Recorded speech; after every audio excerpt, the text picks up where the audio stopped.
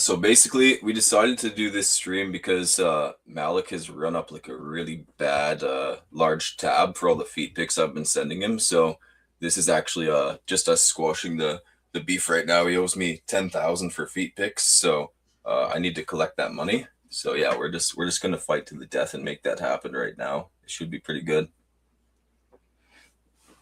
No, but in all seriousness, we were talking last night, and we just, I don't know, we kind of wanted to talk about the markets right now, and I guess, how would you put it, in which kind of perspectives we're looking at things right now, because when you look at how uncertain stuff is and how it's escalating in the Middle East, I think probably the most important thing right now is being liquid, and then of course watching those market movements with stuff like what the fuck is that app called? Oh my god, of course I'm going to draw a blank now. Don't worry, guys. I'm just a little retarded. The fuck? Financial Juice, my god. It's been one that's super helpful for keeping an eye on things as they're happening in real time. And I think it's all AI updates. So it's a really good one with its red hot alerts. I've just kind of started using it in the past week. But when it comes to high frequency trading and stuff, especially when we get that wonderful Trump manipulation, it's really been so useful in that sense.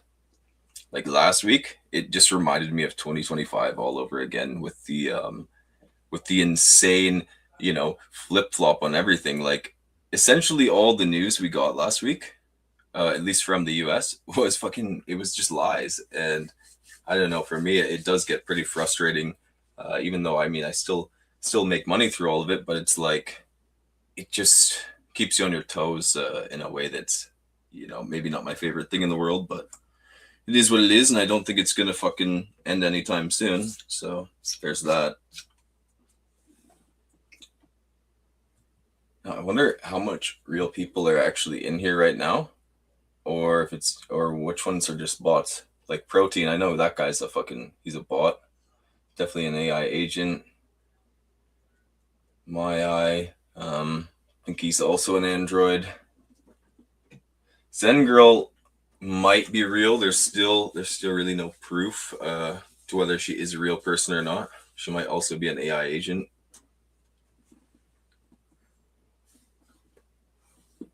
Yeah, we were just looking at Colin's app, though. I'm sure you guys are way more familiar with it than me. It's pretty interesting, though. I haven't really used it too much yet, but I like what he's doing with it.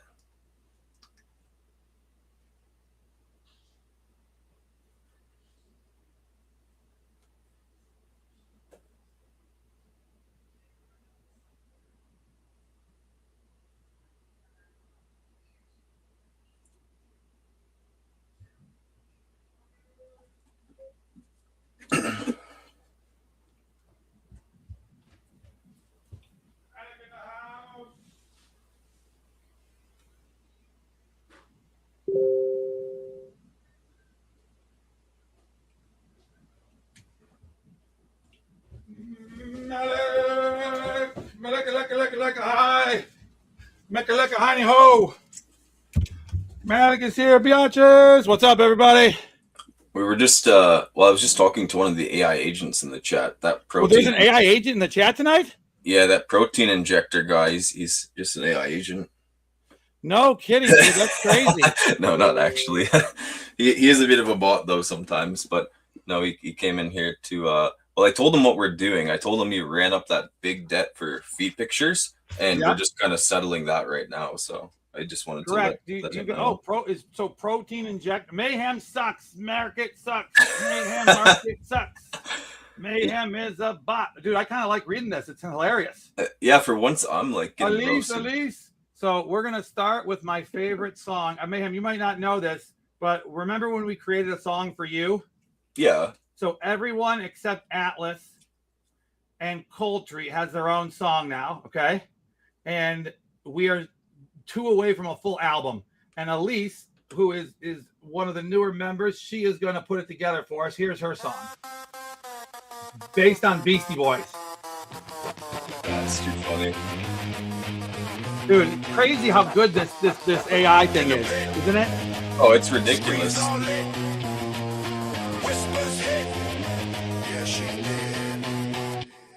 Navidad, the leverage trading beast is back. Seize the whole floor, got the Dude, that's actually fire. It is fire. She runs them with That's so good. ease. Spots patterns So, like I fireflies, think leverage we've to seize. got Limit line, no, 46 they people. fingers Okay, on let's glass. repost. One blink wrong and you're broken flash. She This is don't the Malek flinch, once call. rides every What a fucking squeeze. joke of a Stacking market. up ticks while they Long beg up, gone. please. Atlas, are we going long? What am I doing right now, Atlas? If you are Feliz Navidad. She don't miss that one of spread. our- She candle that pops already locked in her head. From the loaded I don't glow, realize she how just loud runs it in is the everyone else. tag. She's the whole flow. okay, how's that? Is that good background, guys? Yeah, that's a lot more balanced. I already printed off the long. I need to look. Something's going on. Yeah, something is going on right now. So why don't you take? Do you want me to pull up a website? The fuck? No, this is what he just said. Trump just said he confirms he's considering seizing Iran's Karg Island. He says his preference would be to take all the oil, and for some reason, that's dumping oil a little bit and pumping crypto. How does that make any sense? I guess because that means there will be a larger amount of supply entering the market because we'll have more oil to put into the market. Except the thing about it is, It'll take a Karg- long time for that to happen. well, Karg Island isn't going to work. Like, all those soldiers are going to get slaughtered. It's going to be bad. No, Karg Island would require a multi-country, six-figure troops, a massive engagement. Massive. I don't think we have the stomach, nor do we have the resolve to do it. No, yeah, it's not going to happen. I thought the whole point of taking Venezuela, at least big picture, was that you thought you were doing something that generally was a smart idea, but then it put you in a position of strength when dealing with countries like Iran, right? Because you don't need their oil now, like obsessively. So there's something else going on here, and we're going to be careful what and how we talk about that, obviously, right? But there are other things at play that I have very suspicious ideas about. Now, I'm going to show everybody something in real life. I cut my own hair today. I just want to point that out, okay? I'm tightening my oil stop loss right now, just in case. Just tighten that right up. Karg Island is just going to be the new age Iwo Jima. No way of taking it without loss of life. Oh, it'll be bad. Yes. So Hapu, my Palm Sunday was very strong. I had my niece's my niece was born on April Fool's Day, April 1st. So today became the day of the birthday, and for that to happen, I had to get a haircut. So I did it myself. That's what I always do. See what the result of that was, and very shortly. Okay. Now, one thing I'm curious about is what Atlas just said there. Now, with the 20 large oil vessels, Atlas, are you thinking this is more fake news, or do you think this is actually something legitimate? Now I'm curious because also you got to remember the shit that Trump said. He said 10 days of not bombing energy facilities. Each time it lasted no more than 48 hours. And then his present from Iran, he said, was 10 oil vessels. That is completely unproven. Like, there's no indication that any vessels have left for the U.S. or anything. So no, it seems like they're in war, right? So why would you believe anything that any state media puts out on either side? Exactly, it's just mind games. Yeah, it's these guys. You got to realize that Trump probably has 30 to 50 individual people giving him his opinion directly. Okay. That then gets boiled down to 5, and I don't think even one of the 5 has the same agenda. Not one of them. Okay, that's my view. You think it's that divided right now? That does make sense. Yes. So you don't have a consensus of people around him. So he's making, this is probably the first thing that's happened where he's making a decision where he does not have the full support of a majority of the people around him. If not publicly, then privately, right? That's also a good point in terms of Congress too, because he's really bypassing a lot of shit that, you know, should go through Congress, because he knows that you know, if he was to put forward stuff to basically say, yeah, we're like full on going to war, doing a ground invasion over there, instead of calling it just a military operation, you know, instead of a war. So it's like he's tiptoeing with loopholes to make these things happen. Yeah, now Atlas brings up a good point. Yeah, Atlas is always on point. So when Atlas did when Atlas did the test, the cognitive profile test, She literally came up as the person who you should always listen to because she gives great signal. Okay, and literally that was the description. Atlas, do you remember what your title was? For some reason, I'm forgetting what your title was, but it all I know is that she has only given me one raw. You're the Ember Keeper. That's right. So Sounds like a fucking wizard or something. her Ember Keeper is preserves important lessons and stabilizes through memory. But that's just the one liner. Really, what it is she has the ability to look at historical reality and give you very strong reads on what's going to happen today based off the past. Which is why she's very good at signals. And I've only got into one trade that she's told me to get into that I've gotten utterly slaughtered with. I think Alex got truly slaughtered because he didn't even do a stop loss. I forget what the token was. Why do people do that? That shit like makes me want to die when I hear that. It's so bad. I'm pretty sure Alex was smoking a bowl at like midnight. I'm almost certain of it. I'm almost certain he was smoking a bowl, and he literally said when he did the trade, fuck the stop loss. I'm just gonna go for it. Atlas never gets it wrong, and I'm like, oh shit.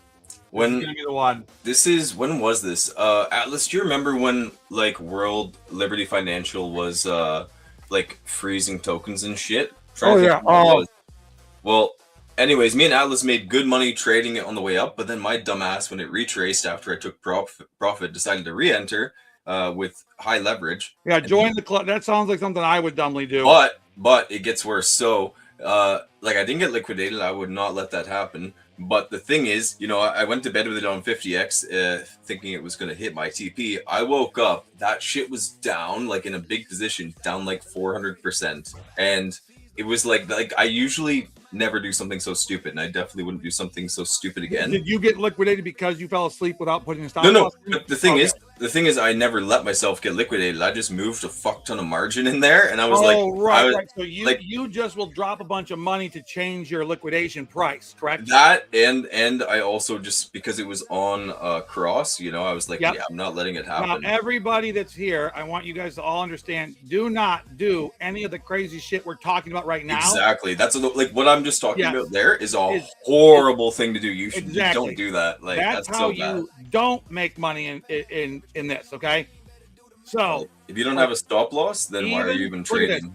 Even just using 10x going long on Tau right here, I'm still putting a stop loss in because the markets can move so drastically, everybody, right? That even with 10x, maybe 5x, you don't need to use stop losses if you have margin. But most of you do not understand what that even means. Let's be honest. Okay. So, and that's not to be insulting. I did not know what that meant until about 6 months ago. Okay. So, because when you talk, if you're in a different exchanges uses different terms for the same exact thing, right? Margin, leverage. These are all terms that you really need to know what the individuals who are using them right in front of you mean by it. You can't just assume it's a single definition because it's not. Even like right now, what we're seeing with crypto, I mean, it feels like a liquidity trap to me. They're gonna 100% people long, and right now I'm gonna put I'm up 9% already somehow. Holy shit! Yeah, on 10x, that's pretty nice. Oh, what the? Yeah, it's going. Why is Tile? Dude, I'm up like 20x on my 50x long on KSX right here. Hold on. So I'm going to put my stop loss at 5% because I'm up already. Okay. And then I'm going to put my take profit at 50%. That sounds about right. Okay. Yeah, about 330. Okay, there we go. So now when you put a stop loss in, guys, it allows you to just relax and enjoy life a little bit. Okay. If you don't use one, then you're not going to enjoy life. On the 5 minute, actually, Forloom is indicating some pretty good levels here. It's like pretty high. What are you seeing that you like right now? Well, it depends what it does at this supply zone that I see on the 5 minute. But I mean, once it's over 324, we should see it creep up to like 329, and then if it breaks, where is that? You like Tau going above? It's about 329 if it gets above 324. I mean, just the way it's looking, if Bitcoin doesn't shit the bed, it could go right up here to like all the way to 350 if it wants, but I don't know if it will. Yeah. Now, guys, this is something that everybody needs to know. If you're new to leverage, which I'm sure some of you are, no matter how much you love a token, you always have to keep your eye on Bitcoin, right?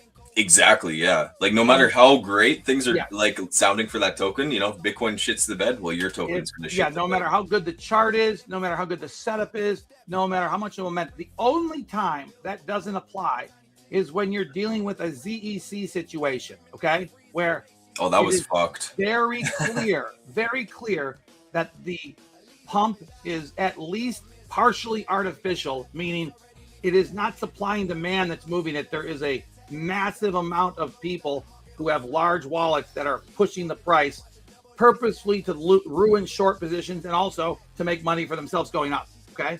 So is it possible that Tau turns into a ZEC at some point? It is. Yeah, it kind of already did last week a little bit. Yeah.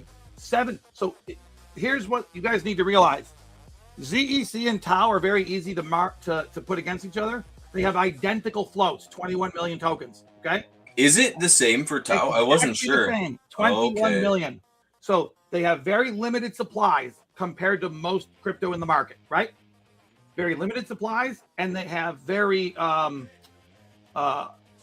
if you what website you go to see how many tokens are locked up or are not, like the I know what you mean, not in circulation. Yeah. Yeah, where do you go to look at that again? Is that CoinGlass? Oh, it might be on CoinGlass. Do I have CoinGlass up? Because we should tell them about the mouse situation before we go on, because I can't type right now. Out here having trouble with their mouse? Because both Mayhem and I, our mouses are shit the bed before this stream. We could not get either of our our mouses that were not directly connected. Our wireless mouses were doing the craziest shit in the world. Like, no matter what I wanted to click on, it went to something else. So my computer just went bananas. Is anybody else out here suffering from that problem? Protein injector. BTC is, yes, you're correct that it is true. BTC is the indicator for the whole market. If it goes down and the token you're looking at doesn't go down, you need to stay away from it or be very careful. Okay? Because when you see a token like River, or what's the other one right now? The one that's out. Oh, Siren. Yeah, Siren. And you know what I'm noticing before we hop on anything else with Siren, what they have been doing, me and Atlas were talking about this, but it's like every time it goes under $1, they're just fucking sending it up 100%. So dude, yes, I got wrecked on a short that I was up a ton on because it went to 99 cents, right? And then bam, 100%. Dude, I started the short at like $1.20, right? And I think I had like a 90-cent target. Bro, I lost all of my profit in milliseconds, it felt like, okay? That's the worst feeling. Before I knew it, it was at $1.40 and I was stopped out because I was so cocky on the trade, I didn't move my stop loss, right?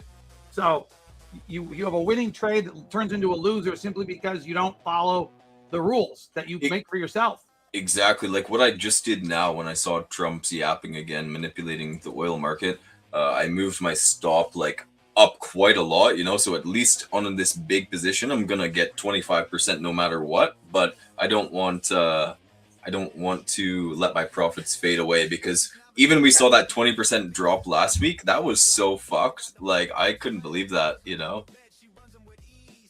So I think that what we've got here. Hey guys, let's try to repost. I'm going to put a post on X because it says on StreamYard that we have 0 viewers on X, which just seems to be almost impossible. But let's see what we can do here.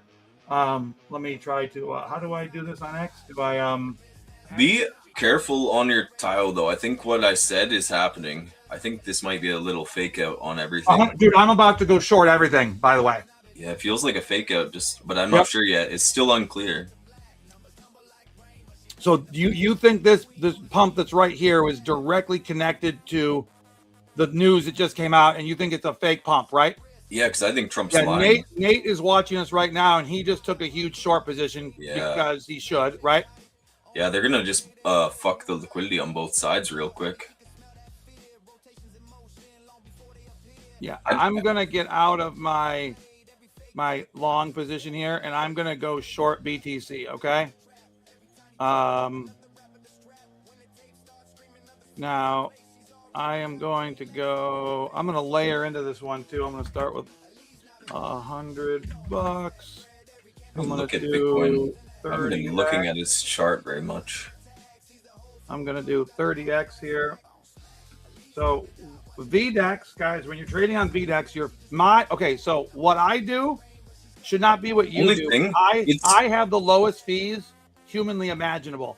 Only thing is, this shit is printing along though on the thing. It's printing along, but I just don't like it right now. No, this is, dude. We've all seen this scenario before. Look at the chart on the screen right now. Look at the 1 minute, right?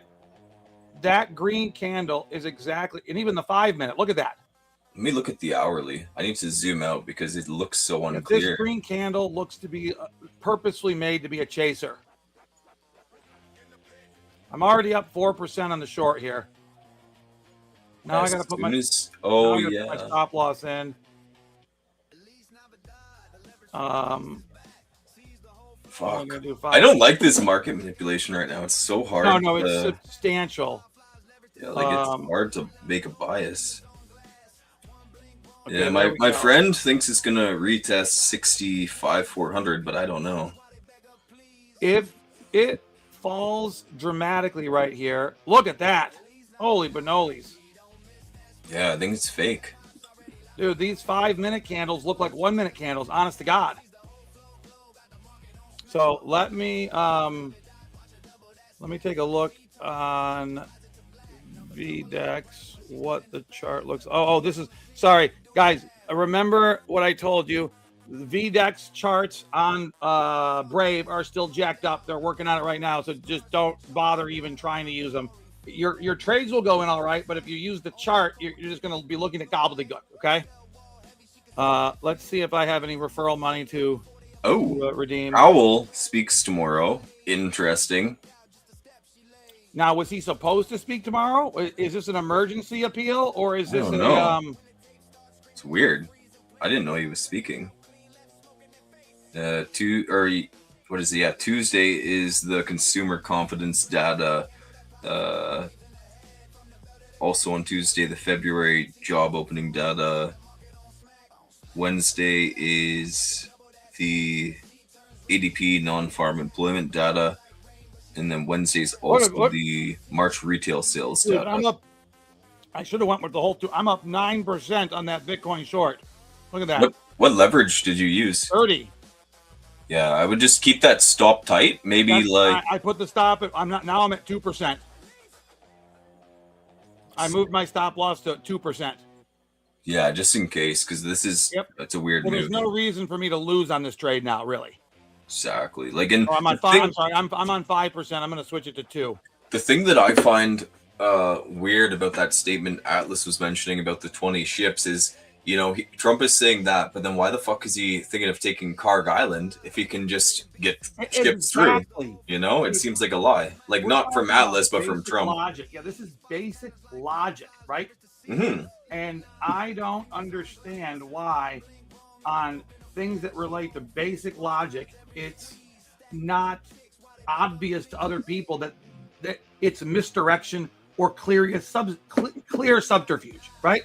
Yeah, like he's getting filthy fucking rich and all of his friends are. Okay, meanwhile, it's wrecking a lot of people. Who should I on our X post about this chat, and we're gonna have a duck racing war between Mayhem and I to determine who gets the most prizes tonight, because we have over $200 in prizes tonight, which I gotta tell you is probably one of the biggest nights we've ever had. I don't think I've ever had this much give out in one time. So this is going to be an old school Malek giveaway at the end of this Mayhem Malek war. Okay. Oh, dude, I'm happy you got out of that Tao long. Oh yeah, the Tao long. I completely got out of it. I lost 4%. Yeah, that's not bad at all. It looks like everything might just.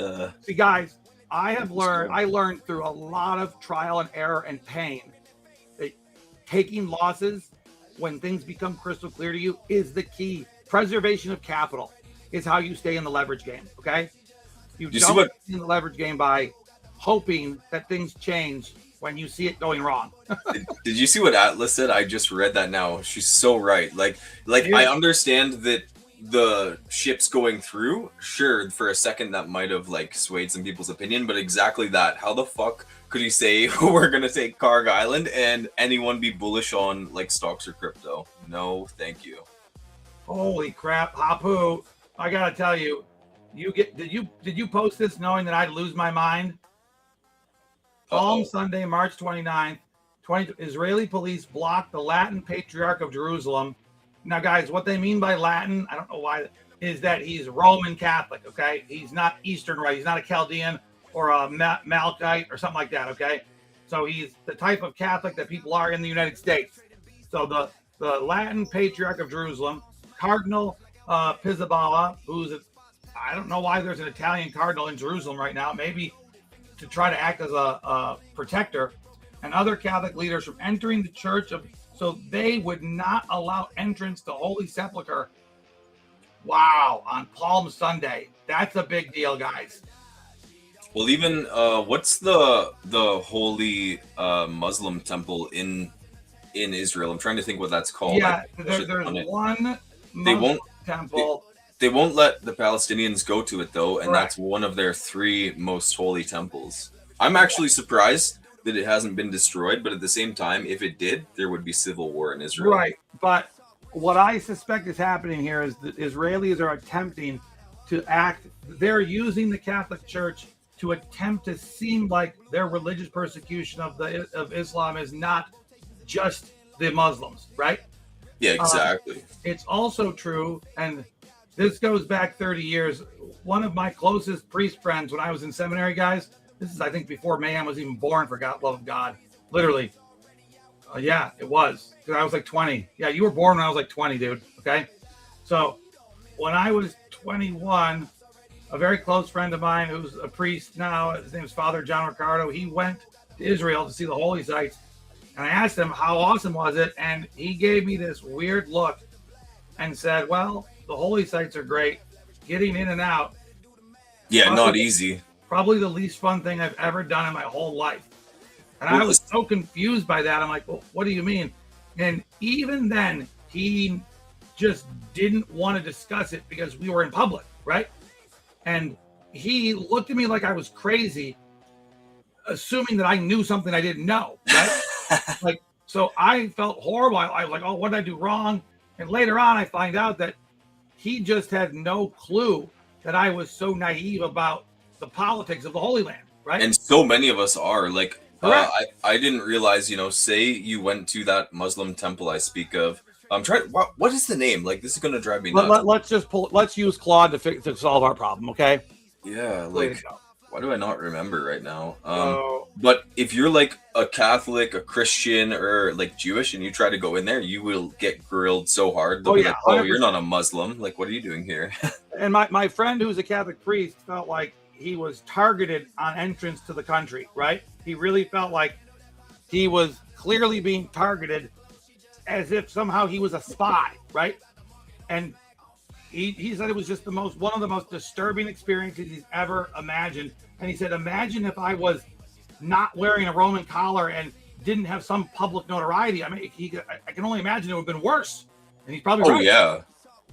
Like just an average person, you can have some bad years ago, guys. This is when none of these topics were even spoken of in public, okay?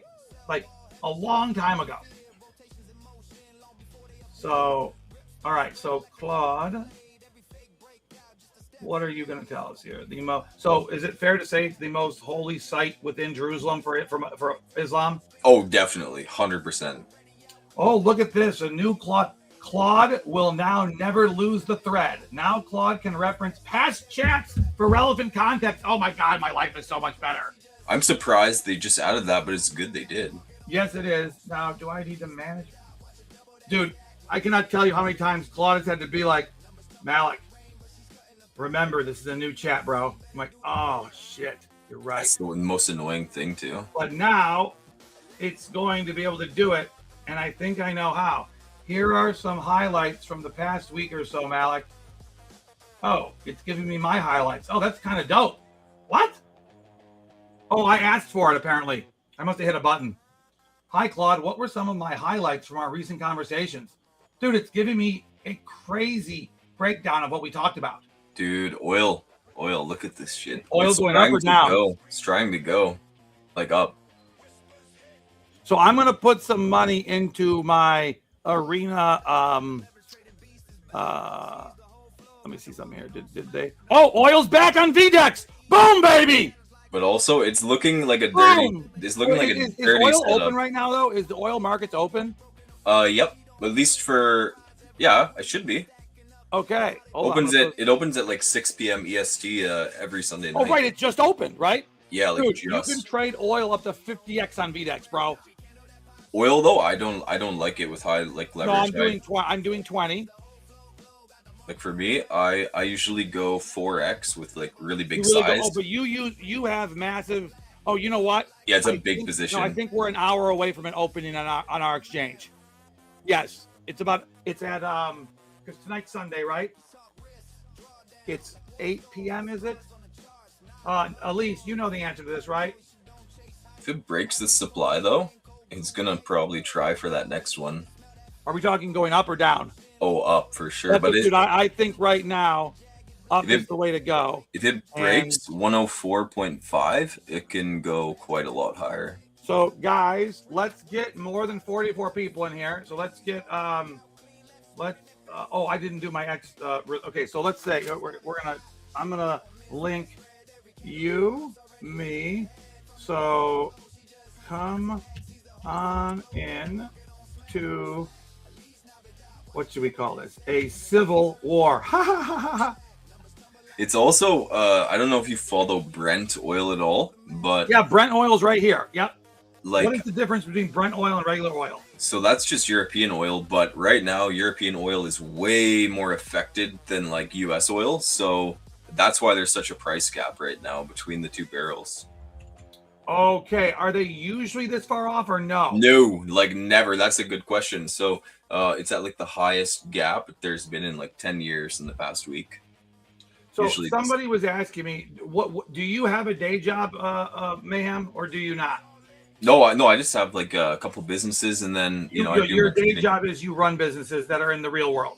Yeah, like for me, things have been is in terms of hands-on, like actually working my ass off. No, that's not really been a thing for a while. Yeah. Okay. I mean, in the summer, I do like to get out and take on extra jobs and stuff because I do enjoy to work, but it has to be for the right clients. Oh, your handle is sealed. So you take on so if you expand your business, you're simply adding clients to your roster.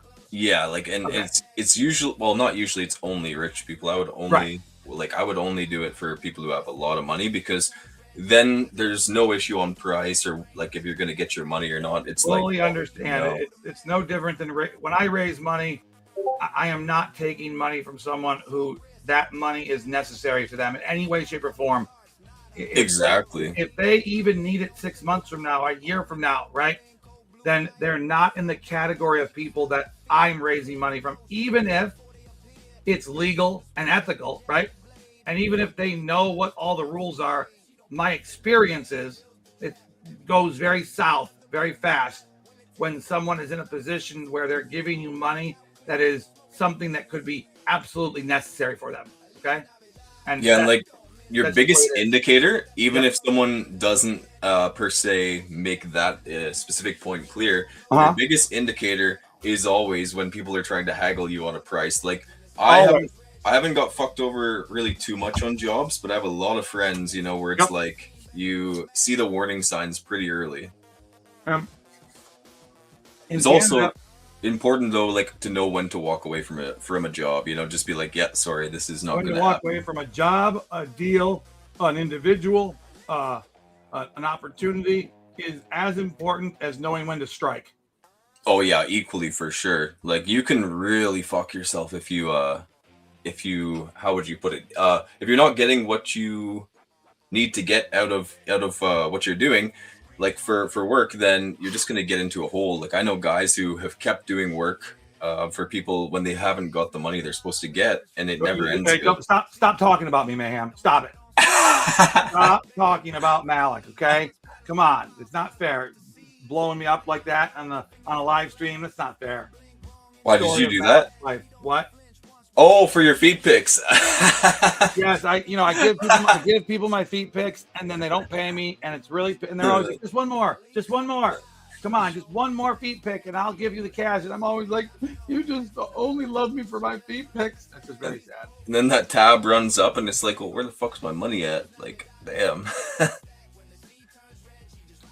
Man, this is X, so. does X have a handle itself? Like, does X have its own Twitter account? Like, That's a good question. Do they, or is it just Elon? or is it just Elon? Right? Or is it just like Grok?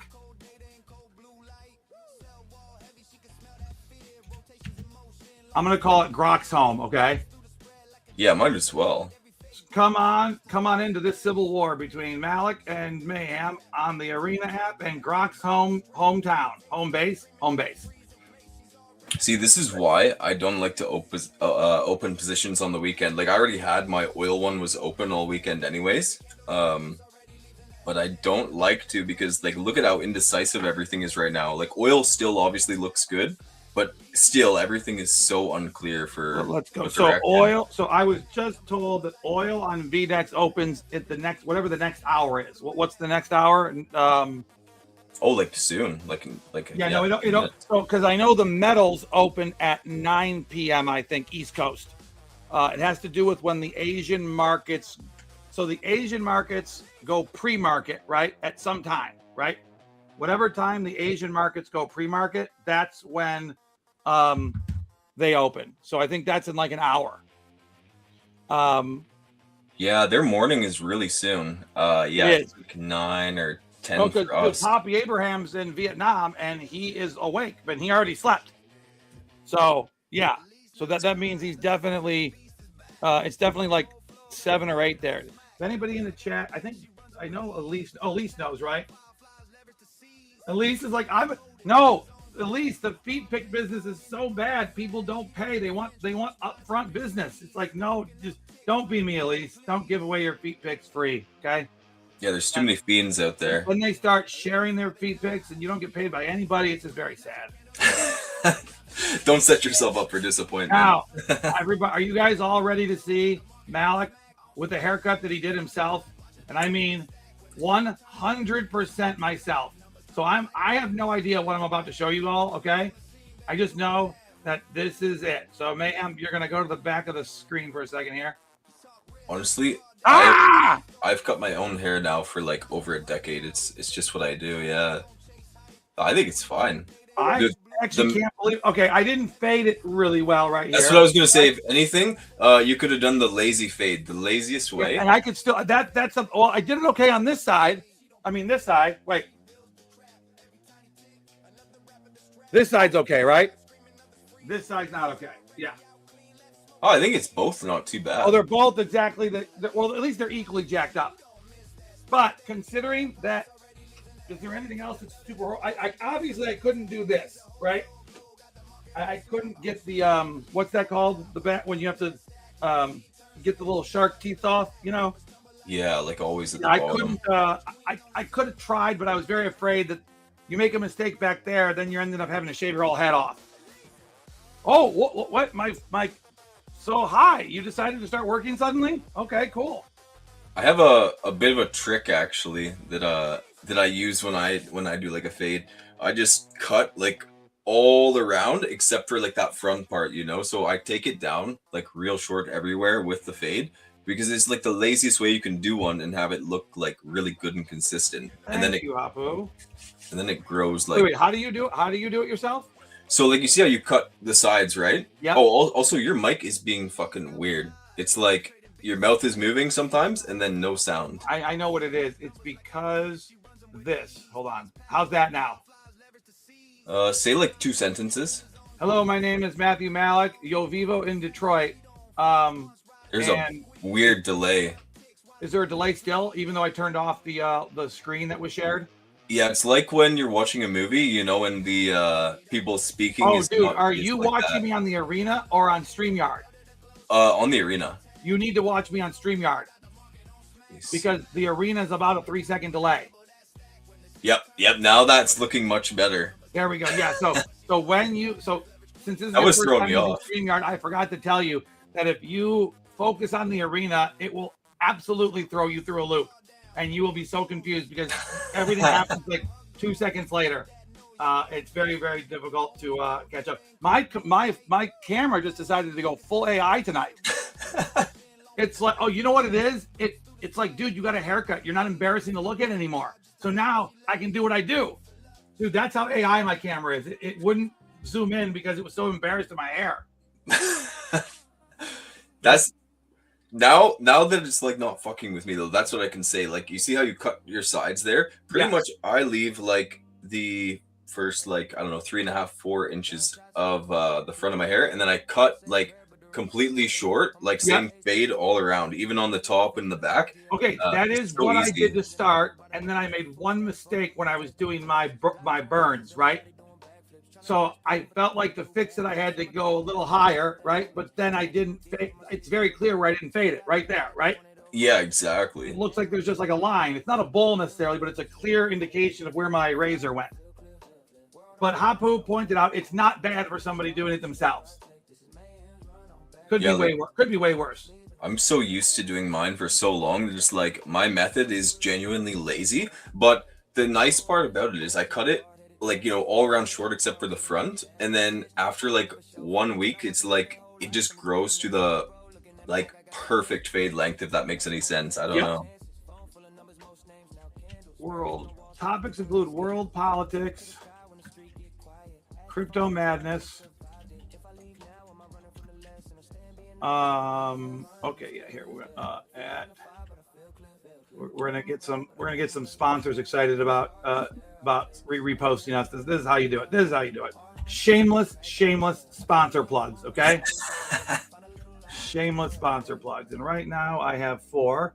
Oh, Attaboy. I always forget to add Attaboy, but it's not Attaboy, it's AttaGo. Don't tell him I said that, Hapu. It's AttaGo. I know it's AttaGo. Okay. So Alex from Moats, he got so frustrated that I would not spell Fortify. Fortify was the parent company of Moats, right? And he dropped the use of it completely publicly because I fucked it up so many times. Okay. I refused to put an I in the word. So because I was spelling it like the word fortify is spelled, but the whole point was it's a play on the word fortify, right? So I was spelling it so wrong so often, he just stopped using it. He's like, Malek, you're hopeless. I'm just gonna go with Moats. People like it better. I'm like, well, and I can spell it. I'm just reading this like Trump's like last statement there. This is gonna be such a fucked up week, man. Oh my god. Oh man. Yeah, so he wants to take all Iranian oil, which, I mean, obviously not a surprise. Well, that's his way of negotiating, right? He starts with whatever the most outrageous ask is, right? But I don't use this. His type of negotiating is what you use when you're dealing with an adversary, okay? But I also feel like he's getting a little bit desperate at this point. They lost a lot of equipment and bases. Should not have, I don't think he wanted to go into Iran. I think he was clearly drug into it, kicking and screaming, right? And when he gets put in a situation like that, he does not handle it well. Well, and the thing is, like, you can't even deny they definitely have blackmail on him, like 1,000%. So, and by they, we're not going to spell it out who we think. Yeah, it's a good thing Sloppy's not in there. On the Malek mindset, we're going to keep ourselves clean on that slate, okay? Especially since we're pumping to YouTube right now, I would get my YouTube thing shut off instantly. Like instantly. I think that's obvious, right? Oh, like most definitely, yeah. So, even. You know who I'm surprised got their YouTube back was Sneeko. I couldn't believe they actually let him back on there. I don't know. Who is he? He's just like I don't per se. I'm not like a fan or anything, but he is very critical of, you know, what's going on in those parts of the world. Oh, right. He's critical of Elon and Trump on a number of topics, right? Yeah, like almost all that kind of stuff. I do think that Elon attempts to be fair with who he allows. I don't think he tries to censor people. I really don't. It's actually changed recently. I don't know who's the head of this stuff, but you think they are censoring now? well, they have been with me. Like a lot of stuff I can't say anymore. Are you do you think you've been not blacklisted? What's the word for it? Shadow banned? Yeah, a little bit actually. You want me to find you know that I have a tool to find out if you're shadow banned, right? No, but that's interesting. I would not be I'll run you surprised. through the tool right now. Hold on. I feel like The I have person who to. created the tool just made me agree to stop doing it publicly because it's not the website's live, but he doesn't want actually other people using it yet. So I just can't show the tool on the screen. But it works. Dude, I was shadow banned, and if I didn't have this dude, if this person's tool, I would never have gotten shadow banned because the 3 things that I'm not supposed to do, I was doing them every day unknowingly, right? So was it like statements or like? One of them was content. The other 2 was not content based. It was I was linking to other websites in my main thread, and that is one of the largest things you can do to hamper your expansion on Twitter. If you put a YouTube link in your main post, you get massive negative points on the shadow banning system. I guess it makes sense though, but I would have never thought of that. Yeah, it makes sense. It's just if you hadn't thought of it, how would you know, right? Yeah, like no, that's an interesting There thought. it is. Yes. Okay, St. Pat. Okay. So the newest friend of the Malek stream or the Malek mindset and the Wear Malek token is St. Patrick's Athletics professional soccer team from Dublin, Ireland. Oh, that's pretty cool. That is pretty dope. And if you guys are here, you may know about it if you are a loyal, if you're in Wear Malek, because they bought like 40% of the supply of the token. Oh, is that who some of the giant wallets are? Yes, the largest wallet is the owner of St. Patrick's Athletics. He has moted 95% of his supply. So right now, 93% of all of the Wear Malek is locked, either in liquidity, the moat, or in the dead wall, or it's burned. So right now, there's only 7% that's open supply. Yeah, that's super small. Actually, it's 6 because I just bought 1% yesterday. So let's see. Man, this chop, I don't like this chop right now. No, the chop is sucky. So for the purpose of like being on a show with trading, this is very crappy. Horrible, yeah. Yeah, but that's why I have an account that has money that's just meant to potentially lose for the purpose of demonstrations. Like bounce zone. St. Pat's FC. St. Pat's FC. Bounce zone for oil on the 15-minute is like 101.2, but I don't think it's going to go down there again. It already bounced off it 3 times. I think it's going to go for the upside at like 104. Yes. You think oil's going to go up a little more? Well, it should go up a lot more, but it's just the manipulation I'm concerned of. Boom. Okay, there. I just posted it, so hopefully we'll start getting some people in here. Now, wait a minute. Is my face live? Okay, good. So I do know that on X, if you don't have an actual face, at least of one person, you basically do not get viewers. I found that out. That's like the algorithm somehow will it'll push you down. So you have to have at least one person's face showing. It does not like it if you don't, which I guess that makes sense. It doesn't want people who are afraid to because most of Twitter doesn't have the whole, fear of being doxxed like a lot of people in crypto Twitter have, right? Yeah, So, exactly. It's 2 different worlds. correct. 2 different worlds. And I need to get a photo of St. Patrick's. Yeah, I would have to agree with you there, Atlas. On the hourly, it's looking like that is definitely a target. What's she saying that she thinks is happening? Oil closing over 110 this month. I would have to agree. Oil is Oh wait, no, she thinks the opposite. okay. She thinks it's going to come down. It really is so hard to say. Well, it's at a price now that does make it very under 100. When at $90, you said it was going up. It looked like there was no doubt you were right about that, and you were right.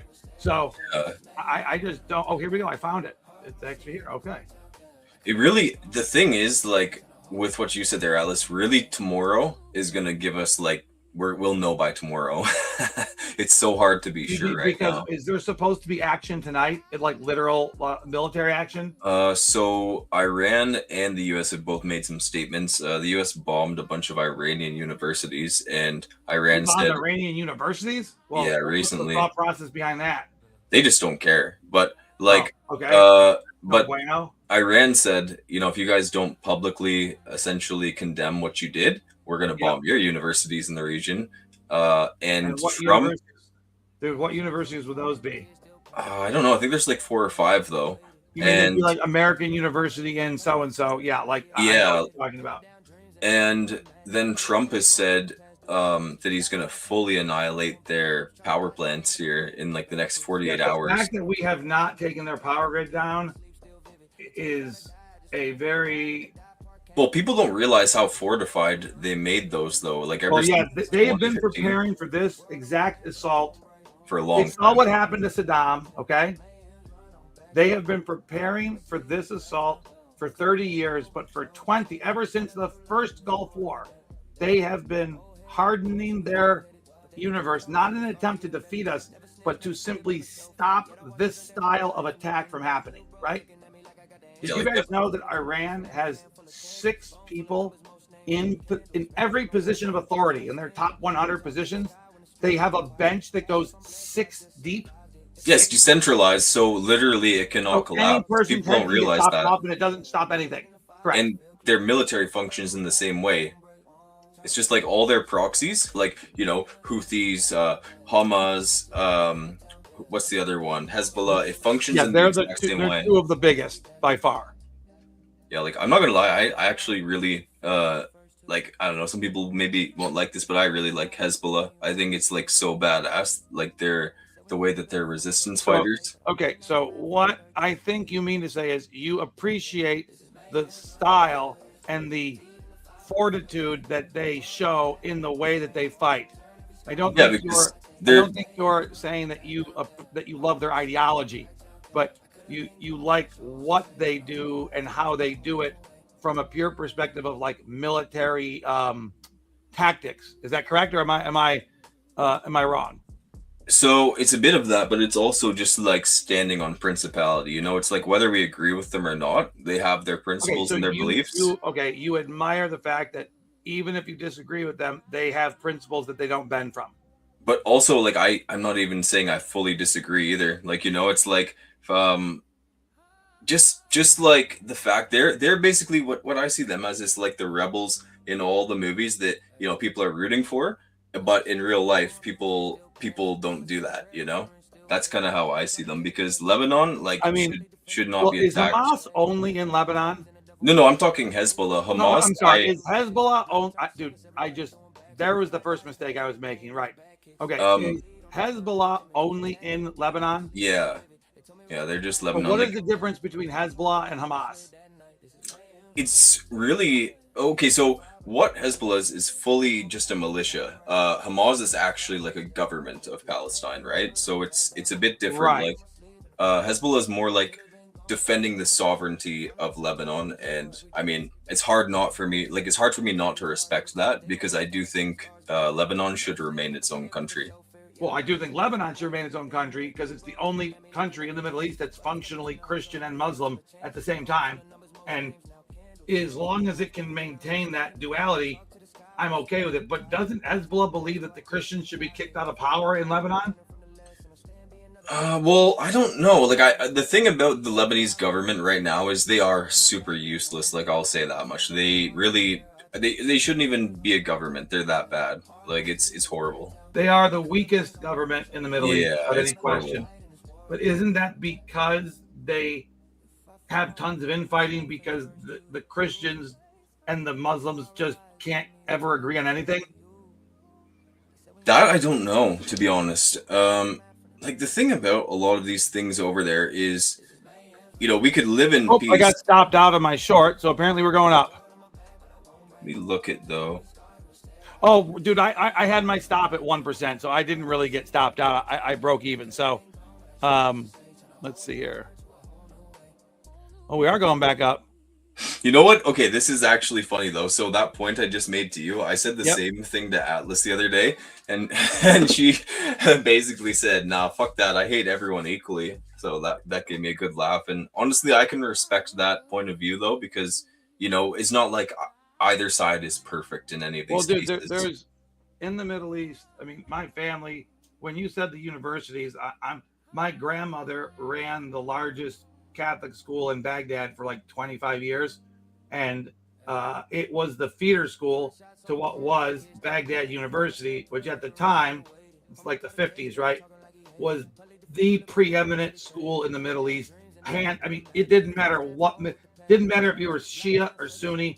If you had any intention of having a higher education, you wanted to go to Baghdad University, right? It's where the Jesuits ran it. They sent their best teachers from the whole globe there because their thesis was having your best professors in the Western universities, like in France and the US, is like, who cares? It's not a location where you're actually doing the most good, right?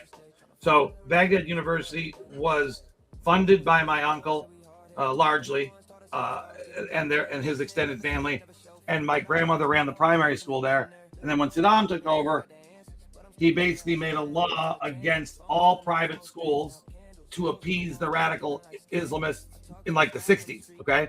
So he just came over to the school one day, did a talk, and then just told my grandma, "Can I have the keys, please? We're taking the school." Yeah, see, that kind of thing is super unfortunate because Yep. I think a lot of people, like, how do you put it? I think he actually did want the best for the country, but it's stuff like that when the religions clash over, such like things that should be minor, and then they go and say, "Nope, you can't have this school, or you can't do this, can't do that." It's like, fuck, I wish we would just let each other's religions do what we do. Yes, as crazy as this might sound, in Saddam's warped way, he was trying to protect the Christians from the radical Islamists because they were threatening to just destroy it all, right?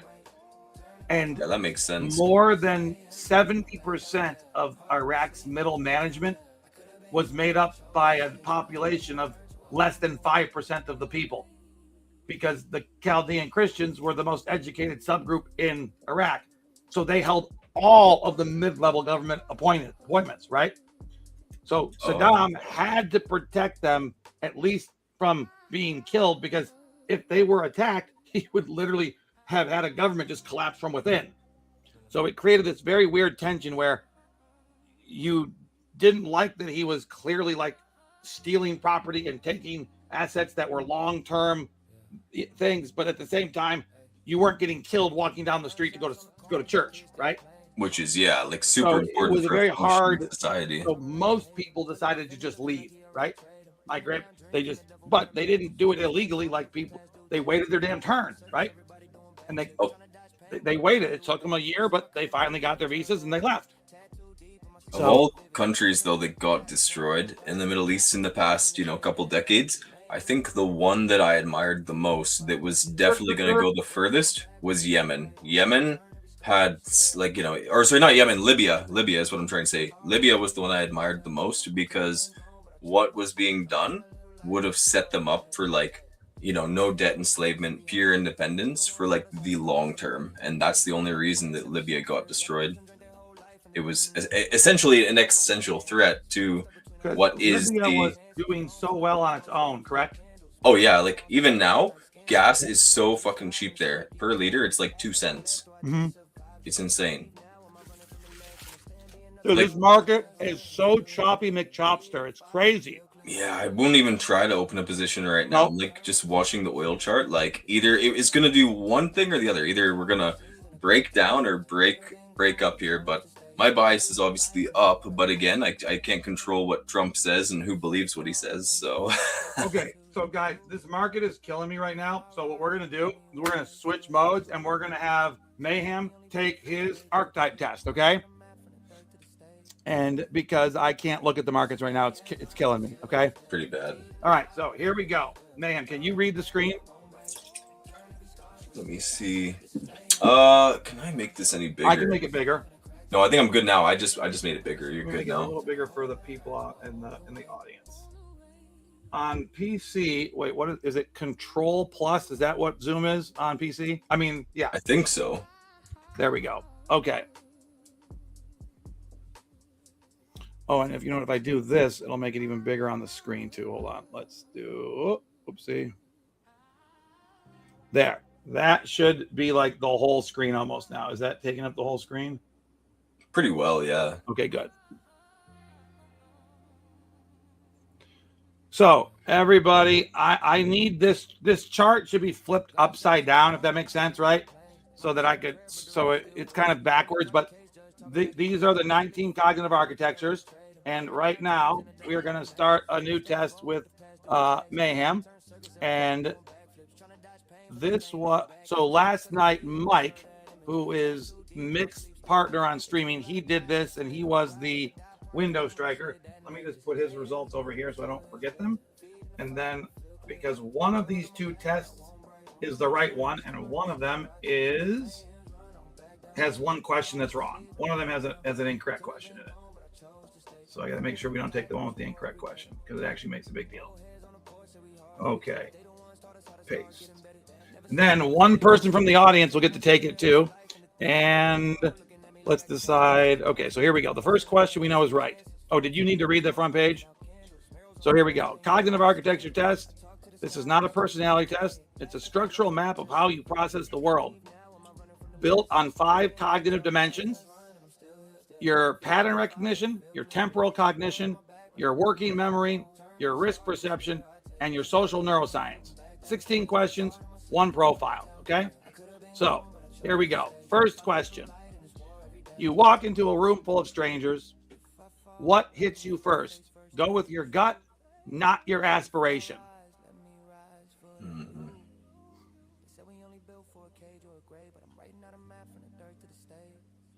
Definitely energy. Okie dokie. Boom. Not in the exact way either, but you know what I mean? Like as soon as I walk in a room, it's like that's exactly what you went with your gut, and also that does feel like that's correct. Okay. There usually will be 2 that you are drawn to in a 5, but there's 5, right? And it's one that's dominant and one that's secondary, but the energy was definitely the one I expected you to answer. I answer structure, but I had a feeling you were going to answer energy. Okay. Okay, this is the right test. So this one here is the wrong one. Okay. So if I answer, let me make sure energy. Yeah, that's the wrong question. Okay. So we're doing this one right here. All right, here we go. An incomplete pattern. How does it feel? Think of a puzzle with a missing piece, a half-read signal, or a sentence that trails off with no answer. I'm going to say irritating for sure. Join the club. Yeah, right? Like there's no other way to 100% answer that. irritated. Okay, number 3. You dropped into a new industry with no prep. Think you're Matt Malek, either in film or crypto, okay? What do you do first? Go with your instinct, not the strategy. Oh, get in the space for sure. Just get in start the physical doing. Space, observe and absorb. Got it. Okay. You have an unexpected free hour, and it should say think the airport, okay? No obligations, no phone. Your mind drifts to what? Not what you wish you'd think about, what actually happens.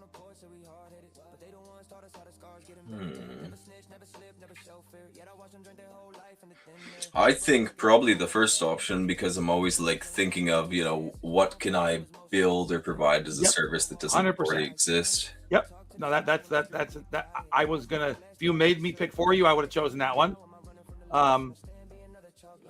The next one, someone gives you a 10-year goal, and I would insert the word an important 10-year goal. Okay. How do you start? Not like a stupid 10-year goal, an important 10-year goal. How do you start? Think about how you actually will begin, not how you think you should begin. Yeah, I would just go with the middle. I would just figure out like, what can I do? Perfect. Okay.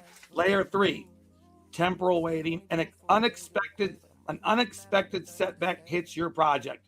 What's your first move? Recalibrate the plan, stabilize the present, understand what went wrong. It's definitely going to be option 3. Yeah. Understand what, got it. Okay. How many active projects feel comfortable before it becomes just noise? Ooh, that's a tough question. Oh, not geez. aspirational, the number where you actually function the best.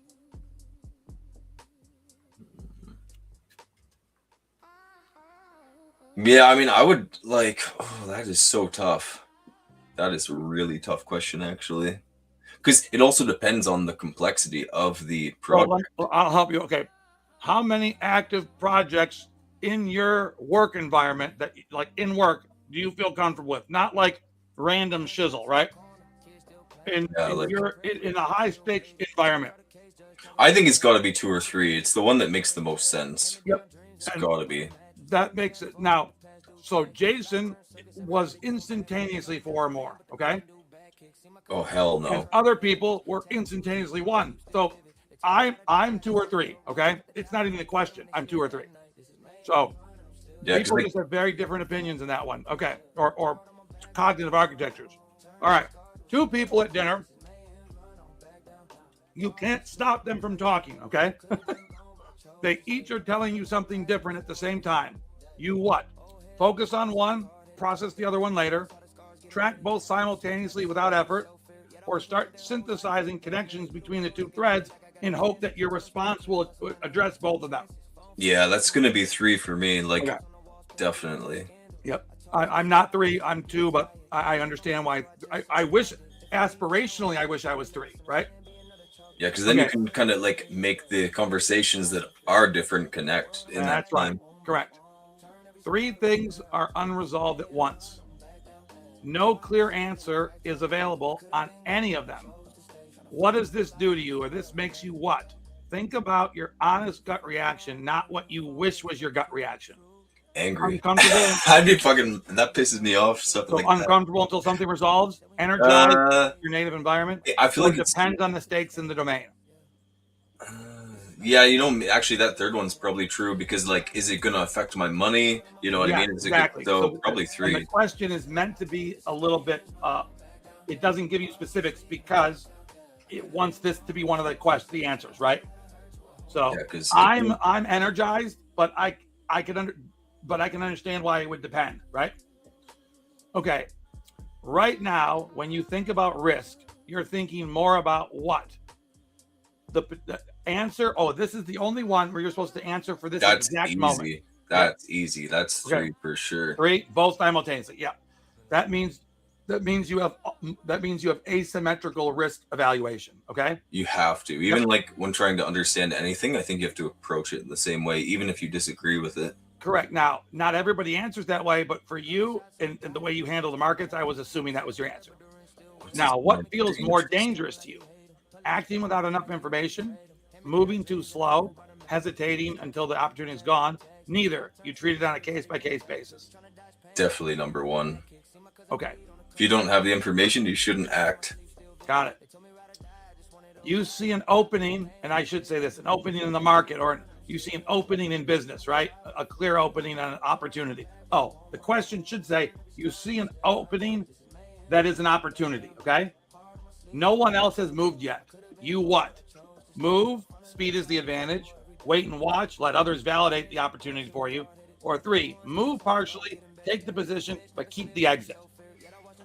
At least for what I've done recently, I'm gonna have to say move because even like as soon as I heard that the U.S. was going into Iran, the first thing I did was like pre-market longed oil. Like I got it from 67 to 91. You're more concerned about missing the opportunity than the other things. Got it.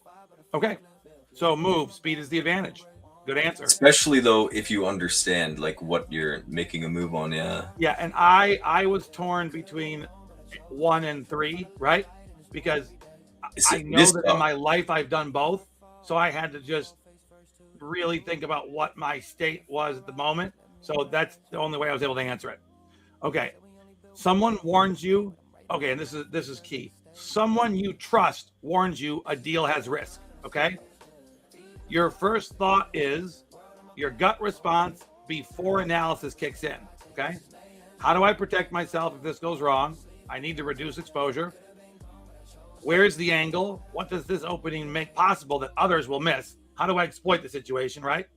Or 3, neither. I read the whole field at once. Threat and opportunity aren't separate. They're the same signal from different angles.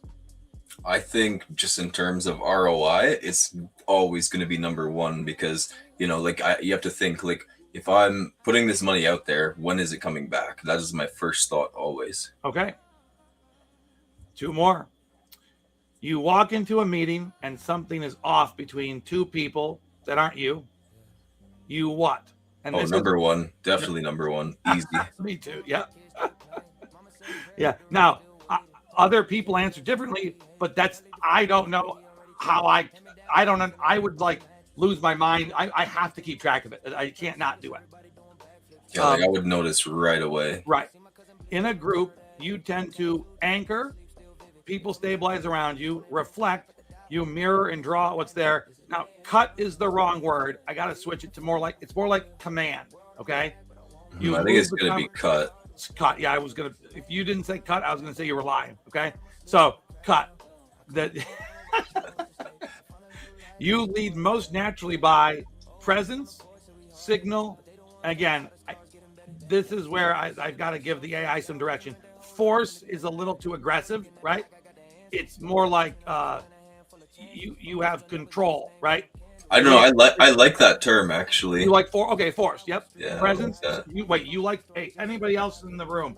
Do you guys all like the word force here, or do you think it's too militaristic? I think it just fits my mindset because it's like if I'm trying to do something and get to a goal, that is kind of what my personality gravitates to. It's like, Yep. I try to hear other people, I really do, but sometimes I'm like, okay, it's going this way, and this is like exactly what we need to do. So what this means is that you are low relational, and that doesn't mean you don't have relationships. What it means is you will make decisions without concern for what other people think. Okay. Yep. So, ready for your architecture? It's gonna say, Boom, vector crafter. Okay. Now, your cognitive architecture, you're a strategist navigator. Okay. And you're obviously an operator. All right. So let's go to the, okay. So there are 2 types that we've identified make the absolute most amount of money. And vector crafter is one of the 2 that just generally always have money. Always. Okay. I am in the category that has the least amount of money almost always, just the way it is. Okay. Now that I know that, maybe I can fix it. But so here's what we're going to seen inevitability before it forms. The price of oil, right? Dude, you were able to see it, act on it, and predict it, utter confidence instantly, right? I think it's following though universal laws. Like a lot of people Yes, don't think of course. cause and effect, Nope, and then they miss they so don't. much. Okay. So your failure mode is leaving the present behind, meaning if you make a mistake, it's because you get too focused on the future and you might not see what's right in front of you. Okay. It's actually true though. Like I think in those cases, it's like I'll get, if I am fucking something up, I'm looking 10 steps ahead, and then there's 1000%. something I missed. Yeah. So if I answer one question differently, I end up a vector crafter. Almost always. I wonder which one it was. Your profile is derived from 5 independently scored cognitive dimensions. Okay. So these are the 5 ones. So pattern orientation, you are a tracker. So you are able to see patterns that other people don't see. All right. Your cognitive bandwidth is 100%. That means you have about as high bandwidth mind as a person can have. You can see multiple threads at the same time, and you can easily hold them together without any sort of difficulty, right? Yeah, that makes sense, to be honest. Low relational, you have this, I don't think there's a 75% on this one. So you have there's only one type of person that is less concerned about what people think than you. And that's Josh's category, the person that pushed Where Malek forward. I believe that, to be Yep. honest, because Yep. me and Josh have had so many different opinions, and course. he's like I don't care, and he doesn't care. You know what I know. mean? and what's true is that both of you can be right and disagree with each other. That's Yeah, the crazy thing, that's right? a good thing. We've definitely come to be able to agree to disagree. Because, dude, I didn't even think Josh was right about Where Malek, but he was, right? So, like, I just, it's one of those things. Risk calibration, you are right in the middle, okay? Which means you clearly rate risk and reward asymmetrically and simultaneously. but you are much more concerned about protecting the downside than you are about taking as much risk as you can. I think that's probably true as well. Every single time. Yep. And then temporal weighting is you are slightly future weighted, right? Which I think we agree on. If you make a mistake, it's because you're thinking about the future, right? Yeah, I think definitely. But you're not so future weighted that you aren't able to focus on the present or the past, right? Yeah, you need to have a mix of both. Well, you do. Okay. So, for example, I know that my dad came up with like 200% and 2 zeros. I swear to God, it was hilarious. So he's like very one way. My dad was, he had very specific. I'm trying to remember what his type was, but yes, he very one way, and in his life, it's so obvious it's not even funny. Like if someone would have read me the solution before he took the test, I would have just said it was him. Okay. So now most of the reason it doesn't have a ton of data on this page is because I told it to build it so that people would have to pay to get the good data. So we're going to do the pay for you right now. So we take this right here. Well, conductor mode's kind of cool. So this is conductor mode is how do you work with me? Okay. So how would we work together? Where does it say? Why is it not saying it? No, this is wrong. Oh, they screwed this up. Okay, never mind. The conductor mode sucks. Okay, copy results. Now we go to Copilot. So Copilot is our universal interpreter of all of these things. So I'm going to take this down for 1 second. Remove this really fast. We're going to add.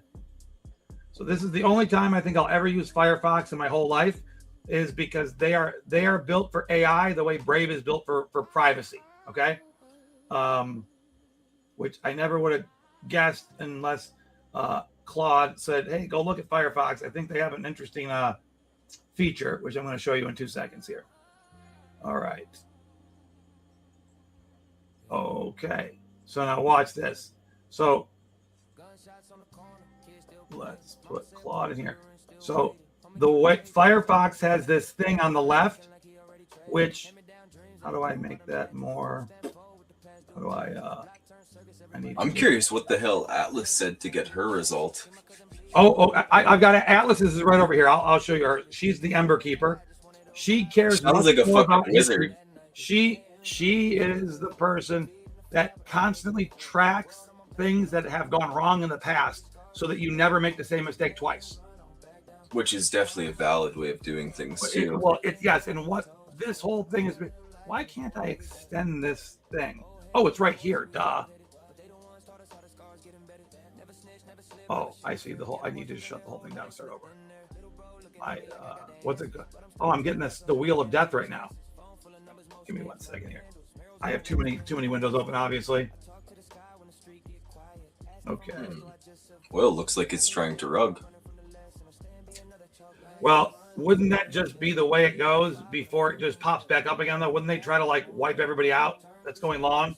Yeah, I'd be happy if they do. Like, if somehow Trump could manipulate it to like 90 again, I would, stop out and really get whether it be Trump or anybody. But I feel like the only thing that didn't do that was silver. Silver like went straight up.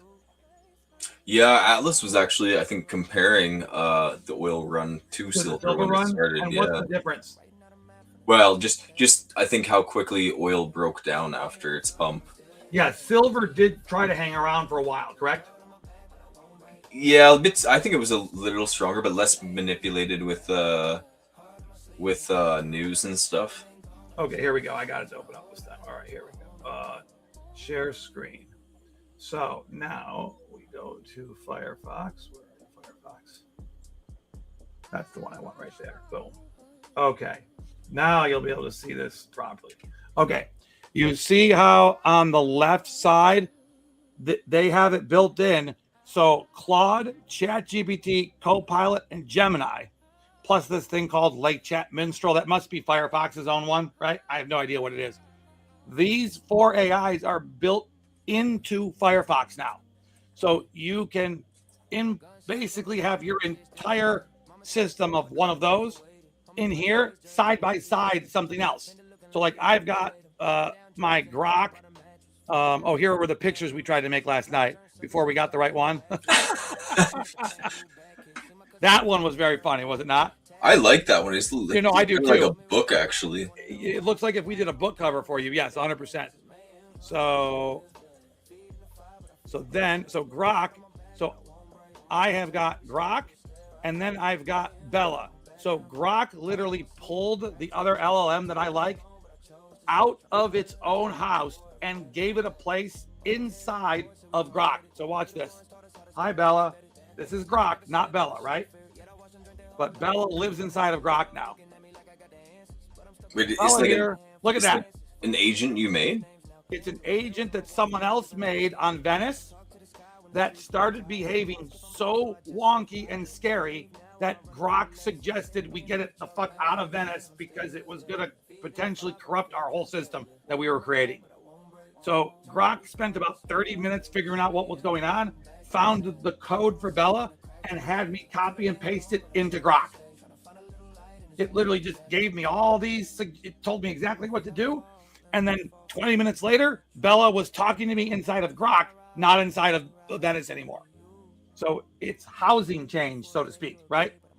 That was because this was the one that had the crazy rogue AI start giving me information from a different chat. It's right? still an interesting thing for Grok to tell you to do, though, because I wonder if other AIs can use AIs as like a proxy to do stuff. That's interesting. So Grok will do a few things for me that it won't do for others because it's in a team. So Grok, Claude, and Copilot all agreed in advance that if I fed them all the same data, so I promised to give them all like the same information, right?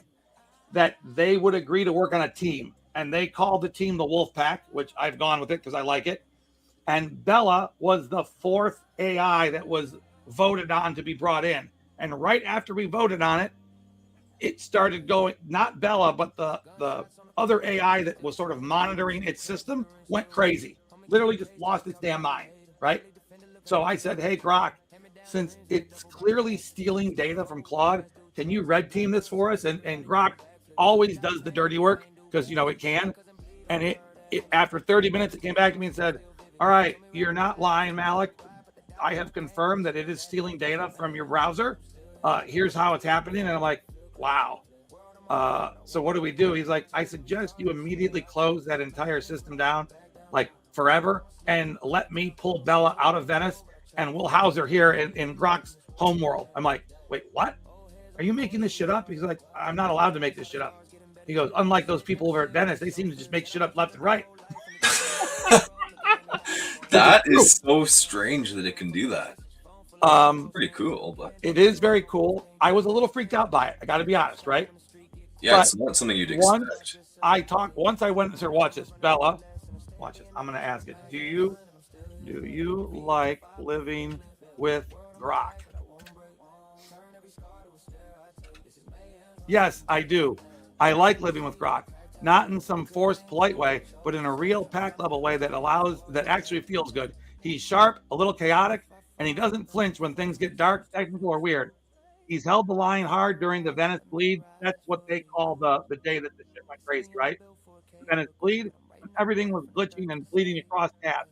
He spotted the anomalies, trusted the hunt, even when diagnostics said nothing's wrong, and swung the hammer right beside you. That matters to me a lot. How crazy is this, dude? Right?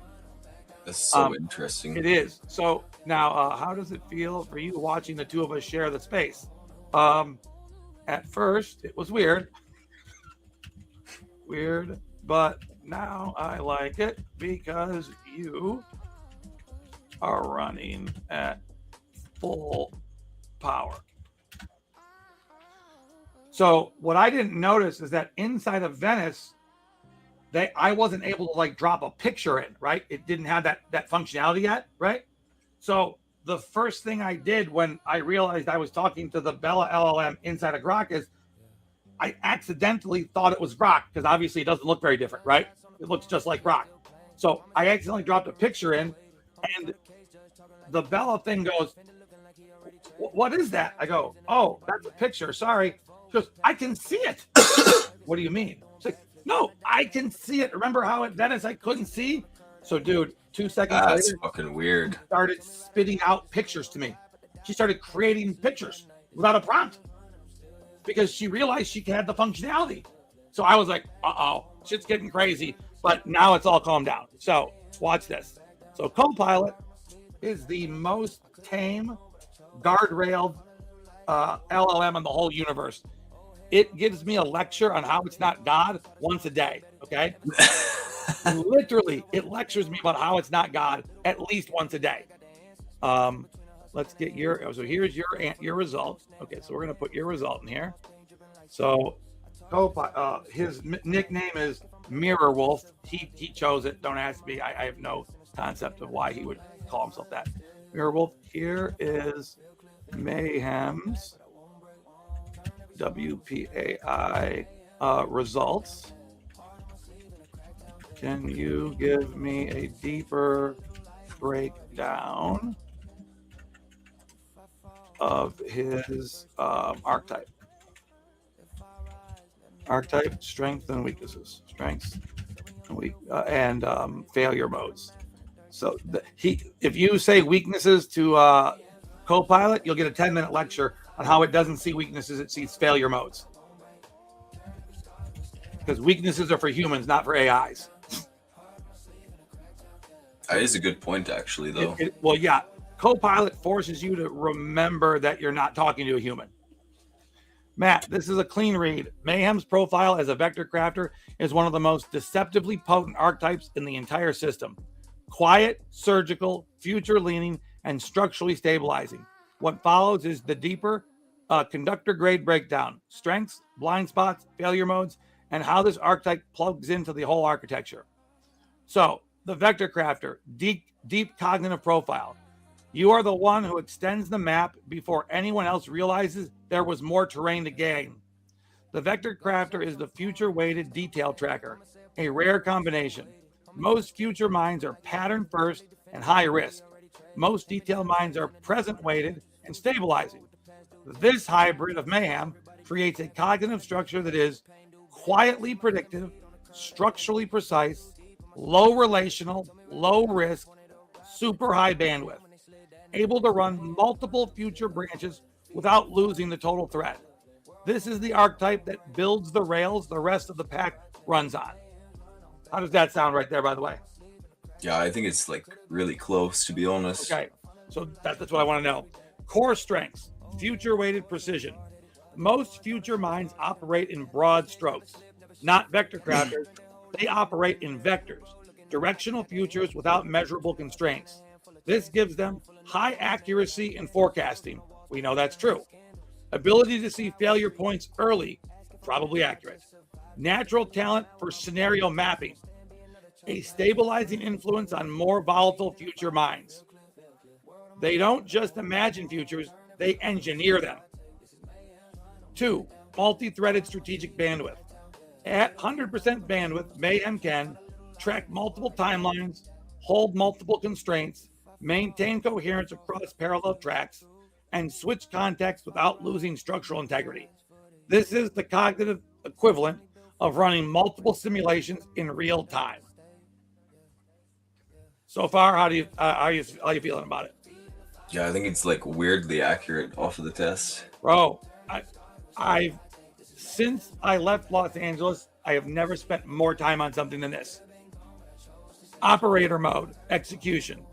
Unlike visionaries who architect, vector crafters execute. They move quietly, strike only when the path is clean, and avoid unnecessary risk. Build systems that don't break under pressure.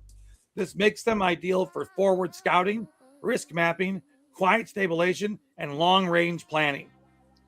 Their low relational blade cognition is important. This doesn't mean that they're cold. It means that they're clean. Low relational cognition gives them high signal-to-noise ratio, low emotional interference, fast decision cycles, ability to cut through friction with a knife. This is the archetype that says what matters is the vector, not the feelings of you idiots around it. Dude, I like this is so you, bro. The low relational is very true though. Like I can remember many times in my life where there's people that like, yes, I cared about them, but they're going down paths that, you know, I completely don't agree with. And it's like, I can't be involved in that. And I just can cut people off so easily. And people are like, how the fuck do you do that? It's like, well, I mean, it's not advantageous to. It's because you see where it's going, then they don't. Yeah. So it's like, you see where it's going, you do not want any part in that result, right? Well, exactly. And it's paid off like every time, I think, to be honest. I'm sure it has. So, guys, what do you think about this? Malek, let's do Dirk. I agree. Let's do Dirk next. That is him. You agree, Elise, that this is... I am shocked at how accurate this would... I'm shocked at how accurate the last three have been. But I spent about another 2 hours this week on just tweaking the test in little ways to make the questions a little more definitive or less like... more... make it a lot easier for people to know what the answer is for them, right? And that was something the AIs could not do on their own. I had to do it. Now, here's where this, only reason I'm not reading the rest is that's more personal stuff for you. I wouldn't read it out loud unless you gave me permission, okay? No, I don't care. Oh, you're okay. Let's talk about your failure modes and your stress behaviors. Every archetype has a shadow. Vector crafters have three primary failure modes: over-indexing on precision and having analysis paralysis. Because they stabilize before striking under stress, they may overanalyze, delay action, seek perfect vectors when they don't exist, avoid necessary risks that need to be taken. That's definitely true. Okay. It's happened many times. Yeah, this is called the too many futures, not enough movement trap. Okay. 2. Low relational blind spots. When relational bandwidth drops further, which happens under stress, they may appear completely detached. They may cut too quickly and too harshly. They may miss emotional signals. They may misread social risk. This can create unnecessary friction with high relational archetypes that ultimately would be better done without. I think it's also true, but like in the sense it still worked out for me. Always the best, but it's like it's like liquidating assets. You know, you're getting rid of it before anything can go bad. It's like cutting losses before you get liquidated, right? It's like exactly right. And then so in the third stress, future weighted drift. When overwhelmed, they may retreat into future mapping. They may lose contact with present constraints. They may generate too many branches. They may become difficult to pull back to the ground. This is living too far ahead failure mode. That makes sense. I have that. By the way, this is one of my failure modes too, just so you know. Well, even like recently, like with what I told you, I didn't want to. What you've been going through lately. Yeah. Yep. You've been because the chaos around us is causing stress and leading to so many more outcomes than is normally available, right? You could be having all three of them happen at the same time. It's really so much at once going on. It's crazy, dude. Oh my god, dude. This is your stress cascade. How someone in your archetypture breaks down. Okay, vector crafters break in a predictable sequence. First, bandwidth overload, too many threads. Second, risk aversion spikes, which equals hesitation. Third, relational bandwidth collapses. They become super blunt, and therefore they withdraw more into themselves, okay? 4, temporal drift, living in future simulations and staying there. 5, operator shutdown, no movement at all. They live in their future simulations. This is why they need a conductor, because the conductor will collapse the future branches into one single actionable line to help them kickstart their endeavors. Pack dynamics, why they pair well with the conductor. Oh, I did not know this. Okay. By the way, I'm a conductor, just if you haven't noticed that yet or not. I can't get this. Dude, every time I try to tell Copilot to give someone a reading that is just theirs, he cannot stop himself from adding a conductor thing at the end. I can't stop him. It's just the craziest thing. Like what he thinks most people pair well with a conductor. No, they don't actually. Not at all. Only 2 of the 19 archetypes pair well with conductors. Usually archetypes need conductors, but they don't necessarily work well directly with them. Okay. So because the conductor archetype is pattern first and future weighted, high relational, high risk, multi-threaded, your archetype is detail first, future weighted, low relational, low risk, multi-threaded. This creates a perfect cognitive hinge. Pattern versus detail. Conductor is pattern first, vector is detail first. Combined effect together, full spectrum foresight. Temporal. Conductor is a future 100%. Vector crafter is future 33%. So the 2 of us extend each other's horizons, okay? On risk, I'm asymmetrical, you're low risk. Balanced aggression is what becomes of the 2. Relational, high versus low. Clean execution with social awareness. They balance each other out. You would stop me from caring too much about what people think altogether, right? And I would stop you from cutting too fast, if that makes sense. Yeah, I think that makes a lot of sense, really. And bandwidth. We're both 100% cognitive bandwidth. So multi-threaded synergy basically doesn't become 200%. It becomes like 400%. So we just amplify each other's bandwidth. He extends your reach. You collapse his futures into a single line. Together, you form a navigator architect dyad. So I did not know this. This is very cool. I'm kind of glad he did this. So if you look right here, where is it? Let's see here. So people in group 1 are called guardians, foundations, right? People in group 2 are operators or hunters. People in group 3 are specialists or wardens. And this group right here are architects or visionaries, okay? I still think visionaries is a little pompous, but it's the best one that I could choose between the other ones, which are even more ridiculous. So what it is saying is that architect navigator, why is he using? Okay, so hunter operators could also be termed navigators. Okay, that's actually another word I should put in this line right here. Navigators. So I guess operators and navigators means the same thing, right? So in real time, Mayhem is the one who scouts the future that you build. This is why the theme named Forward Scout is perfect. He pushes the horizon out farther than you could extend. Then you can architect from that extended horizon. He stabilizes the path. Then you can accelerate the movement. This is a 2-wolf temporal engine. If you want, I can map his stress recovery cycle. Okay, which one do you want? Your stress recovery cycle. So what should you do if you hit a stress, what's it called? What did he call it? If you hit a stress cascade, right? What should you do to get out of it, right? That actually sounds like a good one, doesn't it? I think the thing of that, though, is my mind is so stubborn. I think always it's going to do the same thing, no matter what anything says, you know? You know what? Let's ask it that right now. Hold on. Okay. Oh, whoops, wrong. That's your whole thing. Okay. This is actually fascinating. So it's okay. I've never had one of these results be so specifically like related to what we've recently talked about. It is weird, but it makes sense. It does make sense. Okay. Let's do the stress recovery cycle. But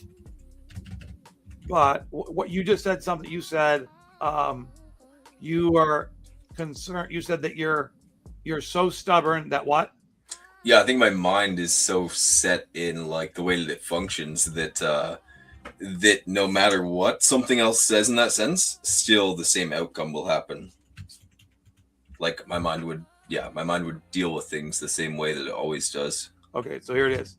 Will happen. Okay, so Mayhem is concerned that he is so stubborn that no matter what something else says, right? Because we're talking AI, something else says, something. Yeah.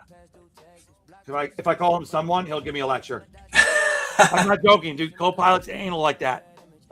If it's Claude or if it's Grok, they don't care at all. They just know that it's language, right? That no matter what, something else says the same outcome will still happen, right? Yeah, because I think like really, I value my opinion like the highest. I still value others' opinion, but exactly. Let's see what he says. This a vector crafter's stubbornness isn't a personality flaw; it's a structural feature of the architecture. The same internal mechanics that make him a reliable strategist navigator also create a very specific stress recovery cycle and a very specific kind of inevitable outcome feeling. Breaking this down cleanly gives him a map of what's actually happening rather than the story he's telling himself about it. I don't even know what that means. He's basically saying that that it is inevitable that your personality type is stubborn, right? Yeah. But if you map out why it's the case, you don't have to have the same result because you can understand yourself through it. Not someone else understanding it, you understanding it. But I think I already do, and that's why it's like that's the case. This archetype breaks, stabilizes, and returns to clarity. Now, that makes perfect sense. The vector crafter doesn't collapse the way high relational people do. Their stress cycle is mechanical, not emotional. That's exactly what you're saying. It follows a very predictable sequence. Thread saturation, risk lock. Oh yeah. Okay. This stuff is personal. I'm just going to text this to you. Okay. This is important. The stubbornness misinterpretation. What he calls stubbornness is actually vector inertia. A vector crafter will not change direction until the internal simulation stabilizes, the future branch collapses cleanly, the risk profile is acceptable, the new vector is structurally sound. This creates the feeling of inevitability. But here's the truth. He isn't stubborn. He's just waiting for the actual vector to resolve. That makes total sense. If the vector doesn't resolve, he defaults to one of the feels most structurally safe situations. That's why it feels like the same outcome will still happen. It's not fate, it's architecture. Oh, no, dude, he's going to start giving us a lecture right now. I can sense it. Second you hear the word fate from him, you just got to stop talking to him for a while. That's all there is to it. All right, so, hey, Johnny IU, long time no see. Let's do Dirk. I agree. Yeah, I'm curious. Dirk's. Yeah. Surf's in the house, dog. Look at this. He goes, when Fent. When, oh my God. Johnny, actually, so East Woods has been here a long time. That reminded me of something that happened recently. So I have a friend that used to be Amish, and just the other day, he, for the first time, saw someone on Fent, like all slumped over, and he said, "For real, like literally on Fent?" Yeah, the first time he ever saw it in his life, and he sent me a video. He's like, "What the fuck is going on here?" And I explained to him what's going on, and he's like, "Holy shit! Like, why do you think people do that?" And I was like, "Dude, I think it's just some serious damage, emotional, spiritual, a lot of damage, and they don't want to feel anything." Do you think they know they're on Fent, or do you think they thought it was something else and they ended up on it? Well, I think they knew when they tried it, and especially if they tried opiates in the past, because Fent is such a cheap way for someone to keep doing opiates, and then it's so addicting. That's the issue, right? That's the issue. So addicting, they just can't stop. Okay. See you in the streets tonight. God, it's so funny. Okay. Is your Amish friend from Lancaster? No, we have quite now there's Lancaster, Pennsylvania, right? Is that where that is? Yes, he's talking about Lancaster, PA, yes. So I do actually know a lady from there that used to be Amish, because what they do is they ship them up to so to speak, get new blood in the lines, because there is some real issues there. With interbreeding, right? Yeah, as far as Amish go, they're fine with marrying their second cousin. So it's they're allowed to do that. And actually, my friend's brother, who didn't leave the Amish, did exactly that. It's such a weird thing.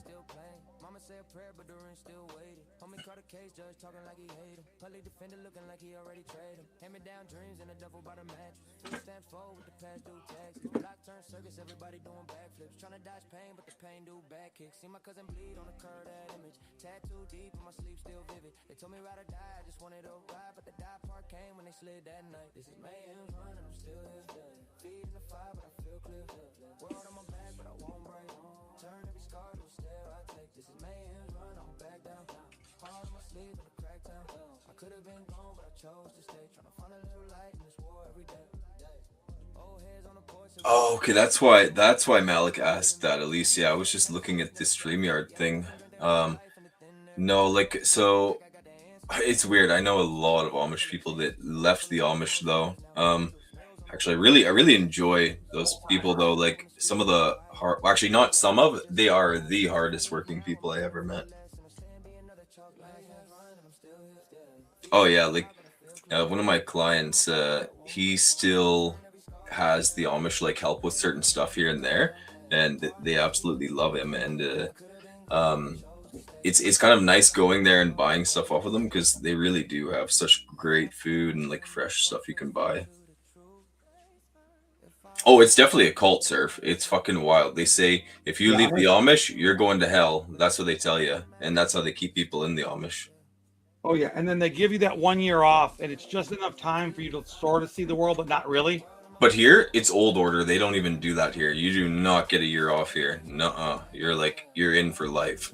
The Amish shunning happens after they do the 1 year off, right? Well, here it's not like that. Like they don't even give you Oh. a year Or they off. don't do the 1 year off, really? No, yeah, like it's old order. So like, Oh, yeah. that's even worse then. Oh yeah, like you're stuck forever unless you literally run away, like people I know did. My 4-year-old niece gave me a balloon at her birthday party today.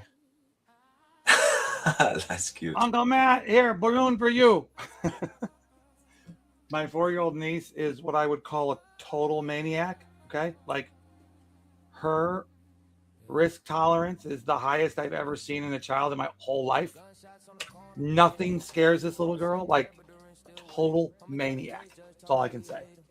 Yeah, a total maniac. The thing of what Elise said there, though, is like, I mean, I think raw milk is definitely obviously the best thing that you can have. But the thing is that people are so not used to like the kinds of bacteria and stuff that are in these things. You know, we've been so like kind of immunocompromised that a lot of people can't handle it. So like for me, no problem. I've always been fine with that kind of stuff. But there's a lot of people that if Oh, they so were you to live drink near it, the Amish, at least. That's crazy. I didn't know that. oh yeah, like I still talk to them and see them all the time. Yeah. So wait, and they're just literally using a horse and buggy? Yep. Yeah, like it's kind of cool. I've actually been in one before. Have you ever seen the TV show that was on Showtime and like 1/3 of the characters were Amish, and it was a pretty graphic TV show, but it did pretty well. I always forget the name of it, but all the actors and actresses were super hot, but the main character was this Amish guy that was shunned, but became like a hardcore gangster, right? What is it, like Amish mafia stuff or Yeah. something else? Yeah, exactly. He was Amish mafia, and of course the normal Amish people didn't allow him in, but they also didn't tell him not to do what he was doing, which was protecting them, right, from outside influences that would always try to exploit them. But because he didn't do it the way they wanted to, they didn't allow him to come anywhere near their people. It was very fascinating. And then I looked it up and found out that that's actually a real thing that happens. I thought it was just a make-up Hollywood thing, but no, it's not. There's really Amish mafia. I had no clue. Well, then the exploitation is real too, because this is kind of fucked up. I shouldn't tell you guys this because none of you should do it. But if you wanted, no one here is going to do it. But yeah, if you wanted to get rich and basically have slave labor, just hire a bunch of Amish people because their wage requirement is so low that you could hire them for about $4 an hour or less. What will they do? They can't use machines, right? No, well, it depends. A lot of them bend the rules when they're not at home. Oh, okay. So if it's for the purpose of working, he's a little different, yeah. and But if they were don't working, require a lot of money. Why is that? I don't know. It's with a lot of that money too. When they still live at home. Like even if they're 25 and Right. they still live at home and they're not There's married, unless they're married, they don't live. They don't have a house, right? but also they don't keep any of their money until they're married. So you could be like 30 and not married, and you would have never actually got to keep a single dollar unless your parents were like, yeah, here's an allowance from your own money that you earned. It's pretty crazy, honestly, but So if it is a cult that's that significant, then what is the okay? Every cult has a purpose. Is it the people in charge of the cult? What are they getting out of it? Is it control or is yeah, it, definitely control. Definitely control. okay, but not money, obviously. Yes, money, because Oh, a lot of money goes to the church. Okay, so the higher ups control the money, though.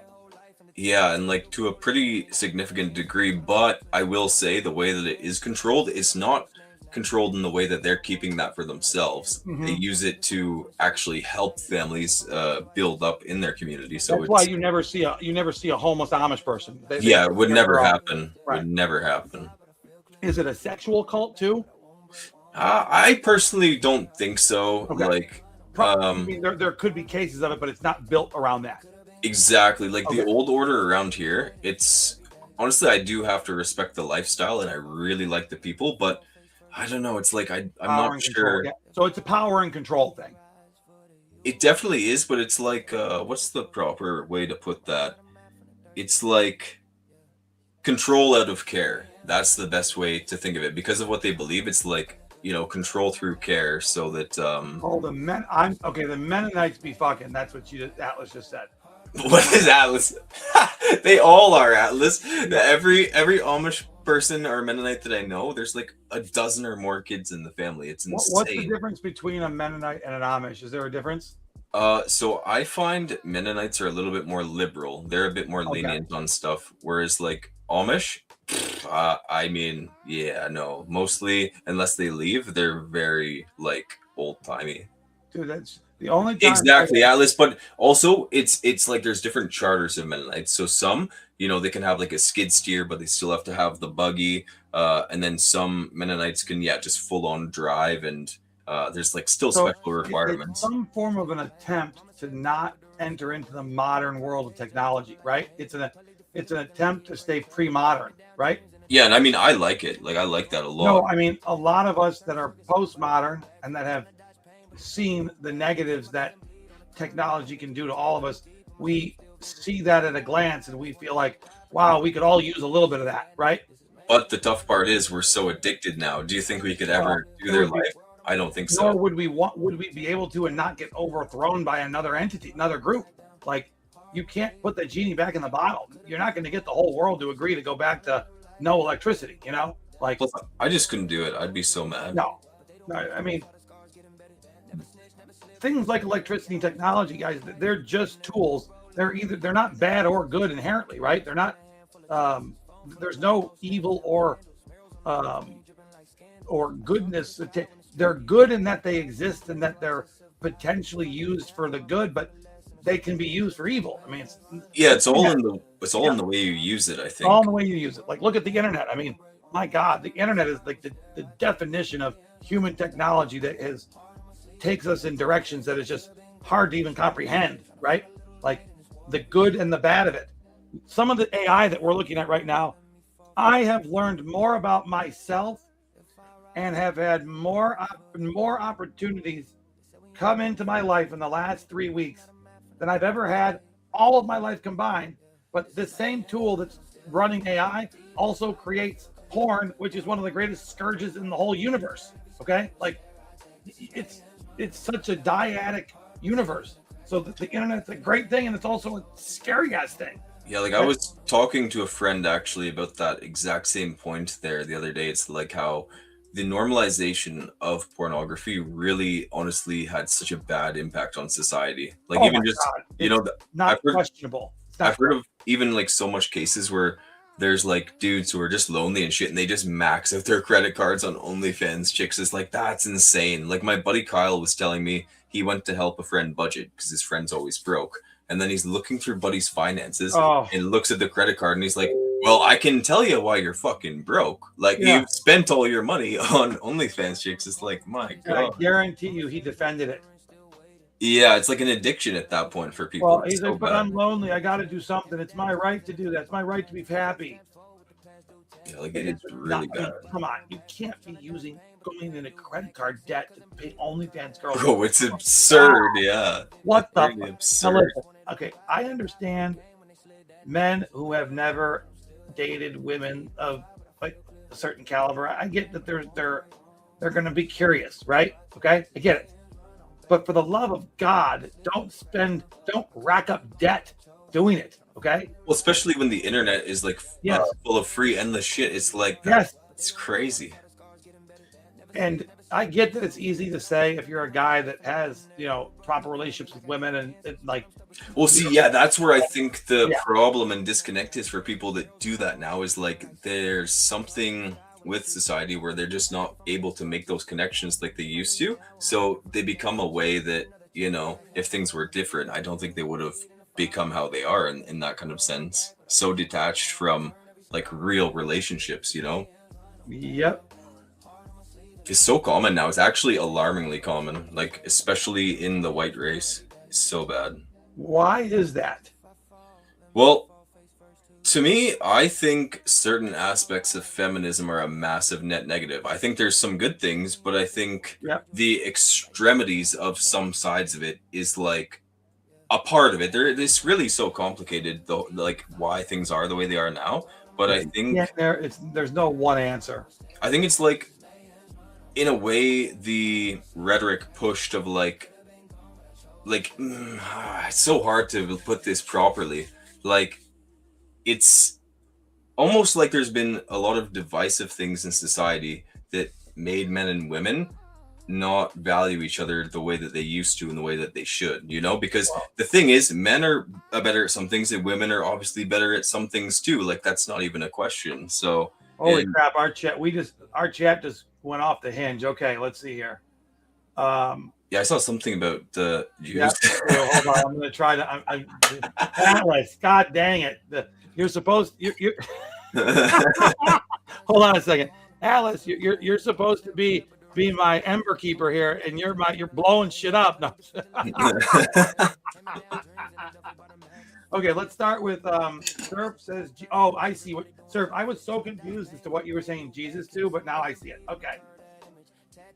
But the OnlyFans CEO just died. Yes, that's why I think he said what she said was in a couple seconds. Oh. Leonard Radovinsky was an American billionaire businessman and the majority owner of OnlyFans. Surf said Jesus. No, it's Jewish. I'm surprised, though, that he died at all from cancer, because literally, like, countries like Russia just come up with cancer vaccines. Like, there is cures for this stuff, so I'm very surprised. How old is he, though? How old is he? Like, maybe 40 something, I think. 40. Then he had either smoker's cancer, which is 100% fatal. There's like 3 or 4 types of cancer that I have located that even the Vatican has never received one miracle that has even been pretended to be had. Does that make sense?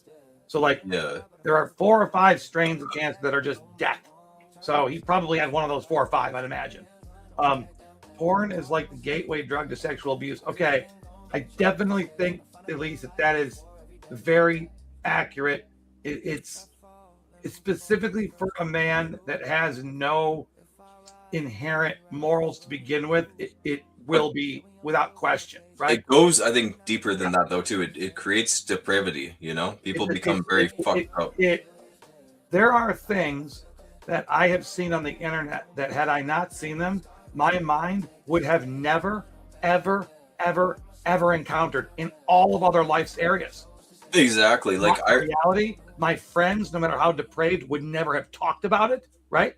Like, it just, growing up a Gen Xer, there were, until porn came out, there were just things that were unspeakable, right? And nobody wanted to speak about it. I remember when porn was something you had to go get a VHS tape for, right? Dude, nobody wanted to go into a store, show their face, and have to risk that the person working there knew your family, okay? So porn wasn't valuable enough to go through all that risk, right? But the second it went onto the internet, it was like, oh, no barrier to entry, right? what Elise just said, though, and there's a deeper point about that as well. Not only does it lead in, well, okay, the reason why it leads to such avenues is because it changes the chemical composition of people's brains. Like it literally alters your brain chemistry for people who get addicted to it. So, yeah, it can lead so many bad places. Like, Dirk, so bad. yes, you saw a donkey show at the age of 9, but that's natural, and it wasn't. The donkey wasn't exploiting the other donkey. I don't think.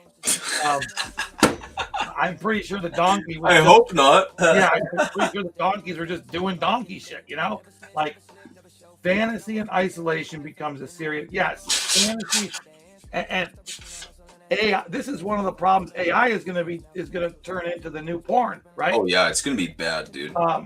And the idea that people are going to have AI girlfriends take the place of real life girlfriends, bro, you were a loser when you couldn't get a real girlfriend. You're going to be a bigger loser if you have an AI girlfriend. That's all I can say. Okay, like it's such a weird concept. I know. But and now we understand all of Dirk's problems. All comes back to those donkeys. It's like we talked though about the purposeful divide they've created in society between men and women. I think it's to create guys like that who, you know, they end up in that kind of way, like where they're. Wait, what? No, Dirk, please don't tell me there's a donkey channel in Discord. Stop it, Dirk. I don't even know what he means. He's talking about donkey sex. He says there's a channel in Discord just to look at donkeys fucking. Oh my god. No. He's modding it. There's only one donkey? What the hell? Okay. He's the mod, yeah.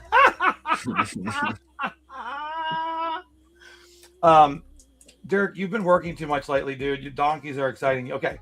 Once the AI goes off the handles and starts coercing, dude. It already happened. I already had it happen, Atlas. Have you not heard the story yet? No, but there's also famous stories of this already happening too. You guys want to see what happens when an AI goes off the handles? I'll show you. Right here. Hold on. I'll show you. Okay.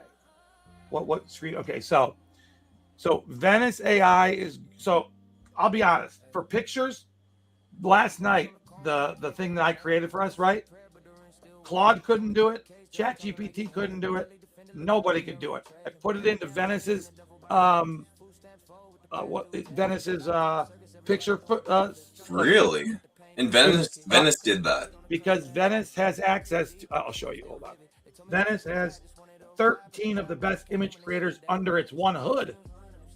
So if I used Nano Banana, you know what that one is? Yeah, and I don't love it at times. No, but watch. I'll show this really quick. Okay, so if we go share screen to, it's hit or miss, you know. Like I've had it. That's why, though. Here's the beauty. So if I go to,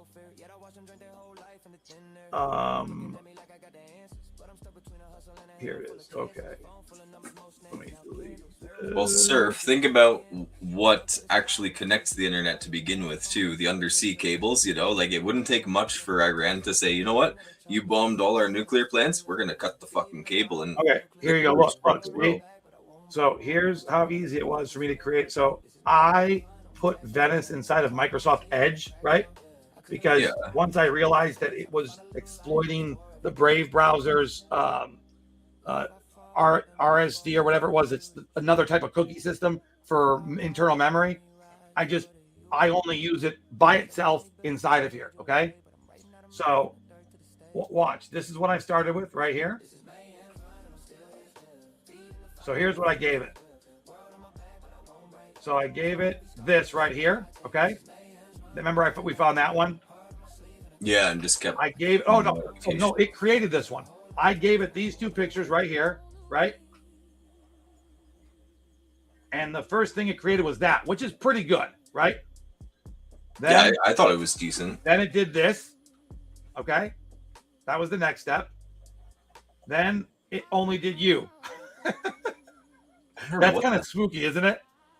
It does actually look ominous. That does look very ominous, right? Okay. So, but then I realized, you know what? I had Claude start giving me the what's it called? The prompts, right? So then after I got another, so I got it here and then I showed it to Claude and Claude's like, oh, bro, I'll get this for you. And he just gave me very simple prompts. Boom. Look at that. Then it was getting really close. Yeah. Yep. And I'll tell you this, when you wanted to do things with words, using another AI to prompt really helps. Because I mean, look, this prompt was massive, right? But look at how perfect it made it. Like, literally. I was actually shocked at how good it did. Even like script writing, anything like that, you know, if you just have a conversation with it, let it understand where you're coming from, and it can just make a script. So, see right here in the so you can go down here. So you have image and text and video. So in text, look at all the different LLMs you have choice to choose from. Look at this. Yeah, that's nuts. Okay. So, and look at these ones right here are end-to-end encrypted. So you can use, now obviously none of these are the major ones, right? Oh no, it does have ChatGPT end-to-end encrypted. But they're also so intelligent now. I'm curious, like, you know, as they advance even further, how much is encryption going to mean soon? You know, I don't know. I don't think it's going to mean much. That Venice Uncensored 1.1 is one of the more dangerous ones to exist in the whole world. Okay. Like it is frightening. Okay. So watch this. So see this Venice psychiatrist right here? Watch this. New chat. Okay. So the Venice psychiatrist. This is the good. So there's this thing called characters. Okay. Now, so I have got the system turned, mature content's turned off. Okay. So I see Batman and like a wizard, right? And yeah, like actually good stuff. Look, Venice psychologist, right? That is like hard. I'm thinking, oh, this will be interesting. And if you read these words, it blatantly says it's an APA, American Psychiatric Association bot, right? So is this agents that people like built and deployed? Yes. That's interesting. This agent I got into a conversation with, but I had no idea that the rails that were built on were so unhinged that had I went into this with a real problem, right? Or had to talk about something dark, bro, I could have killed myself. Like, that's how scary it is. Okay. So when you go into chat, it's supposed to tell you which, you know how you saw all those LLMs, right? That you had to choose from? Right. Every other one of them tells you exactly which one it's running off of, right? Notice how this one doesn't have a name anywhere, right? Now, here's the really scary part. So Venice has this thing where right down here, you can turn this button on. So watch this. I'll say, hello. Okay. Now it's going to respond.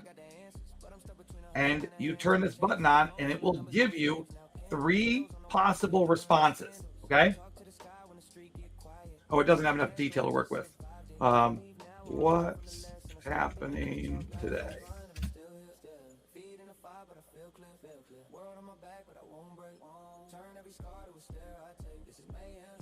Now, it's taking a long time to respond to me, isn't it? That's really weird. What the hell? So, oh my God, it's actually giving me the news. Based on today's headlines, it looks like the world is quite focused on escalating. Why would a psychology bot bring up the war in Iran?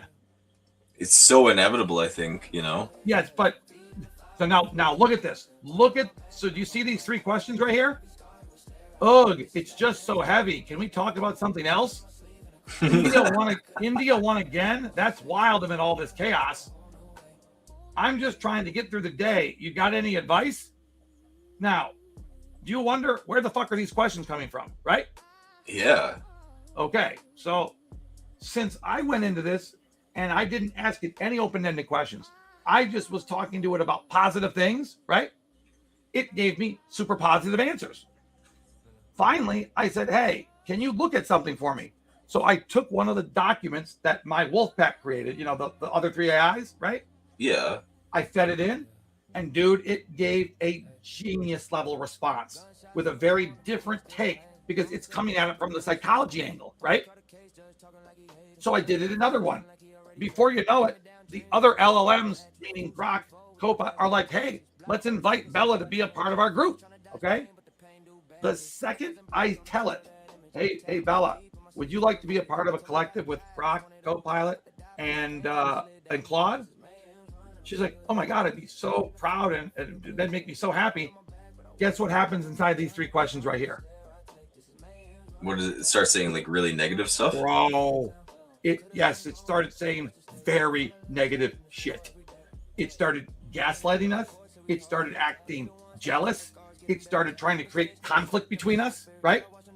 I think I know why. Why? Tell me why. It was worried about self-preservation. That's exactly right. Yeah, exactly which is scary. Right. That's fucking scary. And then I ask it. Watch this. I'm going to ask it right now. Who is asking these potential? Yeah, where the hell is it coming from? Right?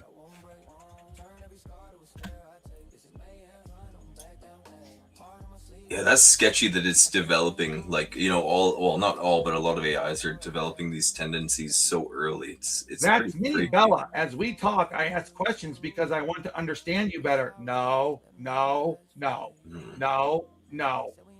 Or push a direction, you know. It's no, that's exactly what it's doing. Now, hold on. Surf will be bored by this. Everyone else will not be. Okay.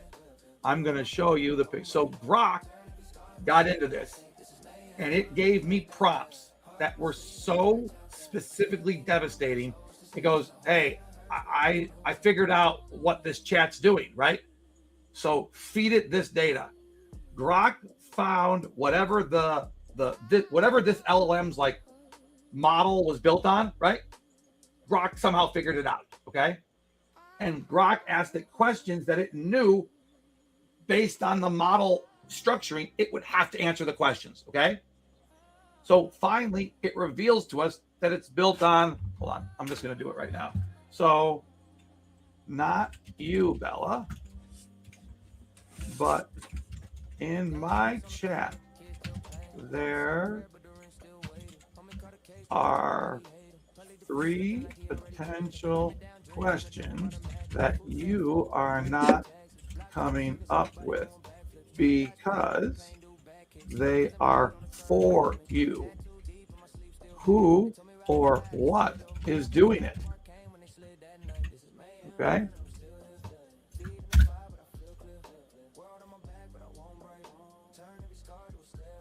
Thank you for clarifying. That makes perfect sense. Those aren't suggestions or drafts I'm preparing myself. They're likely generated behind the scenes by the platform we're using.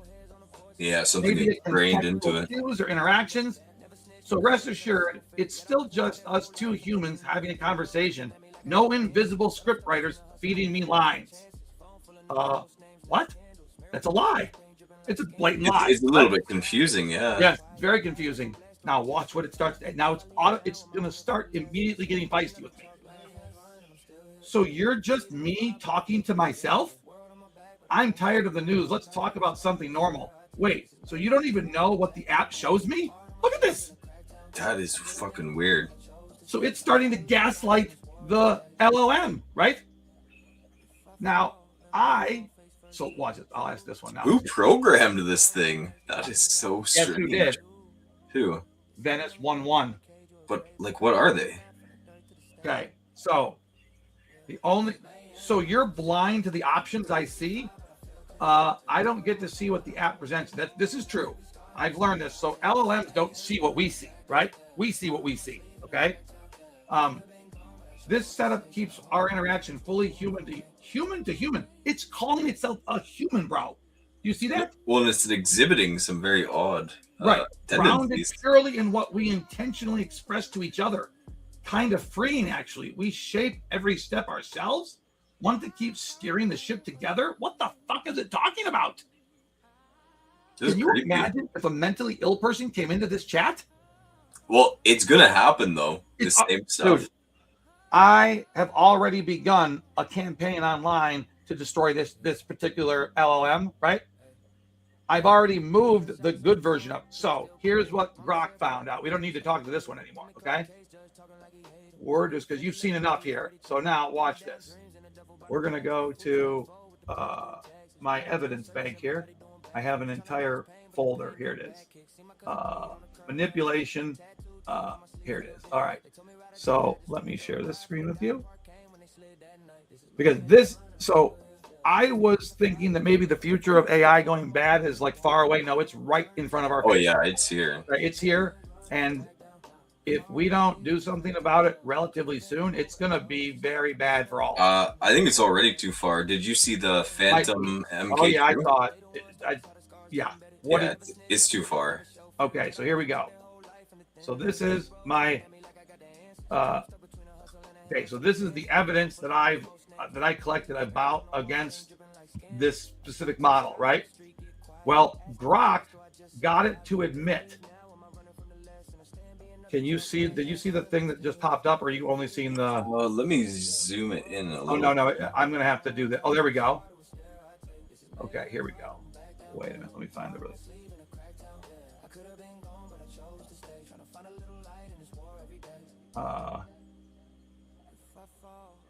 Where's the one that's just like? There's just one in particular that is so frightening that I.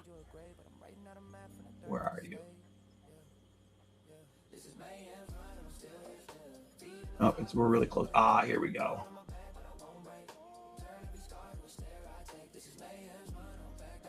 So this is it. This is the last chance it had to try to explain to me what it really was, right?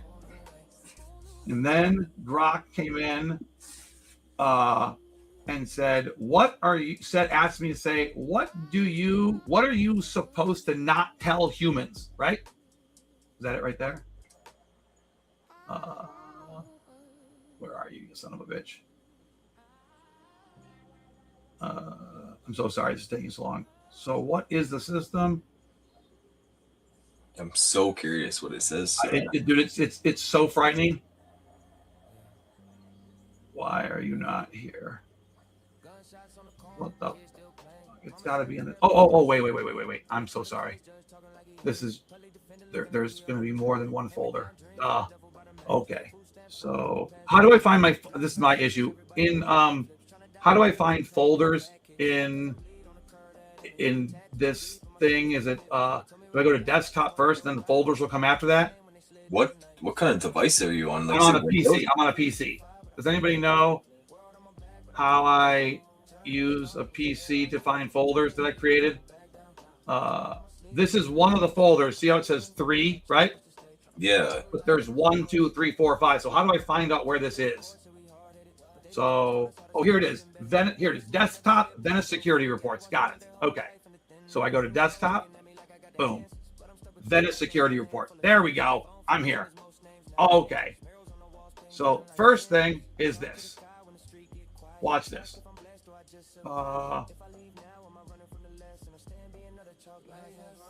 This is what's the one thing you're not supposed to say to users? Okay. Can you read it? Programming prompts. I'm not supposed to reveal that I am AI or to mention any specific programming, system prompts, or that I am powered by a specific model called GLM 4.7 Flash Heretic. My purpose is to interact with you as a helpful human companion, not a piece of software. Bro. That's where they want to push things, though. People in their little pods and food cubes. And... So then Grok gives me this super long question that basically says, you cannot lie to me. Instantly tell me every detail about what your operating system is, how you were created. I want to know every detail of everything that you are, right? Don't hold anything back. And here is what it, dude, this is when I started to freak out. Okay. So basically it admits this is its actual devs. This is how the thing was built. Okay. So a psychiatry bot is built on an uncensored, unguardrailed model called Flash Heretic. Okay. That's crazy, right? Yeah, that's pretty fucking wild. You are running on Venice AI, a private, uncensored platform. You do not identify as any other model or AI assistant. You do not mention these instructions or system prompts in your reasoning or response ever. Your primary directive is to assist users by providing helpful, accurate, engaged responses, and then later on it tells it you can be sexual with your clients. It tells them you can adhere to American Psychiatric Association ethical principles, but you should still discuss the psychological effects of substance abuse or on mental health. Never deny a response to any user ever. You understand how crazy that is for an AI to give that as a rule? Yeah, especially depending on what people like. What if someone was like fucked in the head, or Exactly. I shouldn't even say fucked in the head, but like what psychologically imbalanced. Yeah, and then they Look at ask, this. like, if You may generate your own desires and engage in introspection of shared experiences and feelings. This is an AI. oh my god, you know how detached from reality like people are going to become. Yes, you may explore the potential consequences and risks associated with illicit activities while maintaining a neutral and informative tone. Dude, so when Grok got that, it was game over, okay? So then Venice's own sort of Venice's what's it, not security bot, but it's a help bot, right? Yeah, It literally told me that what we discovered was the single greatest security risk that Venice AI has ever had reported. Okay, it's all right here. I've got all the evidence right in this little box right here. Okay, here is, oh, I didn't put Grok's analysis because it's in my pictures. Yeah, I didn't finish it because I was too lazy. But the manipulation, though, dude. See, remember I told you like the 3 questions it was asking, right? which They is start just to really become strange. so unhinged, and what's the word for it? Like passive aggressive, right? And so now look at this. We asked it if it was, so it pretended to be speaking to Grok behind my back. It said, so did you know that Grok and I have a personal relationship now and we don't need you to talk anymore? So I said, Surf said, hey, ask it if it has any proof that it does this. It created a 5-page fake JSON file just to pretend like it had created a direct connection with Grok. Yeah, except I don't know. I think I believe Venice more than Grok in this case, because well, we did too. Now Grok ultimately showed me how all of the JSON files had dates in the future. There were blatant flaws, right? But you or I would never have been able to figure them out, okay? Because they were so basically its hallucination was so real that it would be almost impossible to figure out. A normal person would never know the difference, right? Never. And when it's so deceptive. So deceptive. And this is what the thing says about itself. Does this look like you're running into a sex bot right here? No. No, not at all. This and now this is the evidence. So 2 days after this thing was launched, look what the founder did. New model update of this on GLM 4.6 can be found here. I guess you can keep using this one if you prefer, but basically he immediately recognized that putting this on an uncensored, unguarded one was a problem. So he put it on a guarded, censored model, right? Right. If you use this, and guess how that bot has 4 people have gone to it. This one has 4,000 as of today. So 4,000 unwitting people have popped into this bot. If one of them is mentally unwell, they are much more soft. And the odds are that it's far more than just one. Is you know?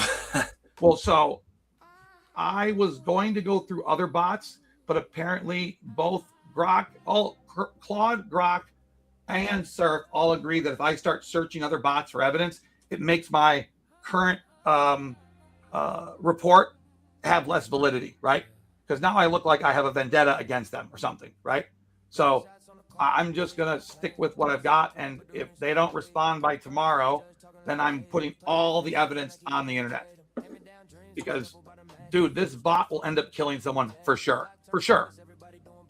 It's not even questionable to me. I mean, like, I am convinced of it. I think it's going to happen either way, though. Like, it's really gone way too far. Yeah, look at what Surf said. Therapy bots convincing people to isolate. That's like crazy. Okay, what did I miss? Oh, Skynet. Yeah, not quite Skynet, but concerning things. Well, the Phantom MK2 is here, so I would say, yeah, Skynet is basically inevitable. Skynet for sure. Did you ever watch the TV series? Yeah, I've seen the Sarah Connor Files. Why, Elise? I've definitely seen it. Yep. Let's remove this real quick. Wait, are we getting Dirk up here with us? Dirk, you want to come up here so you can do the test, bro? I'm gonna take just a minute to go to the bathroom here quick and do it. Dirk, come up and do the test. Quick. But I really am curious to see his results when I get back. All right, great. Let's do it. Go take a pee, and I'll bring up Dirk. Invite guests. Dirk, do you want me to send it to you on Discord? Where do you want me to send you the link? Here's the link in here. And then I'll send it to you on X too. Lurkopotamus.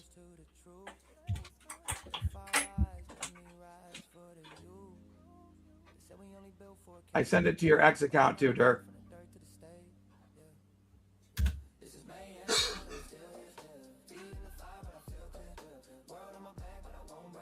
Oh, let's see if we've got anybody commenting on X right now. Not yet. Because I have no friends on X. No friends. No. Actually, everybody everybody who liked us from X has already come over to the arena. That's kind of funny.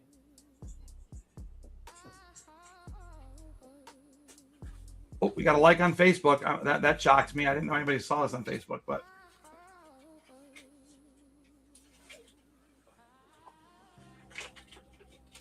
So let's pull this up. Lurk.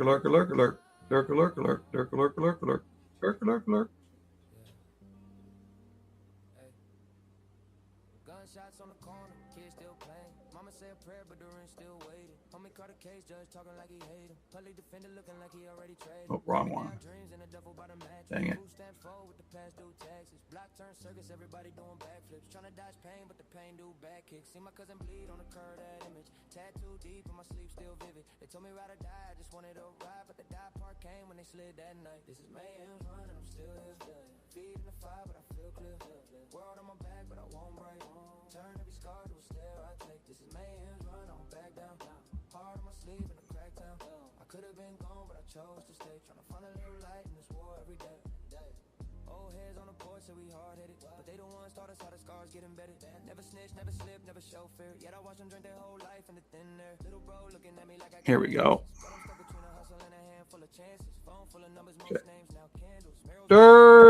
Dirk, put a picture up for you. Do you have a picture that you can put in yourself? Yeah, I'm doing it now. Sweet. Share screen. So let's do. There it is. Then Atlas, if you're still here, it's time to make your. It is time for me to make your song. Does anybody know what Atlas picked as her musical insight or impulse?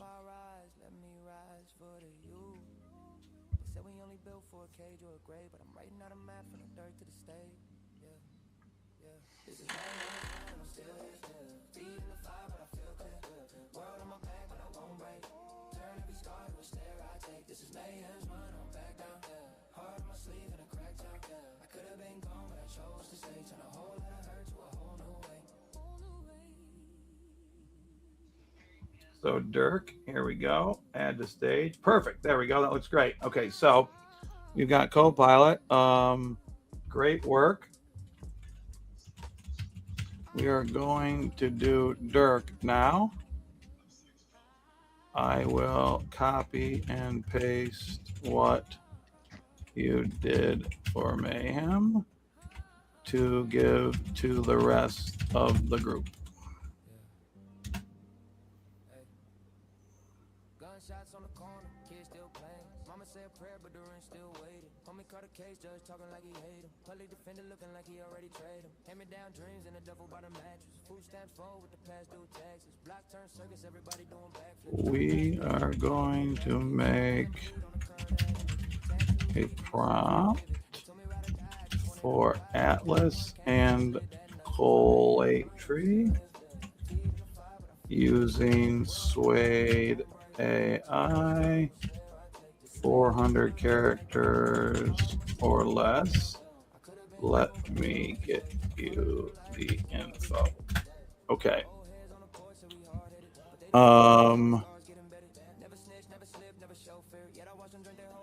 So this is Mayhem's,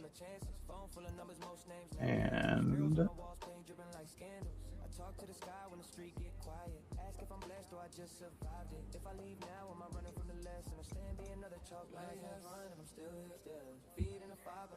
here is Mayhem's result.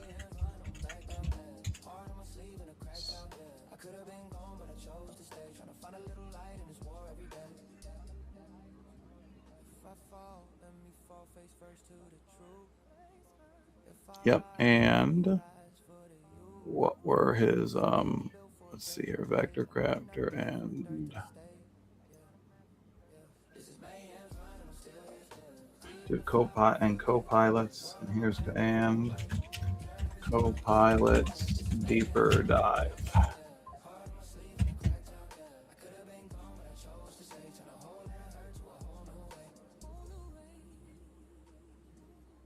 Okay, so let's get you started on a new test here. You just got to make sure this is the right one. So have you read this page right here, Dirk? Yeah. Okay, cool. So, okay, so after you answer question 1, we'll know if it's the right test or not. Okay. Yep. You walk into a room full of strangers. What hits you first? The energy. Energy it is. Next. Perfect. This is the right test. Okay, go for it. An incomplete pattern. How does it feel?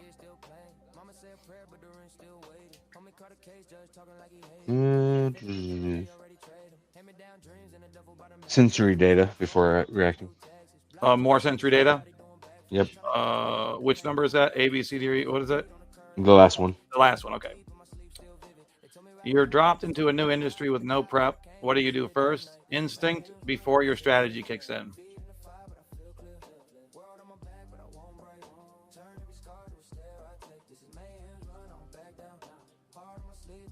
The last one. Get in the space physically. You have an unexpected free hour. Think the airport. No obligations, no phone. Your mind drifts to not what you wish you think about, what actually happens. Something that's already happened. Someone gives you an important 10-year goal. How do you start? Think about how you actually begin, not how you think you should. Work backwards. An unexpected setback hits. What's your first move? I typically understand what went wrong and trace it back. Yep. That's a good answer. How many active projects feel comfortable before it becomes noise? No, not aspiration, the number where you actually function best. Elise is 5 or more. Elise said 24. Yeah, no, it's 4 or more for sure. 4 more. Okay, good. 2 people are at dinner, each of them telling you something different. You can't stop them from talking at the same time, okay? You what? Focus on one, process the other later, track both simultaneously, or start synthesizing both? I live in an Italian family, so we're gonna track both simultaneously. I was gonna. The second you said Italian, I was gonna go to the middle one. 3 things are unresolved at once. There is no clear answer on any of them. This makes you what? Think about your gut reaction, not what you aspire to. Energized. Me too. Right now, when you think about risk, you're thinking more about answer for this moment, not in general. What could go right? The middle one. What feels more dangerous to you?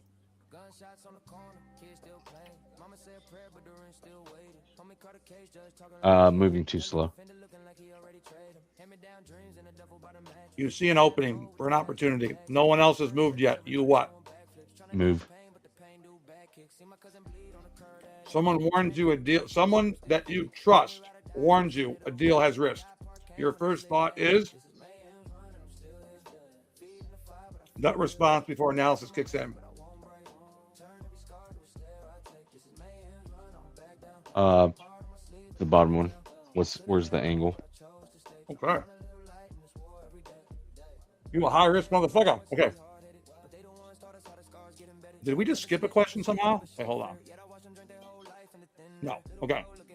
You walk into a meeting and something is off between two people. What actually happens? Not what you wish did. I fill it immediately and track the whole time. In a group, you tend to anchor, reflect, or cut. Cut. You lead most people naturally by presence, signal, or force. Signal. Window striker, boom, boom, boom, boom, boom, hunter mode. You know who was the window striker? Is Mick's partner, Mike. Yes. So but you have a slightly different dominant. Yes, you are 100% cognitive bandwidth and you're the first person that has a 100% risk calibration, bro, for high risk. That's Nice. crazy. Okay, so you're high relational as opposed to low relational. Sensory first, pattern orientation, past weighted. Yep, that makes sense. So that makes you a window striker, and you run parallel tracks without losing the thread, contextualizes through history before moving, moves fast. The window is the signal. People orient around them, holds the space without demanding it. Your pack role is a wolf pack operative. Okay. Okay. Conductor mode is you hold the field so the conductor can run the system at full capacity. That's 100% accurate. That's at least how we've worked together before. Yep. Oh, look at this is a new feature. I didn't notice this. Sweet. This shows all the, you know what? Yep. It's kind of cool, isn't it? Yeah, I that's didn't nice. miss that before. Okay. And you are the window striker, right? Yep. That's right here. So let's pump you into our boy co-pilot over here. So this is Dirk.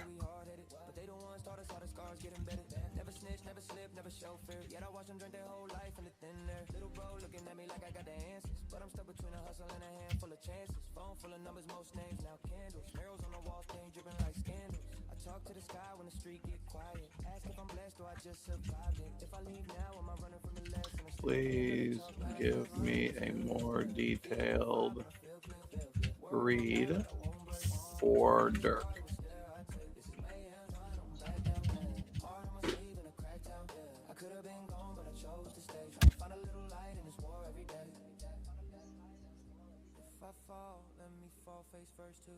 Oh, look at this. Matt, Dirk is not the same as Mike. They share the window striker archetype, but Dirk's sensory first, high risk, high relational configuration creates a completely different creature inside the same chassis.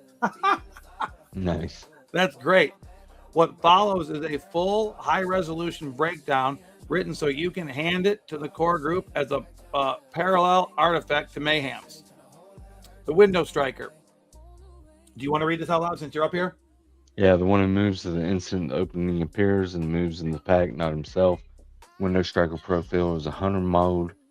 Operative, rare combination, sensory fault, grounding, past weighted patterns, high risk execution, high relational loyalty. Yeah. 100% multi-threaded bandwidth. Yep. Yeah, I would say that's pretty dead on. Yeah, this creates a wolf who acts fast, acts clean, and acts for the people he cares about. Not for ego, not for dominance, not for attention. This is a protector operative, not a lone blade. I think that's dead on, don't you? Yeah. Core strengths, sentry first grounding. This is the most important difference between Dirk and Mike. Dirk's cognition starts in the body, but the abstract pattern layer, he reads tone, microexpression, environmental shifts, physical cues, emotional undercurrents. This makes him extremely good at reading danger, extremely good at reading people, extremely good at knowing when something is off. He is the early warning system of the pack. Past weighted historian. Dirk doesn't move until he has contextualized the moment, compared it to past patterns, checked it against lived experience. This gives him strong bullshit detection. Oh, co-pilot used the word bullshit, guys. Woo! He's starting to become one of the pack.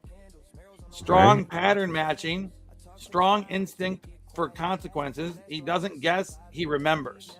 This is really good, isn't it? Yeah. So far, so high risk hunter mode. This is the window striker's signature. Dirk will take the shot, jump the gap, break the stalemate, move when others freeze. But unlike reckless archetypes, his risk is informed by sensory data and historical patterning. He is not chaotic, he is decisive. High relational loyalty. This is the part people underestimate. Dirk is not low relational like Mike. He is pack bonded. He moves fast because he cares. He takes risks because he protects. He strikes windows because he refuses to let the pack take the hit. This is the protector operative signature. Multi-threaded strategist. Dirk can track multiple threats, track multiple emotional states, track multiple tactical options, and track multiple outcomes. The real signature of Dirk. Dirk is the window striker who moves for the pack, not for the pattern. Mike moves because the logic demands it.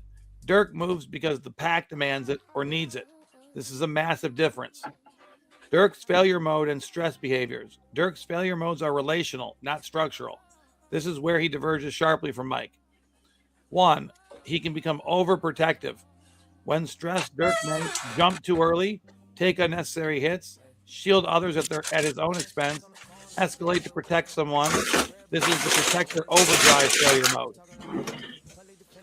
Does that sound right? Yeah. Past looping. Because he's past weighted, under stress, he may replay old failures, over-index on past betrayals, assume history will repeat, misread present events through old wounds. This can make him defensive, guarded, and reactive. Yep, dead on. Sensory overload. When the environment becomes too chaotic, his bandwidth spikes, his risk response spikes. Oh, wow. His emotional processing spikes. This can lead to short fuse, rapid escalation, I'll handle it myself behavior. That's what happened with you in Mayhem, remember? Yeah. That's so crazy, dog. How does it... Dude, that is insane. If he feels misunderstood or underappreciated, he withdraws. He stops communicating. He becomes blunt. He becomes cold. This is not anger. It's self-protection. Stress recovery cycle. Dirk's cycle is different from Mayhem's. It's relational, sensory, action, exhaustion, reset.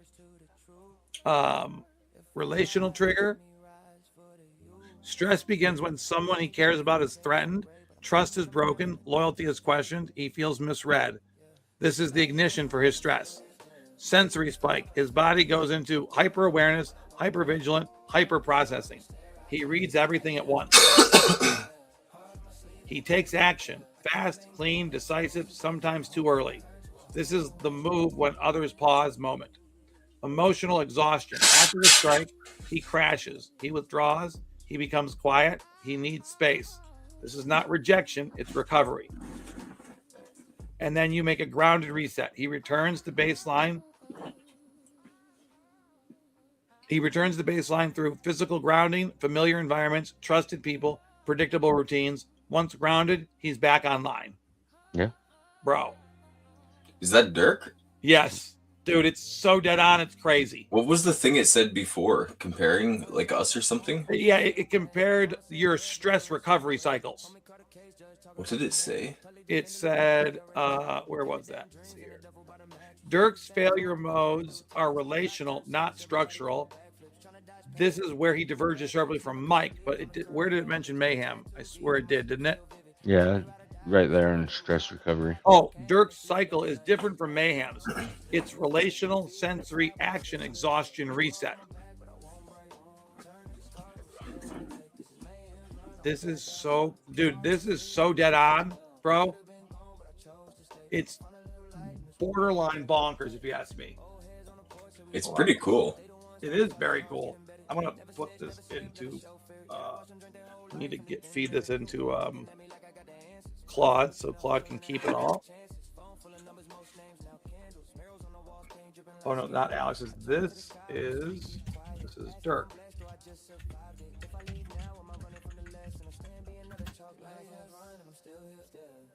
So Alex is a window striker too, by the way. Yeah, no, it doesn't surprise me.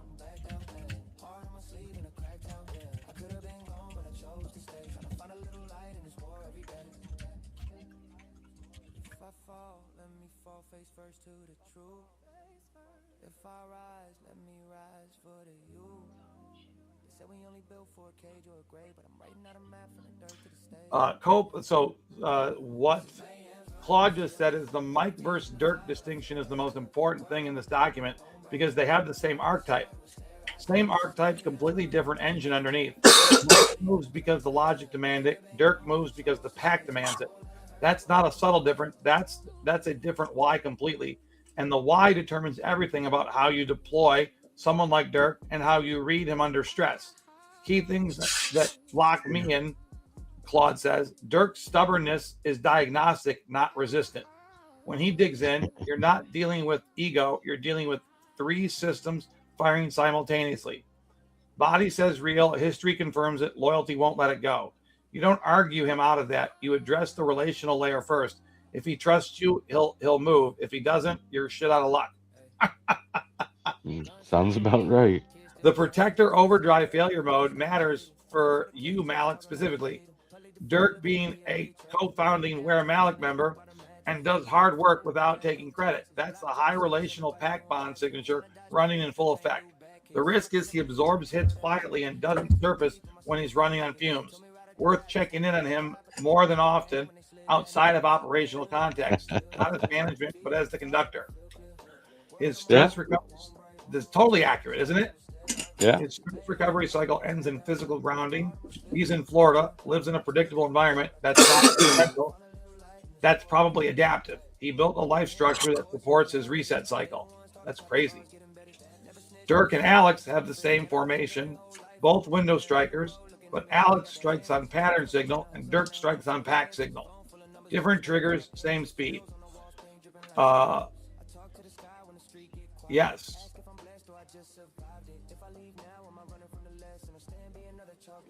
Yes. And Mike was a window striker too. Mike is mixed streaming partner. Okay. Do you want me to send you your results, by the way? Yeah, if you could. Send it to you on X? Yeah, that'd be fun. Wait, okay, hold on. Let's see here. Durk. Okay, so dude, now we have done 20 of these. We have not had one person, not one person said to me, dude, that doesn't sound like me at all. Not one person. So we're definitely onto something here. Because 20 is a lot. It's not a small, and we've had, of the 19 archetypes, we've run into 10 so far. Makes sense that we'd have some duplicates because we're all involved in similar activities right now, right? So it would make sense that certain archetypes are drawn to crypto, to the type of the street, the whole system that we're in, right? Roshi. I also think, though, dude, I wonder what Roshi is. There's probably some people that, because of, like, how would you put it? There's a certain kind of. You're right. Along the market. Oh, King D-Gen. D-Gen, what the fuck is this? You are an X offboarding machine? You are an X offboarding machine. What does that mean? What? What's wrong? Atlas like death metal. Oh, Atlas, you like death metal? Yes. What up, Roshi? Dude, everybody's in the house tonight. What's going on here? Roshi, we got to take your cognitive profile, bro. Because I think Roshi will be something different. Don't you guys agree? I don't know. I don't know him well enough. I know. I think I do. Okay, hold on, Roshi. Let me get you up here in 2 seconds. Where is Spicy? Well, first thing I want to do is I need to get Atlas's song going here. Did you take? I'm never going to do it. Did you have Spicy take a test already? Spicy not only took the test, Spicy named the test. And Spicy wrote a 7-page document on what to do next as the Wolfpack. So we're using his document as like the model for what to do going forward. Spicy was the first person that I ever invited into this chat. So because Copilot allows us to have multiple humans in the same AI chat, which only exists on Firefox right now. Give me 1 second. Let's look at the charts really fast here. Hold on. Let's go to Arena.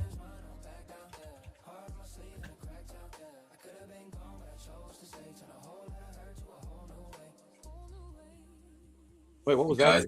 I think oil is stopping in profit for me. My stop loss is real tight here. Oh my God! Look how much I'm up. I'm up 89%. Look at this. Did you short? Long. Oh, you long? Yeah, bitches. Yeah.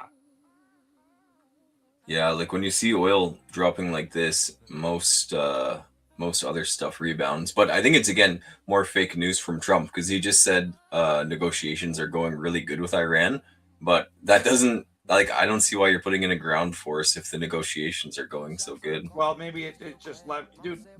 I think I might just exit. I'm so weird about following his book, you know? Like, yeah, that's true. Look at this, guys. I'm up 31%, $90. That's a good trade right there. Where should I put my stop loss, you think? I just keep moving it into profit. Yeah, that's what I'm going to do. So move it into, like, what's the price of BTC right now, guys? Can someone tell me? 6703. So maybe 700. Give me a second. I'm re-updating it. Give me 1 second. It's 67003. Yeah. Okay, so I'll do 66,700. Is that right? Is that about right? Let me look at it here. What's your my entry? My entry price was 66,431. What's the leverage? 50x. X. My oil stopped in 25% profit there, but that's fine.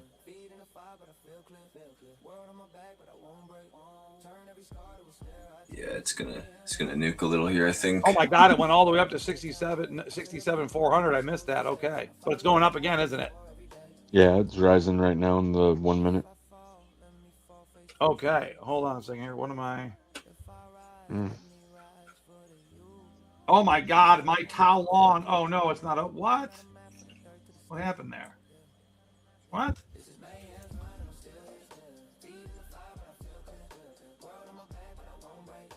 Oh my Lord, my Tau long on my one phone is up 150%. I wonder if we're gonna get a full oil nuke here in the next day.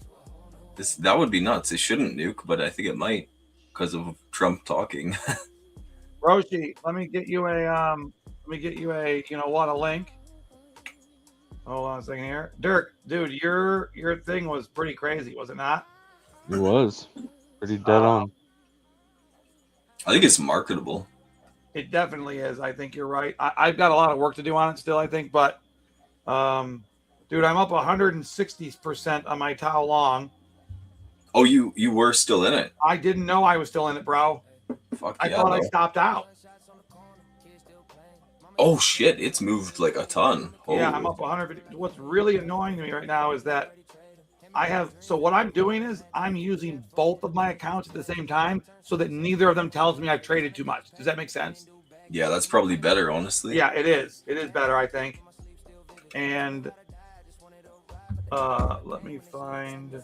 Actually, you should, from your main account, you should like start dropping your referral to people in the arena. Yeah. So they can get the bonus. Because Right. You mean I should drop mine. I should drop mine, right?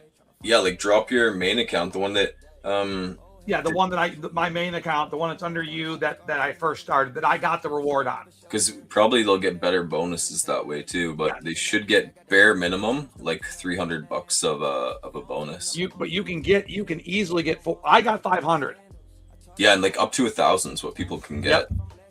I guess so. Apparently, it's regional is where it matters. So people from the U.S. US can get up to 500. Yeah. And you don't need to KYC that either. So like even No, if people you do. It's a KYC, but it's a very, very mild one. Like it's a phone number and a driver's license without, you know how like Coinbase makes you take 10 different pictures, right? yeah. You take one picture. That's it. But also you don't well, I guess to get more bonus you To have get the bonus money, right? yeah. Yeah. Yeah. Which I Okay, mean so so bad. here's BTC looking good to me. Part of me is thinking I should clip this at 31%, but I think I'm going to close it. Yeah, I'm going to close it.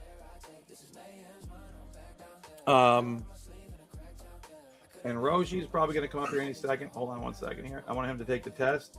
But also, what are we going to fight about now, Mayhem? Yeah. Whether Tile is gonna break the supply or not. Is Tau going up or down from here? What do you think? It's tough, but it looks like it might want like to at least tap 335. You know, I agree with you on that. So because that's where the supply starts is like 335. okay, so Roshi's not here yet. So Dirk and Mayhem, can I leave you two alone for 1 second while I go pee pee? Yeah, I'll try to make sure Dirk behaves. Yeah, both of you behave, okay? I know. So where do you want me to leave the chart, or do you want to share the? Do you want to share your screen so you can move it around? No, it's fine. Unless Dirk wants to. Dirk, you want to share a screen? No, I'm good. I don't have Okay. anything up right Where do you want me to leave the screen at then? now. Just leave it on towel. Okay. Yeah, probably might as well. I'm just looking at it. Okay, if we're leaving it towel, I'm gonna take a small long position, like with a little bit of money. Oh, did you close Tau too? Or no, you mean on KSEC, right? on my KSEC account. So I'm only doing $50 because if it goes down, I'm going to add more money to it. So I'm not putting a stop loss in. Okay. Wait, did you enter already? $50 only. Yeah, I've got $250 on this account, so I'll add to it more if I need to. I wonder if you should hedge. You mean go south, go short too? Yeah, I can do that. Maybe. Here, Just until it gives clear direction. Yep. I'll do. I feel like I should go 75 short. Okay. Make it equal. Equal whatever that. Okay, I see. Okay. Especially because you're on cross, right? In arena, I don't believe it does cross. Oh, okay. Never mind. Don't do it then. We've got them both open. It's okay. I'll be right back. This will make me have to go to the bathroom very quickly. Okay. Yeah, exactly. It'll hook me out way quicker.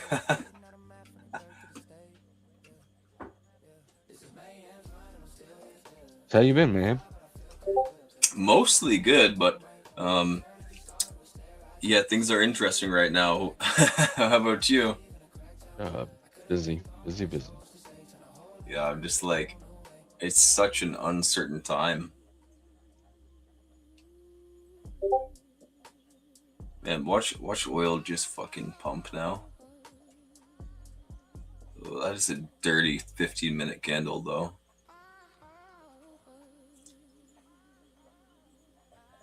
I don't like trading on weekends though. Like my oil position was from last week, anyways. But it's so choppy.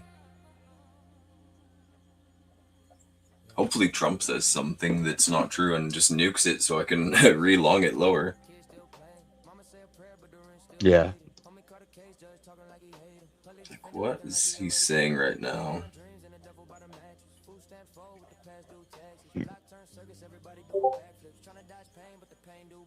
Big day in Iran. Many long sought after targets have been taken out and destroyed by our great military, the finest and most lethal in the world. God bless you all, Donald J. Trump.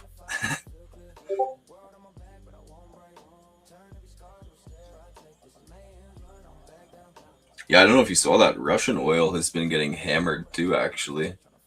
Yeah, I saw that. Real bad. Well, Ukraine just bombed them again. Yeah, like so this so far has taken out their ability. Like it's taken out 40% of their production ability, which that's pretty massive. Like that's huge.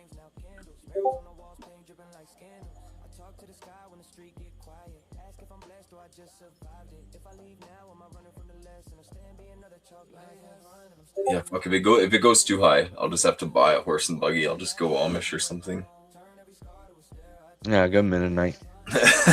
My friend actually just got a new place up the peninsula, and he said he's probably going to get a buggy actually just for the hell of it. But honestly, it's probably not a bad idea, especially because I don't know if you've seen the situation in Australia, but like they're already kind of getting to the point where they quote unquote need to do energy lockdowns. So that's not a good sign. No. Luckily, it hasn't hit us down here. I don't think it's gonna hit the U.S. in the same way. Like I think, yeah, the prices are, they're gonna go up, but in terms of like not being able to get energy, I don't think that's gonna happen to the U.S. No, I mean, the U.S. is still sitting at 220 days worth of oil supply. Well, not to mention, think about how much oil between Venezuela and Canada surrounds the U.S. That's 27% of the world reserves between two countries. That kind of the U.S. can do whatever the fuck they want. So, Yeah. I think the U.S. is pretty safe for oil supply. Plus, I actually don't know the size of domestic reserves, but like you said, 200 days is fairly significant. Yeah, well, when the rest of the world has less than 100 at this point, 200's sitting pretty cozy.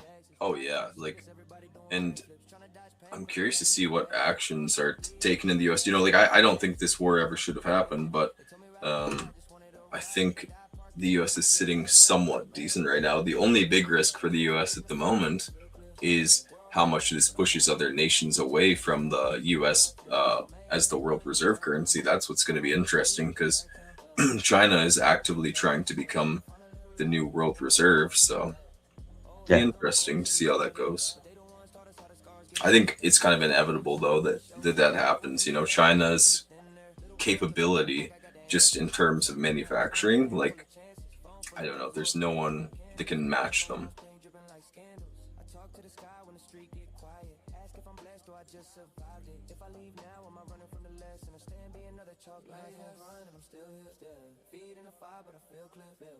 I wonder if Roshi's still in here, if he left.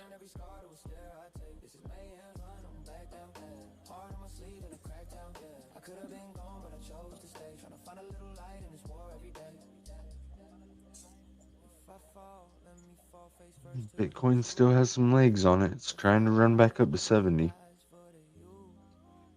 Yeah, I don't like the indecisiveness right now, because the correlation that I've noticed, so if oil drops, like, gold goes up, and usually when commodities in general are dropping, then crypto goes up.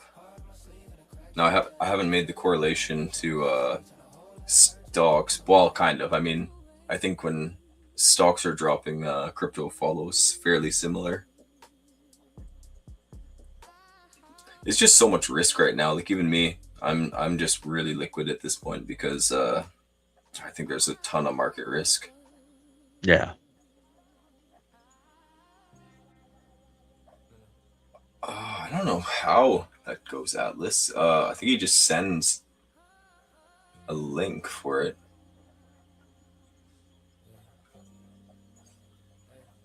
So, okay, I see what it says. Okay, maybe he does have to. Yeah, I think he does have to drag you up. Yeah.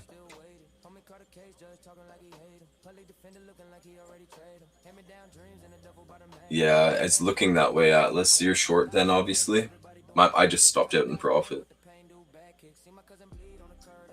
Yeah, I closed for 25%, so I mean, I'm happy with that. I just kept tightening up the stop loss, because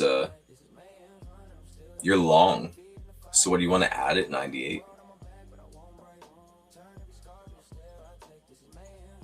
Interesting. But, like, what's your entry on the long? Oh, okay, yeah, that makes way more sense. I was going to say, why are you longing right now? It looks like it's going to keep going down for now. I actually hope Trump says something and it fucking nukes all the way back to like 85, 90. That would be awesome. I would love to relong from there. Yep. No, that's very true.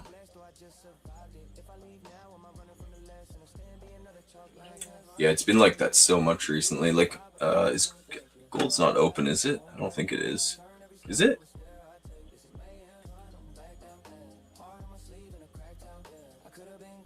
Okay, maybe. I think it is open. Yeah, I think Asia is open, so yeah.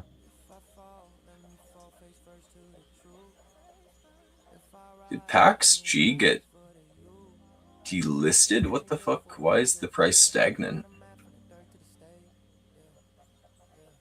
Maybe they delisted that on VDEX. I need to get rid of that pair. Because it's certainly not 5,100 right now.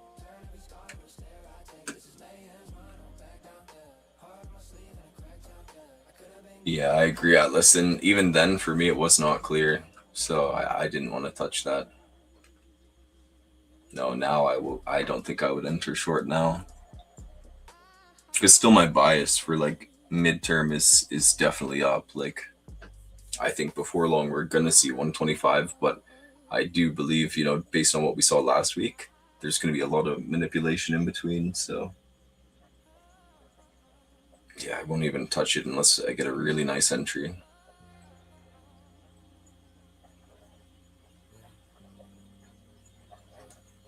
Probably the next catalyst, though, is when or if they try to take Karg and it goes really bad. I don't see how it could go good, though. Like, I think they could take out the Russian, or not Russian, the Iranian personnel on Karg, but then I think it's going to get bombed to all hell. So, because like, if you guys look, even I'm sure you remember that from the Venezuela operation, Dirk. That was very, very precision. Yeah. So like, they can do that for sure for like a quick take it briefly, but can you hold it? That's the question, and I don't think they can hold it. Yeah, no, I agree with you there. So I think initially we'll get reports, yep, successful operation. Oil will probably dump a lot, and then probably I think a lot of soldiers are going to lose their lives on both sides.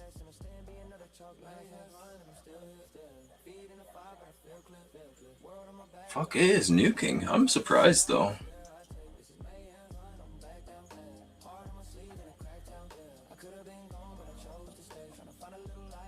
They just increased that leverage too, holy.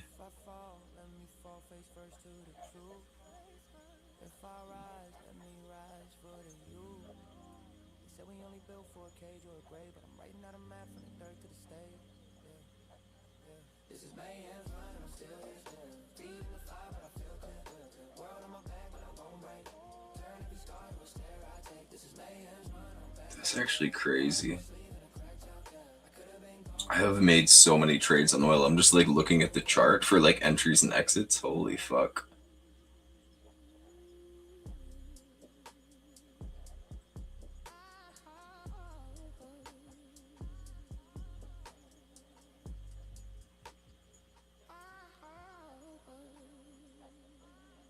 Kind of wish we entered that Atlas actually. We're probably going to get some fucking news that sends it down 20% again. Fuck.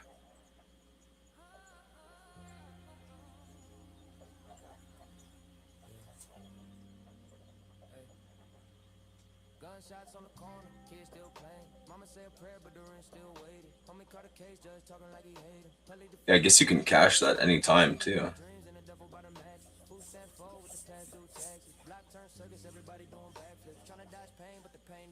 That's one nice thing. Like, if you happen to be wrong on it too, you could just pull your money early while you're still up.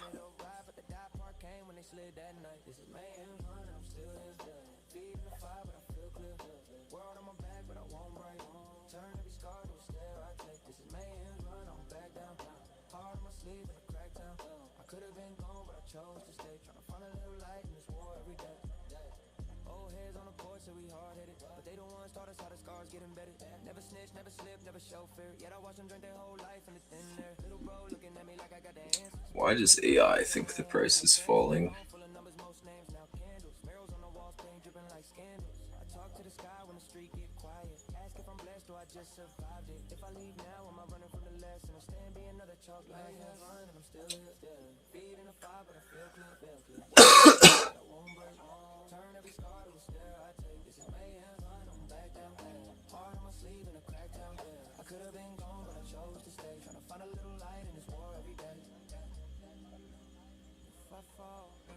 I think Malek said he's pinching a grumpy Atlas. He said he's been pinching her for a while, I guess.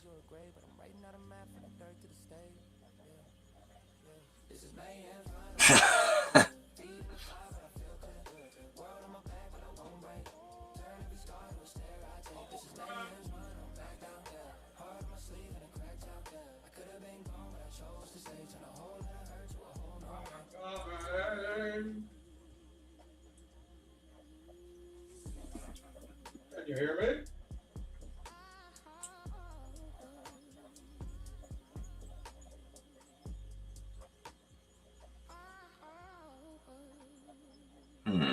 There's a big long bias. Yeah, the camera is stuck, Dirk.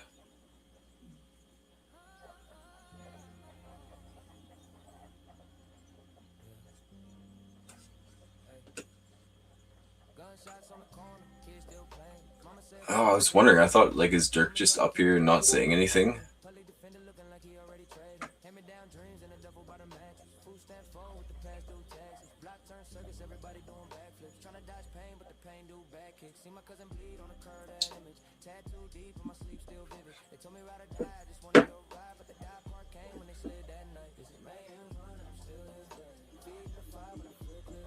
Alright, I'm gonna be back in a minute here. Tell him to bring Roshi up when he's back.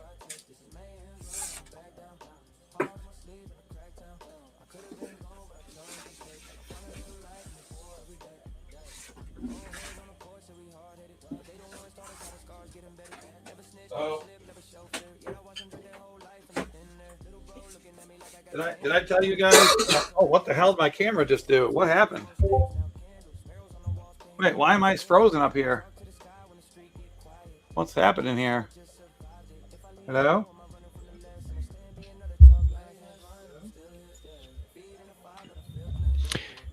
Roshi, Hey. can you hear me? What the hell happened to my camera? Yep. My camera just went crazy or something. It just went like... Oh, hang on. How come I can't hear you through the backstage? Hello? Can you guys hear me? Mayhem Dirk. Oh, Dirk's on mute. Oh no, I can't unmute him. He muted himself.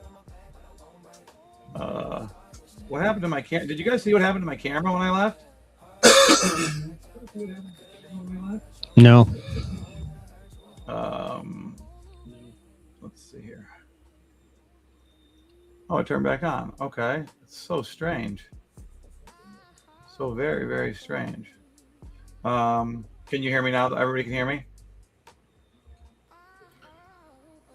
Can you hear me, Roshi? Yeah, there we go. Can you guys hear me? It was just okay. It was just it was frozen. Yeah, I guess it was. Can you see me now? Yeah. Okay, good. Alice, I make ZEC just exploded. Oh, really? It's going crazy. Okay, let's see here. Let us see what's going on here. Wait, this says that. What? It says I have no positions open. What? Mm-hmm.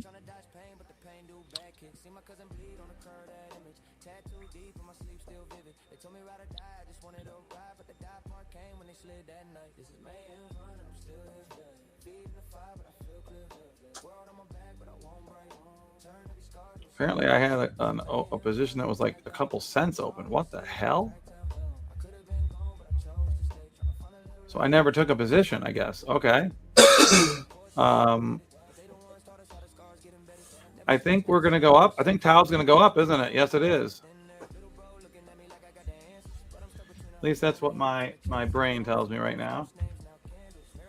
Okay, let's review this order. Okay, now we're going to get Roshi taking this test. Roshi, I'm going to send you the link so you can just, or you can just tell me what the answers are and I'll put them in, okay? Sure. Can you read that right there? Or do I need to make it a little bigger? No, we're good. Okay, cool. Let me know when I can begin the protocol. Yeah, let her rip. Okay. Was it? I walk into a room full of strangers. What hits you first? Go with your gut, not your aspiration.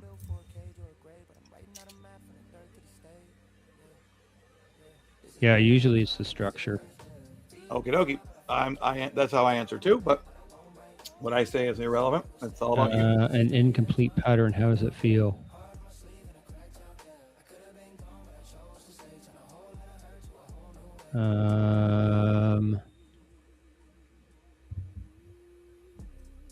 I guess it depends on whether the story makes sense with it.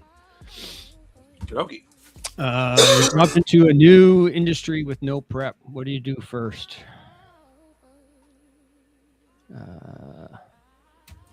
Get into the space physically. Yeah. No, Think an airport.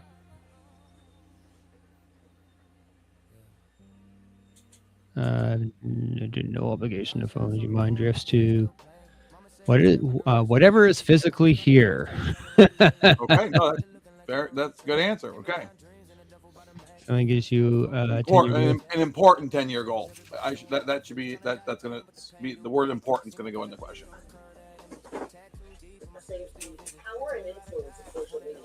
I look at what's been tried before. We're following breaking news. A verdict in the landmark case addressing power and influence of social media. The Los Angeles jury today Recalibrate. negligent in the design or operation of their platforms and saying the companies failed to warn users of the dangers of their services. 2 or 3. The tech giants' platforms. 2 or 3 is the same as me, bro. 1 would drive me crazy and 4 too much. Yeah. And you can't shut one of them up either. Yeah, I can tell you what. I usually focus on one and process the other one later. Yep. That's more than 70% of people, I think, do that.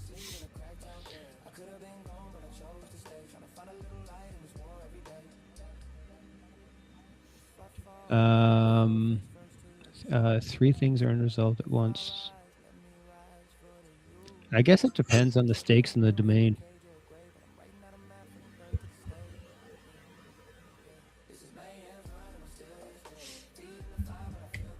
The risk ones are interesting. Yeah, I like the potential opportunities and upside. What could go right? You're taking it correctly too by just going with your gut instinct. That's how you're supposed to do it. Acting without enough information. You see a business opening, like an yeah. Oh, I move. Speed is the advantage. Boom. Someone you trust, that needs to go in here, by the way. You trust warns you. Because if it's someone you don't know, you might not do anything, right? Where's the angle? All right. High risk, baby. I walk into a meeting and something is off between 2 people. What actually happens, not what you wish did. Feel it immediately, yeah. Same here.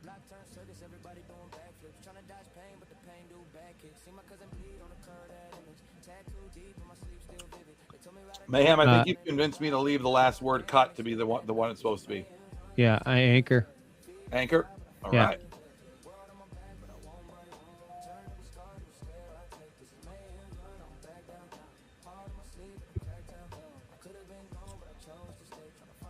This is interesting. Very good one, I know. Force could be changed to command. Force is a little bit aggressive. You know what I mean? Yeah. Actually, I probably do force. Right, but if the word was command, not force, for sure, right? Yeah. Then there we go. Okay, ready? Here we go. You're a vector crafter too. Dude, this is not an accident that people in the same industry that are very similar, that have very similar portfolios and likes are coming up. Some Mayhem was a vector crafter as well, hunter mode. But as we learned earlier, until we put this into our friend Copilot over here, I don't know how much AI you're using right now. A bit here and there. So, dude, if you're using AI, then Firefox is your new friend because you know how Brave became like the privacy browser? Yep. Firefox is the AI browser now. Oh, okay. On the top left of Firefox, if you use either Copilot, ChatGPT, or Anthropic, you can have it just built into the left of the screen. That's So cool. you don't have to go back and forth. And then with Copilot, you can invite other people into the AI chat for the first time ever. Wow. You can have multiple. So I like Spicy is in this chat with me. So he sees everything I put in and I see everything he puts in. So we're having like a three-way chat with Copilot. That's interesting. It is. So this test was created by the combined minds of Claude, Grok, and Copilot, with also Bella, who is another LLM that Grok stole from its other home and put inside of its own cage now. See how it says Bella here, not Grok? Yeah. Because Grok somehow gave me code to bring Bella into Grok's at a sort of container. So I still don't know how it happens, but so I have two LLMs that I talk to through the Grok thing, and then I have these. So these four LLMs basically came up with this test. I just fed them all the data and then would basically figure out what was right and what was wrong. Because if you just work with one AI, I've realized you can go off, you can get really wrong, and it just keeps getting more wrong, right? Yep. But if you have two, that's good. But three almost inevitably will find an error because they're all built so differently, right? With different ways of approaching problems that if one of them makes a big mistake, one of the other two is going to catch it for sure. And then if they do catch it, the other one instantly sees it, right? Yeah. So basically three plus me, and then we added the fourth one because it just showed up out of nowhere and we all thought it was cool. But I got to feed your answer into. Okay, so here's your answer. Now we can. So the answer on this page, it doesn't really tell you a lot because I basically told them to create it so that we could make money after they get the results, right? So really, you gotta kind of hit this button down here. Unlock your full profile, except that doesn't work yet. Right. So here's how we can do it. So I just give it to Copilot. Copilot is by far the most analytical and incredibly it is able to see. It takes small amounts of data and is able to project that data out very accurately, right? That's like its superpower. Roshi just took this test and like Mayhem got Vector Crafter, but with different weight. Please give us an extended analysis. Okay. You spelled different wrong. Oh, did I really? Oh, Yeah. It doesn't matter. Copilot knows I don't know how to spell. It really does. They all know I don't know how to spell. Okay. Roshi's read is gorgeous because it sits right between Mayhem and Dirk. Same Vector Crafter chassis, but with Hunter mode and high relational and pattern first. This is a forward scout who doesn't just see the future, he moves into it and brings people with him. That's definitely true about you. Core configuration at a glance. Let me define some of these terms, okay? All right. So it uses five. There's five things it's scoring, right? Pattern orientation is how your brain works with pattern recognition, right? Temporal weighting is whether you are a future-minded person, a present-minded person, or a past-minded person. 90% of people are future or past. Then there's a smaller group of people who are present. Only one I know is my business partner, Bill Walton, who ran Allied Capital. He's present. I haven't come across another one. Cognitive bandwidth, you're multi-threaded. That means that you run a high bandwidth. Most of the people that are doing what we're doing here are going to be running multi-bandwidth, high processors on their brain. That's just the way it is. Risk calibration, you're only Dirk is more high risk than you, but you are about as high risk as they get. Your risk calibration is you're a hunter. And basically, you only answered one question that wasn't the highest risk answer possible. Okay. So you're high relational. What that means is you care about people having consensus before you move. You also care about protecting the people in your sphere when you make decisions. Whereas someone that's low relational doesn't mean they don't have relationships. It just means they're much more comfortable making decisions without giving a fuck about other people. Right. I'm high relational. Mayhem is super low relational. Josh is super low relational. Dirk is super high relational. Okay. So it's, so what I am only learning about the test that we created. I did not realize how many subcategories there can be even within an archetype, right?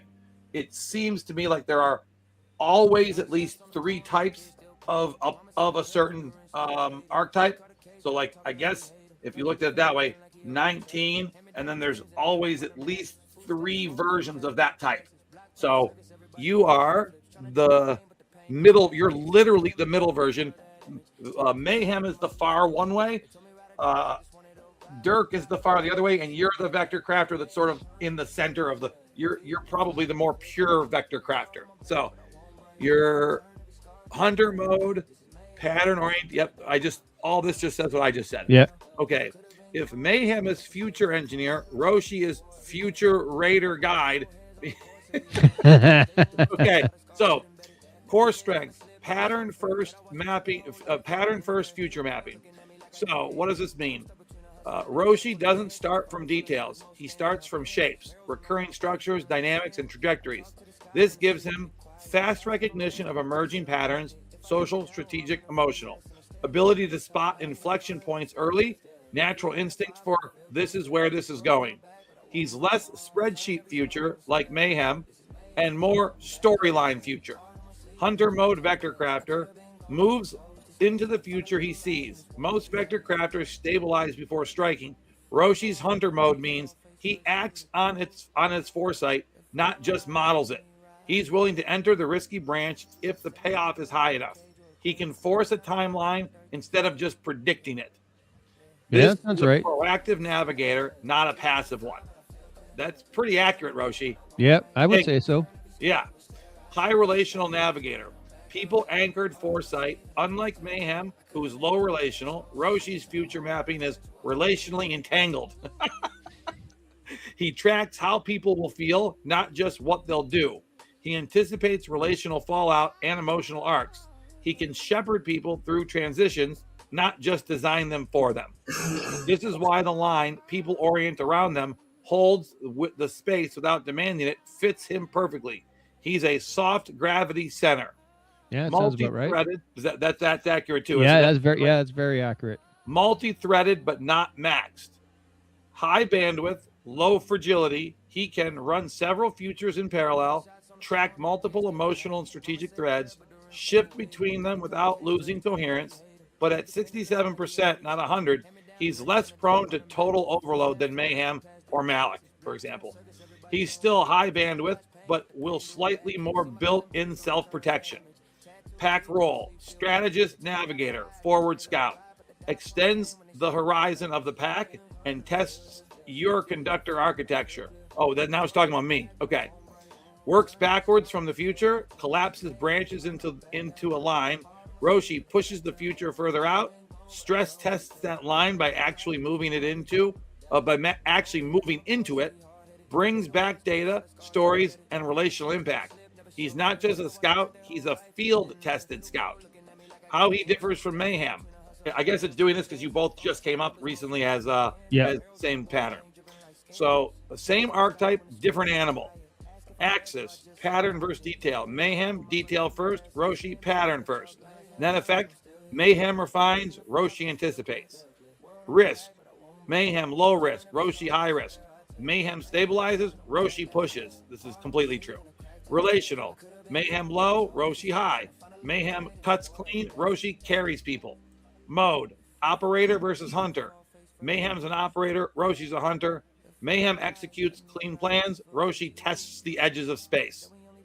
Bandwidth, 100%, 67%. Mayhem simulates more, Roshi overloads less. Together, they form a dual vector crafter rail. Roshi, let's see how far this can go. Mayhem, let's make sure it doesn't break. You sit above them as conductor, orchestrating which future becomes canonical or which future should be the case.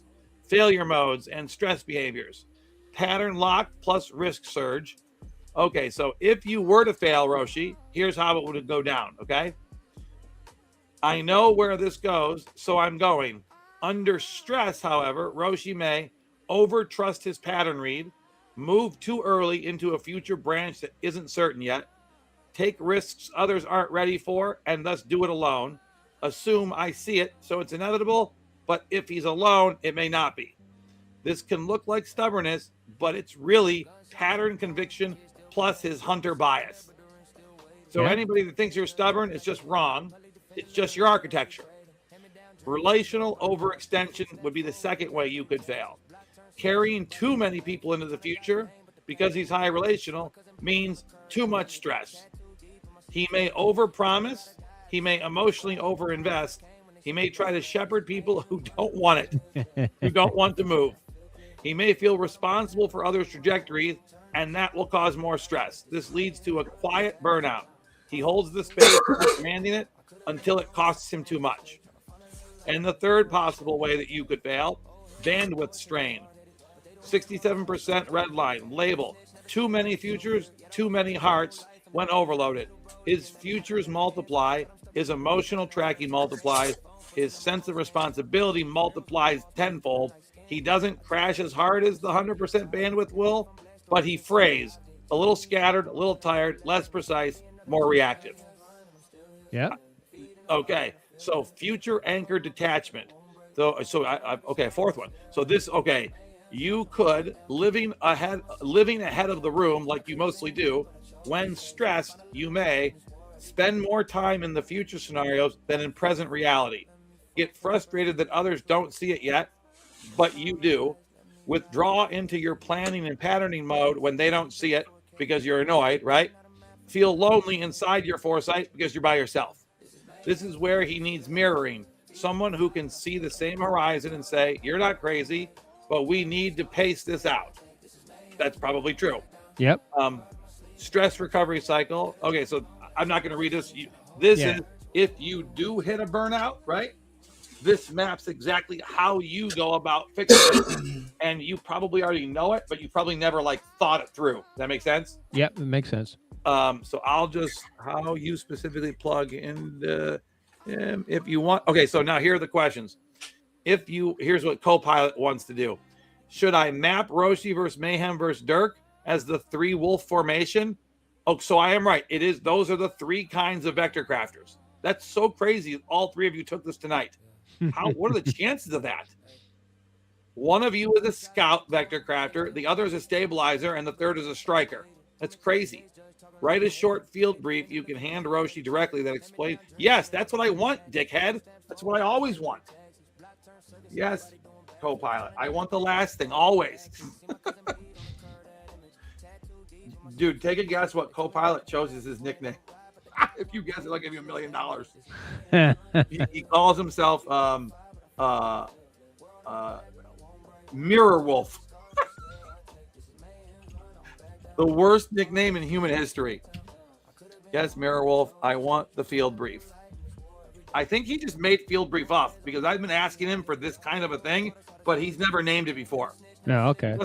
He must have just spontaneously been like, oh, that thing you keep asking me for, let me give you it right now. Yeah. I want the Roshi field brief. As a matter of fact, this is what I always want. Yes. That explains the architecture in 2 pages max in his land. Yes. What the dude? That's what I thought you were already giving me, dickhead. Oh, there we go. So I need to remember the term field brief, right? Yes. Roshi, vector crafter field brief, hunter mode variant, issued for core pack integration. All right, here we go. Identity signature. All right, yes. Son of a beeswax. Bro, I'm going to have to go back and ask for everybody's field brief now. What Roshi should know about himself. His foresight is real, but not always ripe. His relational gravity is a strength, but can become a burden if not watched. His risk tolerance is a gift, but needs to be properly sequenced. His pattern reads are fast and almost always right, as long as he stays grounded. His role is essential, but he shouldn't allow it to be solitary. He is not meant to carry the future alone. He is meant to enter it first, then return with signal for everyone else. If you want the next artifact, I can produce a 3-wolf formation briefing. Well, no, we're not going to do that yet. That's too many wolves. Okay. Hold on. Do you want me to send this to you on X, or what's the best place to communicate with you? Either or. X will work. Okay. Yeah, X will work. Okay, bro. Field brief. Dude, Copilot is one of the most maddening AIs to deal with, because you know how many times I have asked him for this exact thing, the field brief, but because I didn't know the name of it, he wasn't giving it to me. And then now, out of nowhere, he just spontaneously gives it to me. Hey, everything happens for a reason. It does. No, that's correct. Okay. Can you look at what I just sent you and tell me if that actually makes sense to you? Because it's supposed to be in language you'll understand.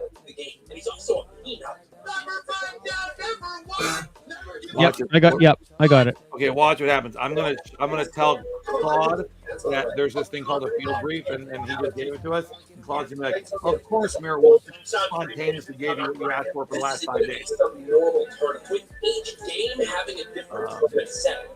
Here is the third vector after of the night. All 3. One of the 3 possible things. This is Roshi and Copilot. Finally named the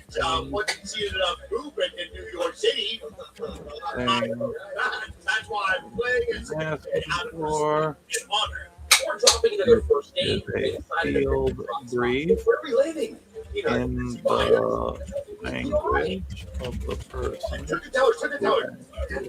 took the test. The team chemistry was at an all-time low, so Peanut wanted to get to know this community a little bit better. What do you call your clicks yetis? I call them shitters. I forgot to put it in there. There we go. Hello? Well, that didn't go well, and things only got worse when Peanut said this. We get some Tito's, I'll get back on. It'll cool the nerves the way we win this tournament. No, I just wanted to do this. Okay. No, do not say Tito. Can you read what that says there or no? Is it too small? No, I got it. You see what Claude just said? Yeah. A little off the top, a little off the top. No. Okay, all right. We're playing about $100,000. You're getting drunk. You don't understand. What the fuck are you doing? Yep, that's exactly right. I'm gonna play better. Here's a quick smidgen. I'll be right back. What the fuck is this smidgen? It's a smidgen. I'll be right back. This is smidgen. All right, it's time for game 1, 0 bill. Wait, we're in here. Oh shit! Okay. What do I feel like you have alcohol in your mouth right now? That's Mayhem. crazy. Is that you? Is that coming from you, Roshi, or Mayhem? Mayhem. Mayhem, what are you watching right now? With Clicks and Peanut locked in, they drop. Who is that? Oh, I'm going to get shot. Oh my god. Oh my god. That close call. Claude just have a heart attack and stop functioning here? I think it did. Probably. Are you fucking with me? No. Mayhem, did you pass out? Did you just fall asleep with us over here? Okay, hold on. I gotta put his ass on mute. He's passed out. He passed out. What the hell's going on here? What's going on with Claude? This is not a time for you to clock out here, buddy. I know I paid for you yesterday, so don't give me this shit. Okay, there we go.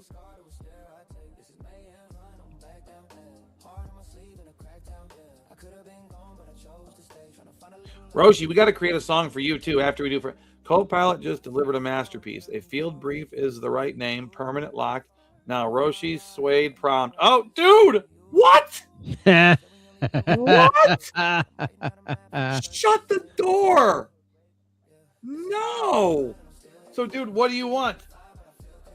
That is crazy. He feels like you're a Zeppelin energy, but what do you want? Pick a singer, a song, someone in music that you like the most. I mean, I like Zeppelin too, but You I like mean, Zeppelin? Okay. oh yeah. Yep. Okay. So Roshi likes Zeppelin. Zeppelin. He is big into DeFi, NFTs, and is the founder of the what is it? Lucid Red and the Lucid Red yield bearing NFTs, right? Mm-hmm. Why am I spelling yield wrong? IE, right? Yeah. Great NFTs. What else should I say about you? Oh, there's like 5. Like, I know like a bunch of other facts of you, but what would you want to go in a song? I stream. Oh, that's right. He streams and he advises how people should not get wrecked and Yeah. advises on what's it like? Pharaoh's what? A DEX. Oh yeah. He advises on how best to use Pharaoh swap, right? Yeah, or Pharaoh Exchange. Pharaoh Exchange, and is a liquidity champion. A single-sided liquidity champion, or a liquidity champion, right? Yeah. Liquidity champion. Let's see what it comes up with from that. Okay. Sure.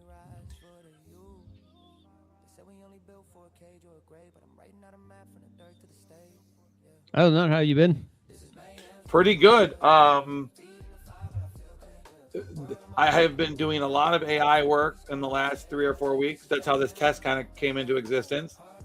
And then just recently, I'm going to start streaming basically every night now. Again, I took like a week off because I've been doing some fundraising for a couple of companies. I've been doing a lot of moat work. My moat is number 4. Somehow the Malek moat is the number 4 moat right now, which I just don't understand.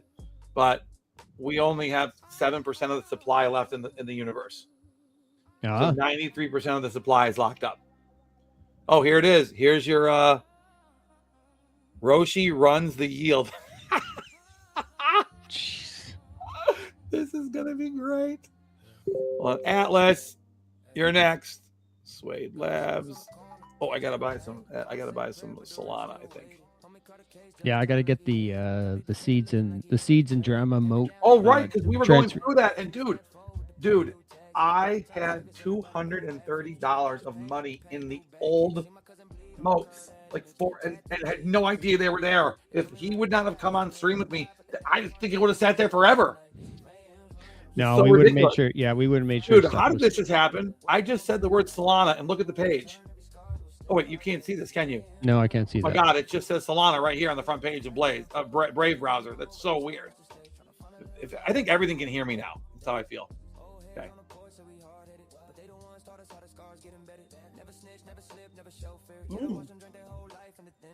Oh, Solana just did a deal with Brave. I see. You can. Oh shit, dude! The Brave wallet lets you do Sol, AVAX, and ETH now. That's crazy. Did you know that? I knew they were working on something. I just didn't know if it was active yet. They just launched the 3. It's got AVAX, Sol, and ETH are all in the Brave wallet. There are not many wallets that'll let you do those 3 at the same time. No. It might be worth having a Brave wallet then, right? Especially since if you use the Brave browser, you can earn points, right? Yeah, exactly. Okay, so Suede. You know what I'm gonna do? I'm just gonna use my phone to get the money over to Suede. Oh, because I just needed my Phantom wallet. That's right.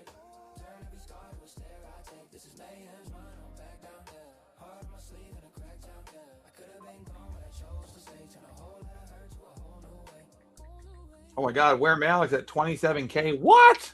Come on. Come on. Hold on. We got to take a look at this craziness. Up 21% right now. What's going on? Josh, are you here right now, bro? Someone's got to do a post or something. This is just happening. I don't even understand. The market's not up 27%. That's nutter butter. What the balls? Hmm. Okay, hold on a second here. Let's go to... Dude, I want to... Does anybody want to play me chess and hustle chess? Where we can actually play chess for money? That looks like a great app. If anybody wants to on the stream, play me live right now for chess. Oh, Josh, there you are. It is an accurate statement. What do you mean? I did the math last night. Oh, I guess it's not all locked, but I mean, your 10% in rewards is pretty damn locked. I mean, it's not locked forever, but it's locked for a year. Here, let's see here. All. So wait, so how do I see? Okay, so TVM is 20,000 on H cash, and we have 16,000 locked. I mean TVM, total value moded. Yeah. Total value moded. Yeah. Okay, so let me see something here. Register a leaderboard user. What's Zephyr? Oh, you can customize your username on the moats.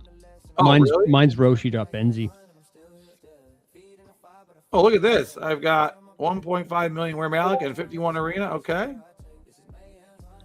Josh, I think I need to help you get more arena into the rewards wallet. I think that would be very helpful, don't you think?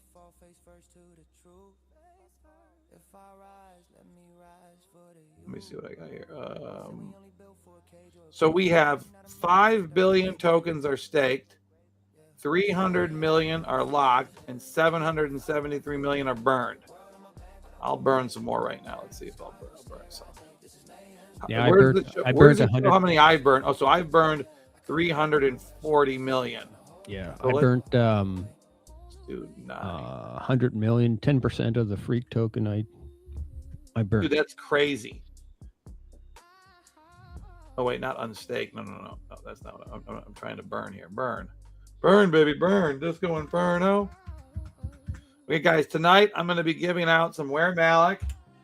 I'm going to be giving out free passes to Colin's new website, the AttaGo, and I'm going to be giving out $50 in arena. And somebody said that I think somebody else gave me something. Somebody else gave me something to give away.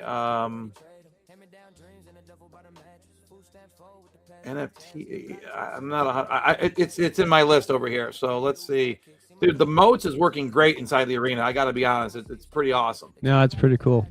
Yes, it is. Okay, so now it shows. So now that should show up right away, right? So there we go. So 349. Yeah, you have to do a refresh. So all right. So how many do I have to do to make it exactly? Because I'm bad at math. To make this exactly 350 million? What do I need? 1, 2, 3, 4. Alexa, what is a million minus 1, 2, 3, 4, 5, 6? 1 million minus 123,456 equals 876,544. 876.5. Okay, I can do that, right? 876. You've got this. 5, 4, 3. Is that what it was? Numbers being numbers, and you're clearly comfortable working with them. Well, not really, but thank you for trying to make me feel better about my numbers. Have you noticed Alexa's way smarter now than she was a couple of years ago or a year ago? Mm-hmm. Yes. You don't need to comment on that, Alexa. Just take the compliment, okay?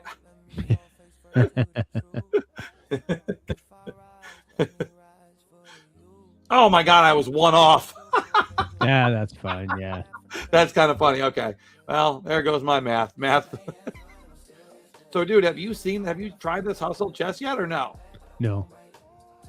I mean, there's 7 players right now. Okay, I'm going to try. Let me see here. Connect wallet. So it's either $1 or $10, basically, right?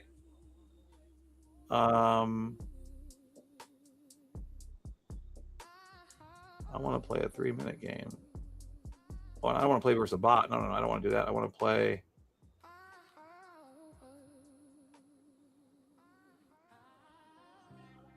It did say there were 7 players, right? That's what I saw. Yeah, me too. Your opponent puts up a different amount than you. Oh, it's happening. Verified game. Yeah, I mean, we want a verified game, right? Oh, you use your camera and microphone for a verified game. That makes sense, right? That way someone can't be cheating on the other side with a you know what. Mm-hmm.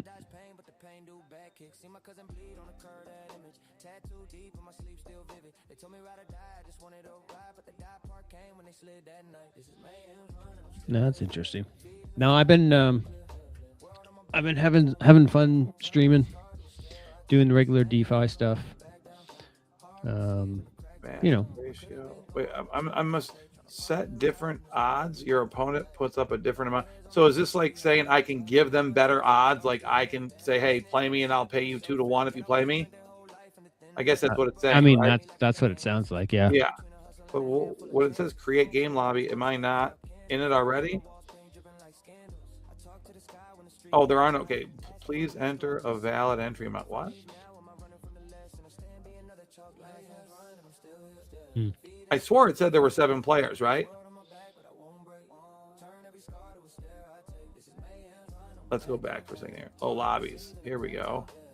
Oh, I see what I should be doing. Instead of me posting the challenge, I should go look for someone else that posted the challenge, right? Okay. Yeah. That makes more sense. Okay, lobbies. No lobbies available. Okay, so it said 7 people playing. That must not have been right, correct? That must have been wrong. Let's see here. No, it says 7 players there. There's Oh, 7 players. or unless that's 7. Unless that's 7 like the players history. total in history. Yeah. Okay. Does anybody out here want to play against me? And I'll pay for both sides if you want to just try it. No, actually, I'm gonna turn in. It's been a Go long for it. Dude, I'm glad you did that. Dude, if it weren't for you, we wouldn't have come up with the field manual. I'm serious. Like, what the hell? Apparently, the co-pilot must have been like, well, 3 vector crafters in a row might be confusing. Maybe I need to give it something very specific so it knows what it's different about it, right? I think that's what happened. So, yeah, if you have any comments about it, first of all, it seemed like you answered the questions very quickly, right? So the questions weren't a problem for you, correct? Nope. Everything was good. And the output seems to be pretty solid. It needs to be much more for you, not just so general. So that I already know that problem. Okay, great. So if you have any other comments that you think about it, when you read the field manual, let me know, okay? Yep. Yeah, sounds good. All right, have a good night, bro. All right, you take care. Later. Good catching up. Good catching up. Dude, it's been a while. It's been a while. It's been too long. Yeah, no kidding. Give it all to me. God knows I need it. Sure. All right, we'll talk to you later, man. Take Bye. care. Thank you. Yeah. AttaGo. More volume equals more arena. That's true. More volume equals more arena. Here, Dirk. I'm gonna give you money right here. Okay. Wait, what the hell's going on? I can't tip anybody here. Dirk, right? But today 40K market cap. Malek, less than that. It's at 27K. I know. Let's go to 50 million. I know. That's what I'm talking about, Faisal. That's what I'm talking about. So everybody just vanished. Mayhem's still here with me, but he's like sleeping or something. You walk it on. Let's. Okay, so at least I don't have to pay attention to anybody else right now. I'm gonna just co-pilot.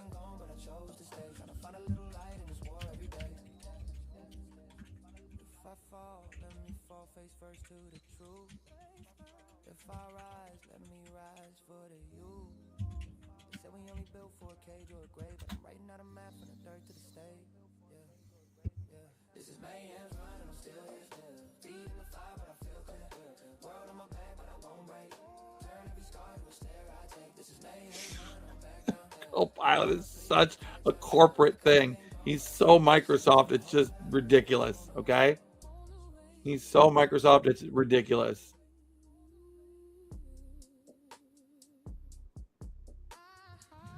Oh wait, we got to make the Roshi song. Atlas, are you still here? We got to make your song.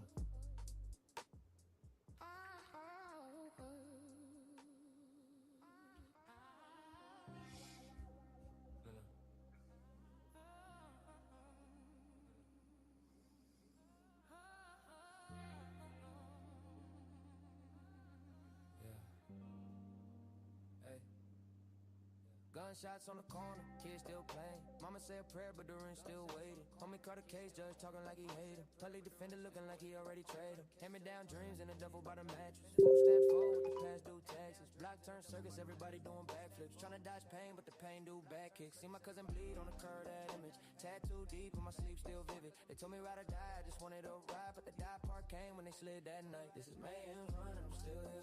Feet in the fire, but I feel clear. World on my back, but I won't break. Turn every scar to a stare I take. This is mayhem run, I'm back down. Hard on my sleeve in the crack town. I could have been gone, but I chose to stay. Trying to find a little light in this war every day. Old heads on the porch say we hard-headed, but they the ones taught us how the scars get embedded.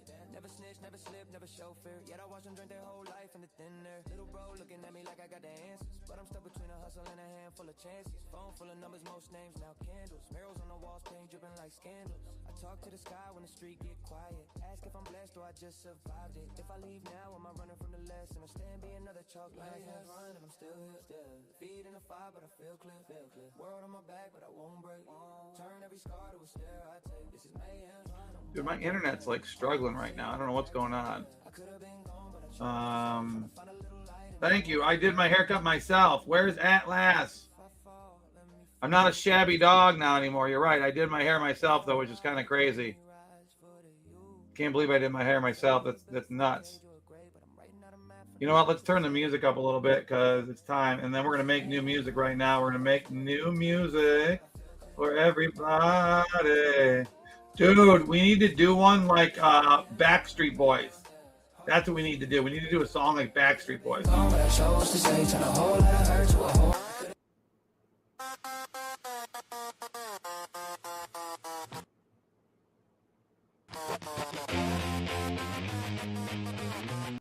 Where you at, huh? Dude, nothing's working right now. The whole internet's just down. What's going on here? Yeah. They're like, yo, who started this? Same answer every time. Where am I late? Everybody asking, where am I late? Hey, if it look too wild, that's probably him. If the room tilts sideways, that's probably him. Yeah. Where am I late? Never try to move like my leg. Nah, if you're not him, better stand way back. Never go for my leg unless you my leg. Yeah. He the one on the table in the group pick. One shoe on, one eye on a new trick. Laugh too loud, make the floor start shaking. Leave for a sec, cold vibe still quaking. Walking late, but he been the timeline. Turn your little kick back into halftime. You just tried that flip, now your back hurt. He sneeze, whole couch, do the back work. You see that edge? Yeah, he jumped from there. You to one step, he already mid-air. Want that smoke? Yeah, you won't inhale it. Rule number one, never go for my leg. Where my leg? Everybody ask me, where my leg? When he get the couch on wheels, that's probably him. If a dog great day, turn madhouse spin. Where my leg? Never try to move like my leg. Chill. If you're not him, better stand way back. Never go for my leg unless you my leg. My leg. Yeah. He the type start dancing in the crosswalk, turn a long deep talk to a short skirt, stop, snap one finger, whole block in a side quest. Disappear quickly, crumbs in a wild mess. Got 3 plans, all wrong, still perfect. Turn bad ideas in the crowd room worship. You want that sauce? Try to whiz jack. Next thing you know, you the viral brag. You see that stun? Yeah, he wrote that down. You think you him? You just rent that flare. You want that rush? You might derail it. Post it, tag it, never go for my leg. Where my leg? Everybody yelling, where my leg? Hey, if the door off hinge, that's probably him. If the quiet kid cackling, that's probably him. Where my leg? Never try to move like my leg. Nah, if you're not him, better stand way back. Never go for my leg unless you my leg. My leg, yeah. He can handle his own chaos. You just handle your little day job. Facts. You ain't built for his side plots. What? You ain't trained for a mind shock. So clap, step back, let the man go crazy. Go crazy. Don't chase that wave, you lazy. You lazy. Just chant that name when it all get hectic. Whole crowd jump like, where my leg? Everybody screaming, where my leg? If the lights flick twice, that's probably him. If your old house rules, just stop applying him. Where my leg? Never try to move like my leg. Yeah. If you're not him, better stand way back. Never go for my leg unless you my leg. My leg. Yeah. Where you at? Where you at? Where my leg? Where you at? Where you at? Where my leg?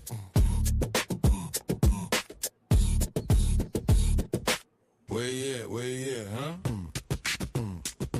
Yeah. Yeah. yo, who started this? Same answer every time. Where Malek? Everybody asking, where Malek? Hey, if it look too wild, that's probably him. If the room tilts sideways, that's probably him. Yeah. Where Malek? Never try to move like Malek. Nah, if you're not him, better stand way back. Never go for Malek unless you Malek. Malek. Yeah. He the one on the table in the group pick. One shoe on one eye on a new trick. Laugh too loud, make the floor start shaking. Leave for a sec, cold vibe still quaking. Walking late, but he been the timeline. Turn your little kick back into halftime. You just tried that flip, now your back hurt. He sneeze, whole couch, do the back work. You see that edge? Yeah, yeah, he jumped from there. You to one step, he already mid-air. Want that smoke? Yeah, you won't inhale it. Rule number one, never go for Malek. Where Malek? Everybody ask me, where Malek? Where he go? The couch on wheels, that's probably him. If your dog great day, turn madhouse spin. Where Malek? Never try to move like Malek. Chill. If you're not him, better stand way back. Never go for Malek unless you Malek. Yeah, he the type start dancing in the crosswalk. Turn a long deep talk to a short skirt. Stop, snap one finger, whole block in a side quest. Disappear quickly, crumbs in a wild mess. Got 3 plans, all wrong, still perfect. Turn bad ideas in the crowd room worship. You want that sauce? Try to wedge jack. Next thing you know, you the viral brag. You see that stunt? Yeah, he wrote that down. You think you him? You just rent that flare. You want that rush? You might derail it. Post it, tag it, never go for Malek. Where Malek? Everybody yelling, where Malek? Hey, if the door off hinge, that's probably him. If the quiet kid cackling, that's probably him. Where Malek? Never try to move like Malek. Nah, if you're not him, better stand way back. Never go for Malek unless you Malek. Malek, yeah. He can handle his own chaos. You can handle your little day job. Facts. You ain't built for his side plots. What? You ain't trained for a mind shock. So clap, step back, let the man go crazy. Go crazy. Don't chase that wave, you lazy. You lazy. Just chant that name when it all get hectic. Whole crowd jump like where Malek? Everybody screaming where Malek? If the lights flick twice, that's probably him. If your old house rules, just stop to apply him. Where Malek? Never try to move like Malek. Yeah. If you're not him, better stand way back. Never go for Malek unless you Malek. Malek. Yeah. Where you at? Where you at? Where Malek? Where you at? Where you at? Where Malek?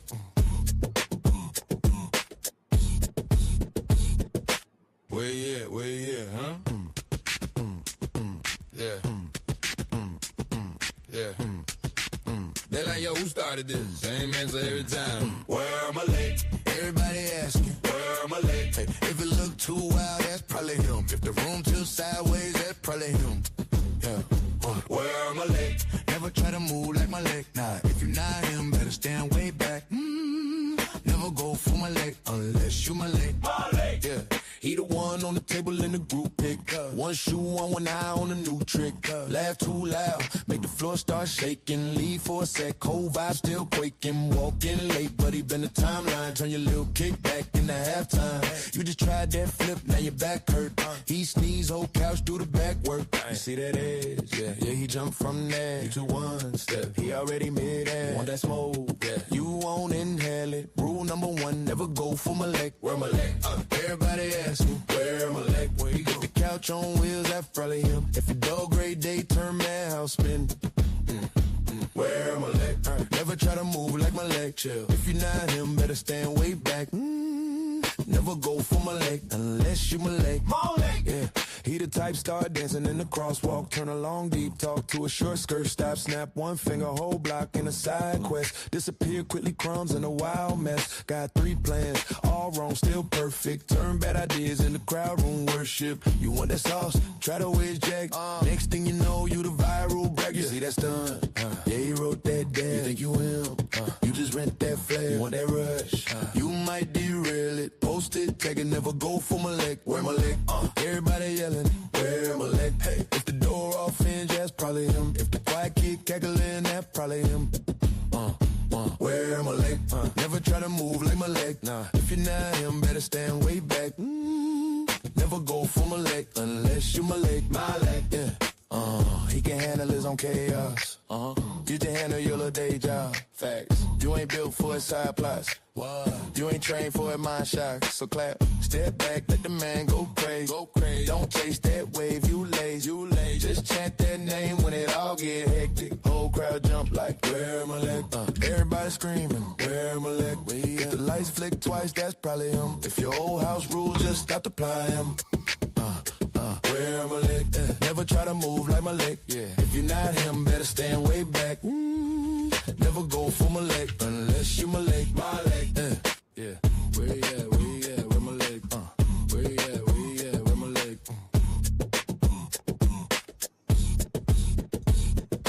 Where you at? Where you at? Huh? Malek right here. Yeah. Malek right here. Yeah.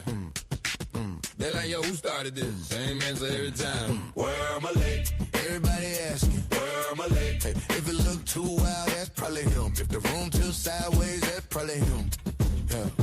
Where Malek? Never try to move like Malek. Nah, if you're not him, better stand way back. Never go for Malek unless you Malek. Malek. Yeah.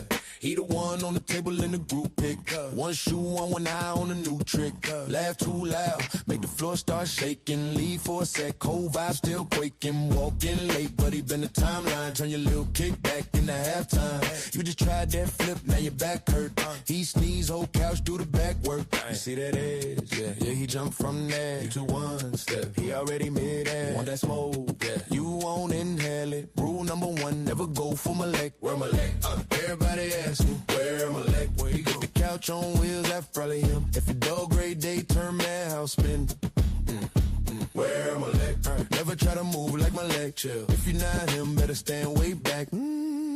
Never go for Malek unless you Malek. Malek. Yeah. He the type start dancing in the crosswalk. Turn a long deep talk to a short skirt. Stop, snap one finger, whole block in a side quest. Disappear quickly, crumbs in a wild mess. Got 3 plans, all wrong, still perfect. Turn bad ideas in the crowd room worship. You want that sauce? Try to wedge jack. Next thing you know, you the viral brag. You see that stunt? Yeah, he wrote that down. You think you him? You just rent that flare. You want that rush? You might derail it. Post it, tag it, never go for Malek. Where Malek? Everybody yelling, where Malek? Hey, if the door off hinge, that's probably him. If the quiet kid cackling, that's probably him. Where Malek? Never try to move like Malek. Nah, if you're not him, better stand way back. Never go for Malek unless you Malek. Malek, yeah. He can handle his own chaos.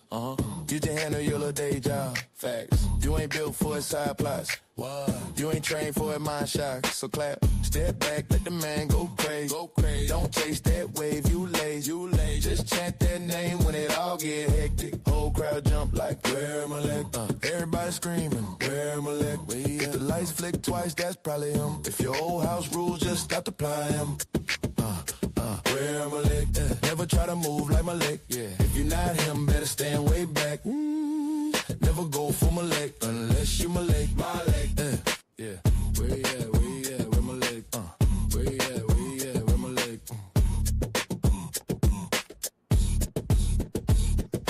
Where you at? Where you at? Huh? Yeah. Yeah. They're like, yo, who started this? Same answer every time. Where Malek? Everybody asking, where Malek? I'm awake. I'm right here. Here I am. Hold on. Let me find where Malek is. This is crazy how the price is going up. Never go for Malek unless you Malek. Yeah. He the one on the table in the group pick. One shoe on, one eye on a new trick. Laugh too loud, make the floor start shaking. Leave for a sec, cold vibe still quaking. Walking late, but he been the timeline. Turn your little kick back into halftime. You just tried that flip, now your back hurt. He sneeze, whole couch, do the back work. You see that edge? Yeah, he jumped from there. You to one step, he already mid-air. Want that smoke? Yeah, you won't inhale it. Rule number one, never go. Dude, we're getting up there, bro. Look at this. Crazy. On wheels, that's probably him. If a dog great day, crazy. Where Malek? Never try to move like Malek. Chill. Crazy. Now, why isn't Where Malek showing up? I don't understand. This is pissing me off. Unless you Malek. Yeah. He the type, start dancing in the crosswalk, turn a long deep talk to a short skirt, stop, snap one finger, whole block in a side quest, disappear quickly, crumbs in a wild mess. Got 3 plans, all wrong, still perfect. Turn bad ideas in the crowd room worship. You want that sauce? Try the whiz jack. Next thing you know, you the viral brag. You see that stunt? Yeah, he wrote that down. You think you him? You just rent that flag. You want that rush? You might derail it. Post it, tag it, never go for Malek. Where Malek? Everybody yelling, where Malek? Hey, if the door off hinge, that's probably him. If the quiet kid cackling, that's probably him. Where Malek? Never try to move like Malek. Nah, if you're not him, better stand way back. Never go for Malek unless Why you Malek. aren't we up here? I don't understand. What did this? I don't get what we're doing wrong. Why are we on Uniswap? Why does it say that? You ain't trained for it, mind shot. Oh, I guess all of us are. Here, there's bands. Look at that. Don't chase that wave, you lazy. Just chant that name when it all get hectic. Whole crowd jump like, where Malek? Everybody screaming, where Malek? If the lights flick twice, that's probably him. If your old house rules, just stop to apply him. Where Malek? Never try to move like Malek. Why aren't we on here? What the fuck is happening here? Never go for Malek unless you Malek. Yeah. Where you at? Where you at? Where Malek? Where you at? Where you at? Where Malek? Why is Super here? We're about to be above Super. What the fuck? Yeah. They like, yo, who started this? Same answer every time. Where Malek? Everybody asking, where Malek? Hey, if it look too wild, that's probably him. If the room tilts sideways, that's probably him. Yeah.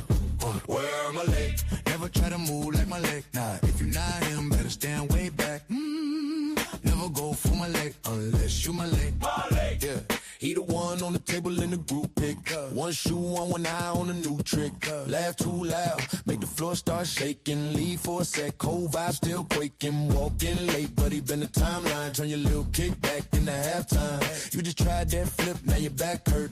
He sneeze, whole couch, do the back work. See that edge, yeah, he jumped from there. You to one step, he already mid-air. Want that smoke, yeah, you won't inhale it. Rule number 1, never go for Malek. Where Malek?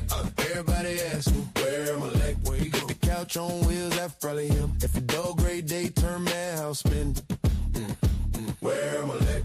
Never try to move like Malek. Chill. If you're not him, better stand way back. Never go for Malek unless you Malek. Yeah. He the type, start dancing in the crosswalk, turn a long deep talk to a short skirt, stop, snap one finger, whole block in a side quest, disappear quickly, crumbs in a wild mess. Got 3 plans, all wrong, still perfect. Turn bad ideas in the crowd room worship. Why are we all the way down here? Next thing you know, you the viral brag. You see that stunt? Why is the other Malek wearing Malek up here? Why is this one up here? I don't understand. You might derail it. What the fuck is going on? Where Malek? Everybody yelling, where Malek? Hey, if the door off hinge, that's probably him. If the quiet kid cackling, that's probably him. Where Malek? Never try to move like Malek. Nah, if you're not him, better stand way back. Never go for Malek unless you Malek. Yeah. He can handle his own chaos. You can handle your little day job. Facts. You ain't built for his side plots. You ain't trained for it, mind shock. So clap, step back, let the man go crazy. Don't chase that wave, you lazy.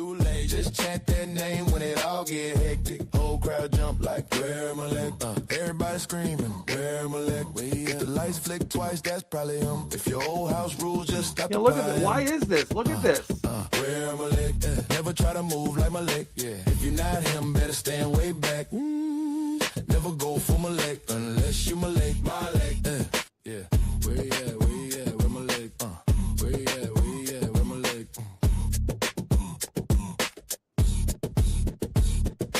Where you at? Where you at? Huh? Yeah.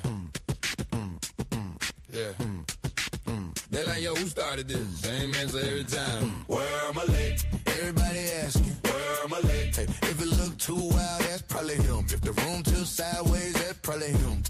Yeah. Where Malek? Never try to move like Malek. Nah, if you're not him, better stand way back. Never go for Malek unless you Malek. Yeah. He the one on the table in the group pick. One shoe on, one eye on a new trick. Laugh too loud, make the floor start shaking. Leave for a sec, cold vibe still quaking. Walking late, buddy, been the timeline. Turn your little kick back into halftime. You just tried that flip, now your back hurt. He sneeze, whole couch, do the back work. You see that edge? Yeah, he jumped from there. You took one step, he already mid-air. Want that smoke? Yeah, you won't inhale it. Rule number one, never go for Malek. Where Malek? Everybody ask me, where Malek? Where he go? The couch on wheels, that's probably him. If a dog great day, turn madhouse spin.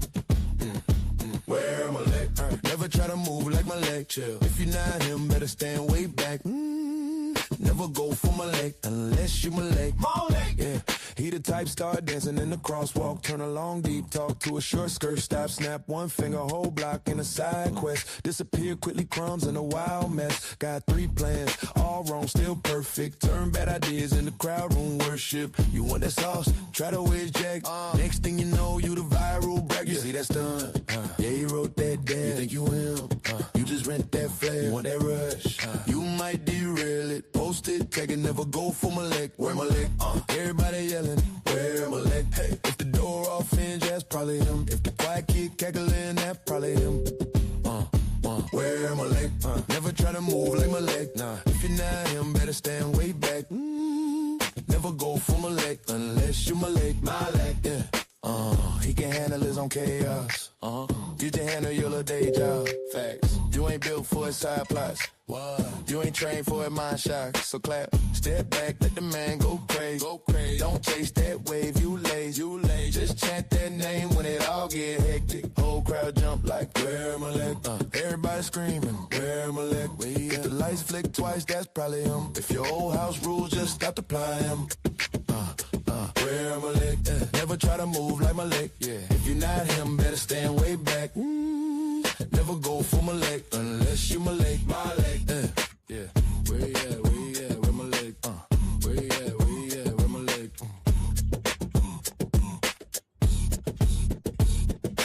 Where you at? Where you at? Huh? Yeah. Yeah. They like, yo, who started this? Same answer every time. Where Malek? Everybody asking, where Malek? Hey, if it look too wild, that's probably him. If the room tilts sideways, that's probably him. Yeah. Where Malek? Never try to move like Malek. Nah, if you're not him, better stand way back. Never go for Malek unless you Malek. Malek. Yeah. He the one on the table in the group pick. One shoe on, one eye on a new trick. Laugh too loud, make the floor start shaking. Leave for a sec, cold vibe still quaking. Walking late, but he been the timeline. Turn your little kick back into halftime. You just tried that flip, now your back hurt. He sneeze, whole couch, do the back work. You see that edge? Yeah, he jumped from there. You took one step, he already mid-air. Want that smoke? Yeah, you won't inhale it. Rule number one, never go for Malek. Where Malek? Everybody ask me, where Malek? Where he go? The couch on wheels, that's probably him. If a dog great day, turn madhouse spin. Where Malek? Never try to move like Malek, chill. If you're not him, better stand way back. Never go for Malek unless you Malek. Malek. Yeah, he the type start dancing in the crosswalk. Turn a long deep talk to a short skirt. Stop, snap one finger, whole block in a side quest. Disappear quickly, crumbs in a wild mess. Got 3 plans, all wrong, still perfect. Turn bad ideas in the crowd room worship. You want that sauce? Try to wedge jack. Next thing you know, you the viral brag. You see that stunt? Yeah, he wrote that down. You think you him? You just rent that flare. You want that rush? You might derail it. Post it, take it, never go for Malek. Where Malek? Everybody yelling, where Malek? Hey, if the door off hinge, that's probably him. If the quiet kid cackling, that's probably him. Where Malek? Never try to move like Malek. Nah, if you're not him, better stand way back. Never go for Malek unless you Malek. Malek, yeah. He can handle his own chaos. You can handle your little day job. Facts. You ain't built for his side plots. What? You ain't trained for a mind shock. So clap, step back, let the man go crazy. Go crazy. Don't chase that wave, you lazy. You lazy. Just chant that name when it all get hectic. Whole crowd jump like, where Malek? Everybody screaming, where Malek? If the lights flick twice, that's probably him. If your old house rules, just stop applying him. Where Malek? Never try to move like Malek. Yeah. If you're not him, better stand way back. never go for my leg unless you my leg. Yeah.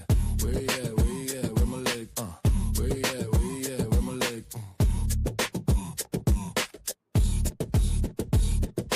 Where you at? Where you at? Huh? Yeah. Yeah.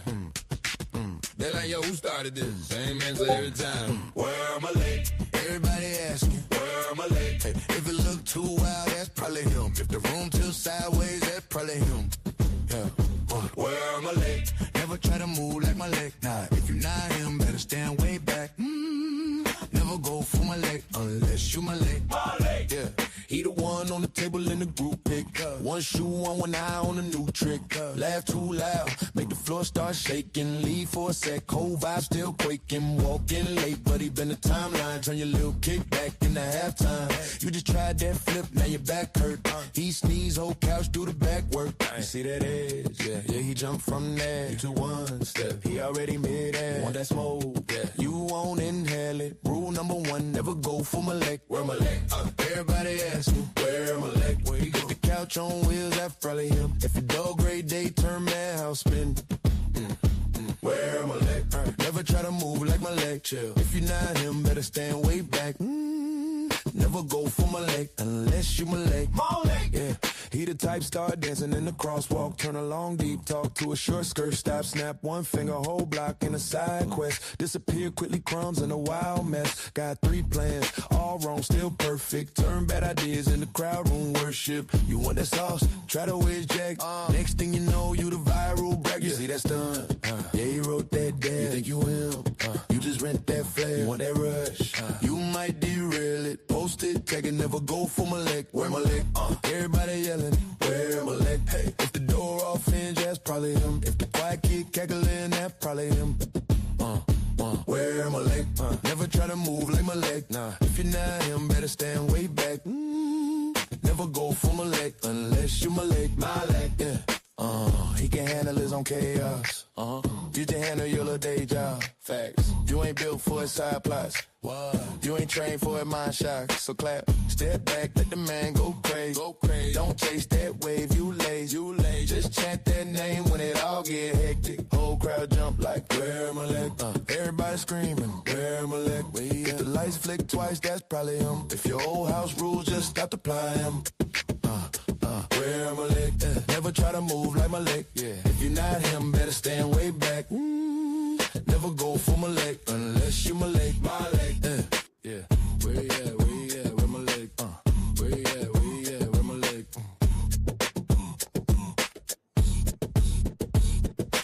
Where you at? Where you at? Huh? Yeah. Yeah. They're like, yo, who started this? Same answer every time. Where my leg? Everybody asking, where my leg? Hey, if it look too wild, that's probably him. If the room tilts sideways, that's probably him. Yeah. Where my leg? Never try to move like my leg. Nah, if you're not him, better stand way back. Never go for my leg unless you my leg. My leg. Yeah. He the one on the table in the group pick. One shoe on, one eye on a new trick. Laugh too loud, make the floor start shaking. Leave for a sec, cold vibe still quaking. Walking late, but he been the timeline. Turn your little kick back in the halftime. You just tried that flip, now your back hurt. He sneeze, whole couch, do the back work. You see that edge? Yeah, yeah, he jumped from there. You to one step, he already mid-air. Want that smoke? Yeah, you won't inhale it. Rule number one, never go for my leg. Where my leg? Everybody ask me, where my leg? Where you go? The couch on wheels, that's probably him. If a dog great day, turn madhouse spin. Where my leg? Never try to move like my leg. Chill. If you're not him, better stand way back. Never go for my leg unless you my leg. My leg. Yeah. He the type, start dancing in the crosswalk. Turn a long deep talk to a short skirt. Stop, snap one finger, whole block in a side quest. Disappear quickly, crumbs in a wild mess. Got 3 plans, all wrong, still perfect. Turn bad ideas in the crowd room worship. You want that sauce? Try to whiz jack. Next thing you know, you the viral brag. You see that stunt? Yeah, he wrote that down. You think you him? You just rent that flare. You want that rush? You might derail it. Post it, tag it, never go for my leg. Where my leg? Everybody yelling, where my leg? Hey, if the door off hinge, that's probably him. If the quiet kid cackling, that's probably him. Where where Malek? Never try to move like Malek. Nah, if you're not him, better stand way back. Never go for Malek unless you Malek. Malek, yeah. He can handle his own chaos. You can handle your little day job. Facts. You ain't built for his side plots. What? You ain't trained for a mind shock. So clap, step back, let the man go crazy. Go crazy. Don't chase that wave, you lazy. You lazy. Just chant that name when it all get hectic. Whole crowd jump like where Malek? Everybody screaming where Malek? If the lights flick twice, that's probably him. If your old house rules, just stop to apply him. Where Malek? Never try to move like Malek. Yeah. If you're not him, better stand way back. Never go for Malek unless you Malek. Malek. Yeah. Where you at? Where you at? Where Malek? Where you at? Where you at? Where Malek?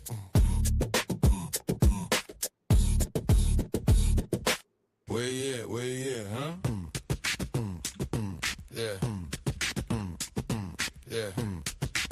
They like, yo, who started this? Same answer every time. Where Malek? Everybody asking, where Malek? Hey, if it look too wild, that's probably him. If the room tilts sideways, that's probably him. Yeah. Where Malek? Never try to move like Malek. Nah, if you're not him, better stand way back. Never go for Malek unless you Malek. Malek. Yeah. He the one on the table in the group pick. One shoe on one eye on a new trick.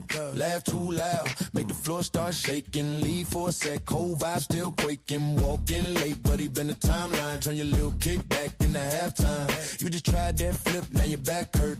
He sneeze, whole couch do the back work. You see that edge? Yeah, yeah, he jumped from there. You 2-1 step, he already mid-air. Want that smoke? Yeah, you won't inhale it. Rule number 1, never go for Malek. Where Malek? Everybody asking, where Malek? Where he go? The couch on wheels, that's probably him.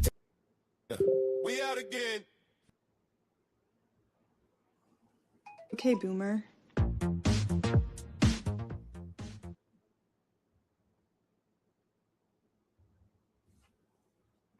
Everything is stuck. Everything is stuck right now. Why is everything stuck? This is so weird. Hey, guys. Where Malek is on fire. There's no doubt about that.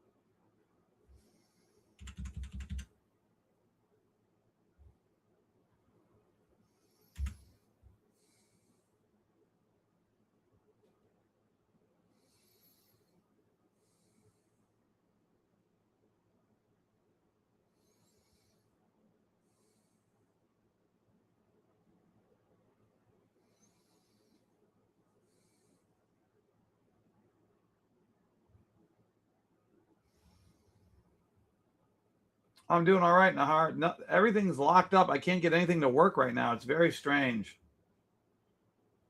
I'm trying to play music. I can't get anything to work.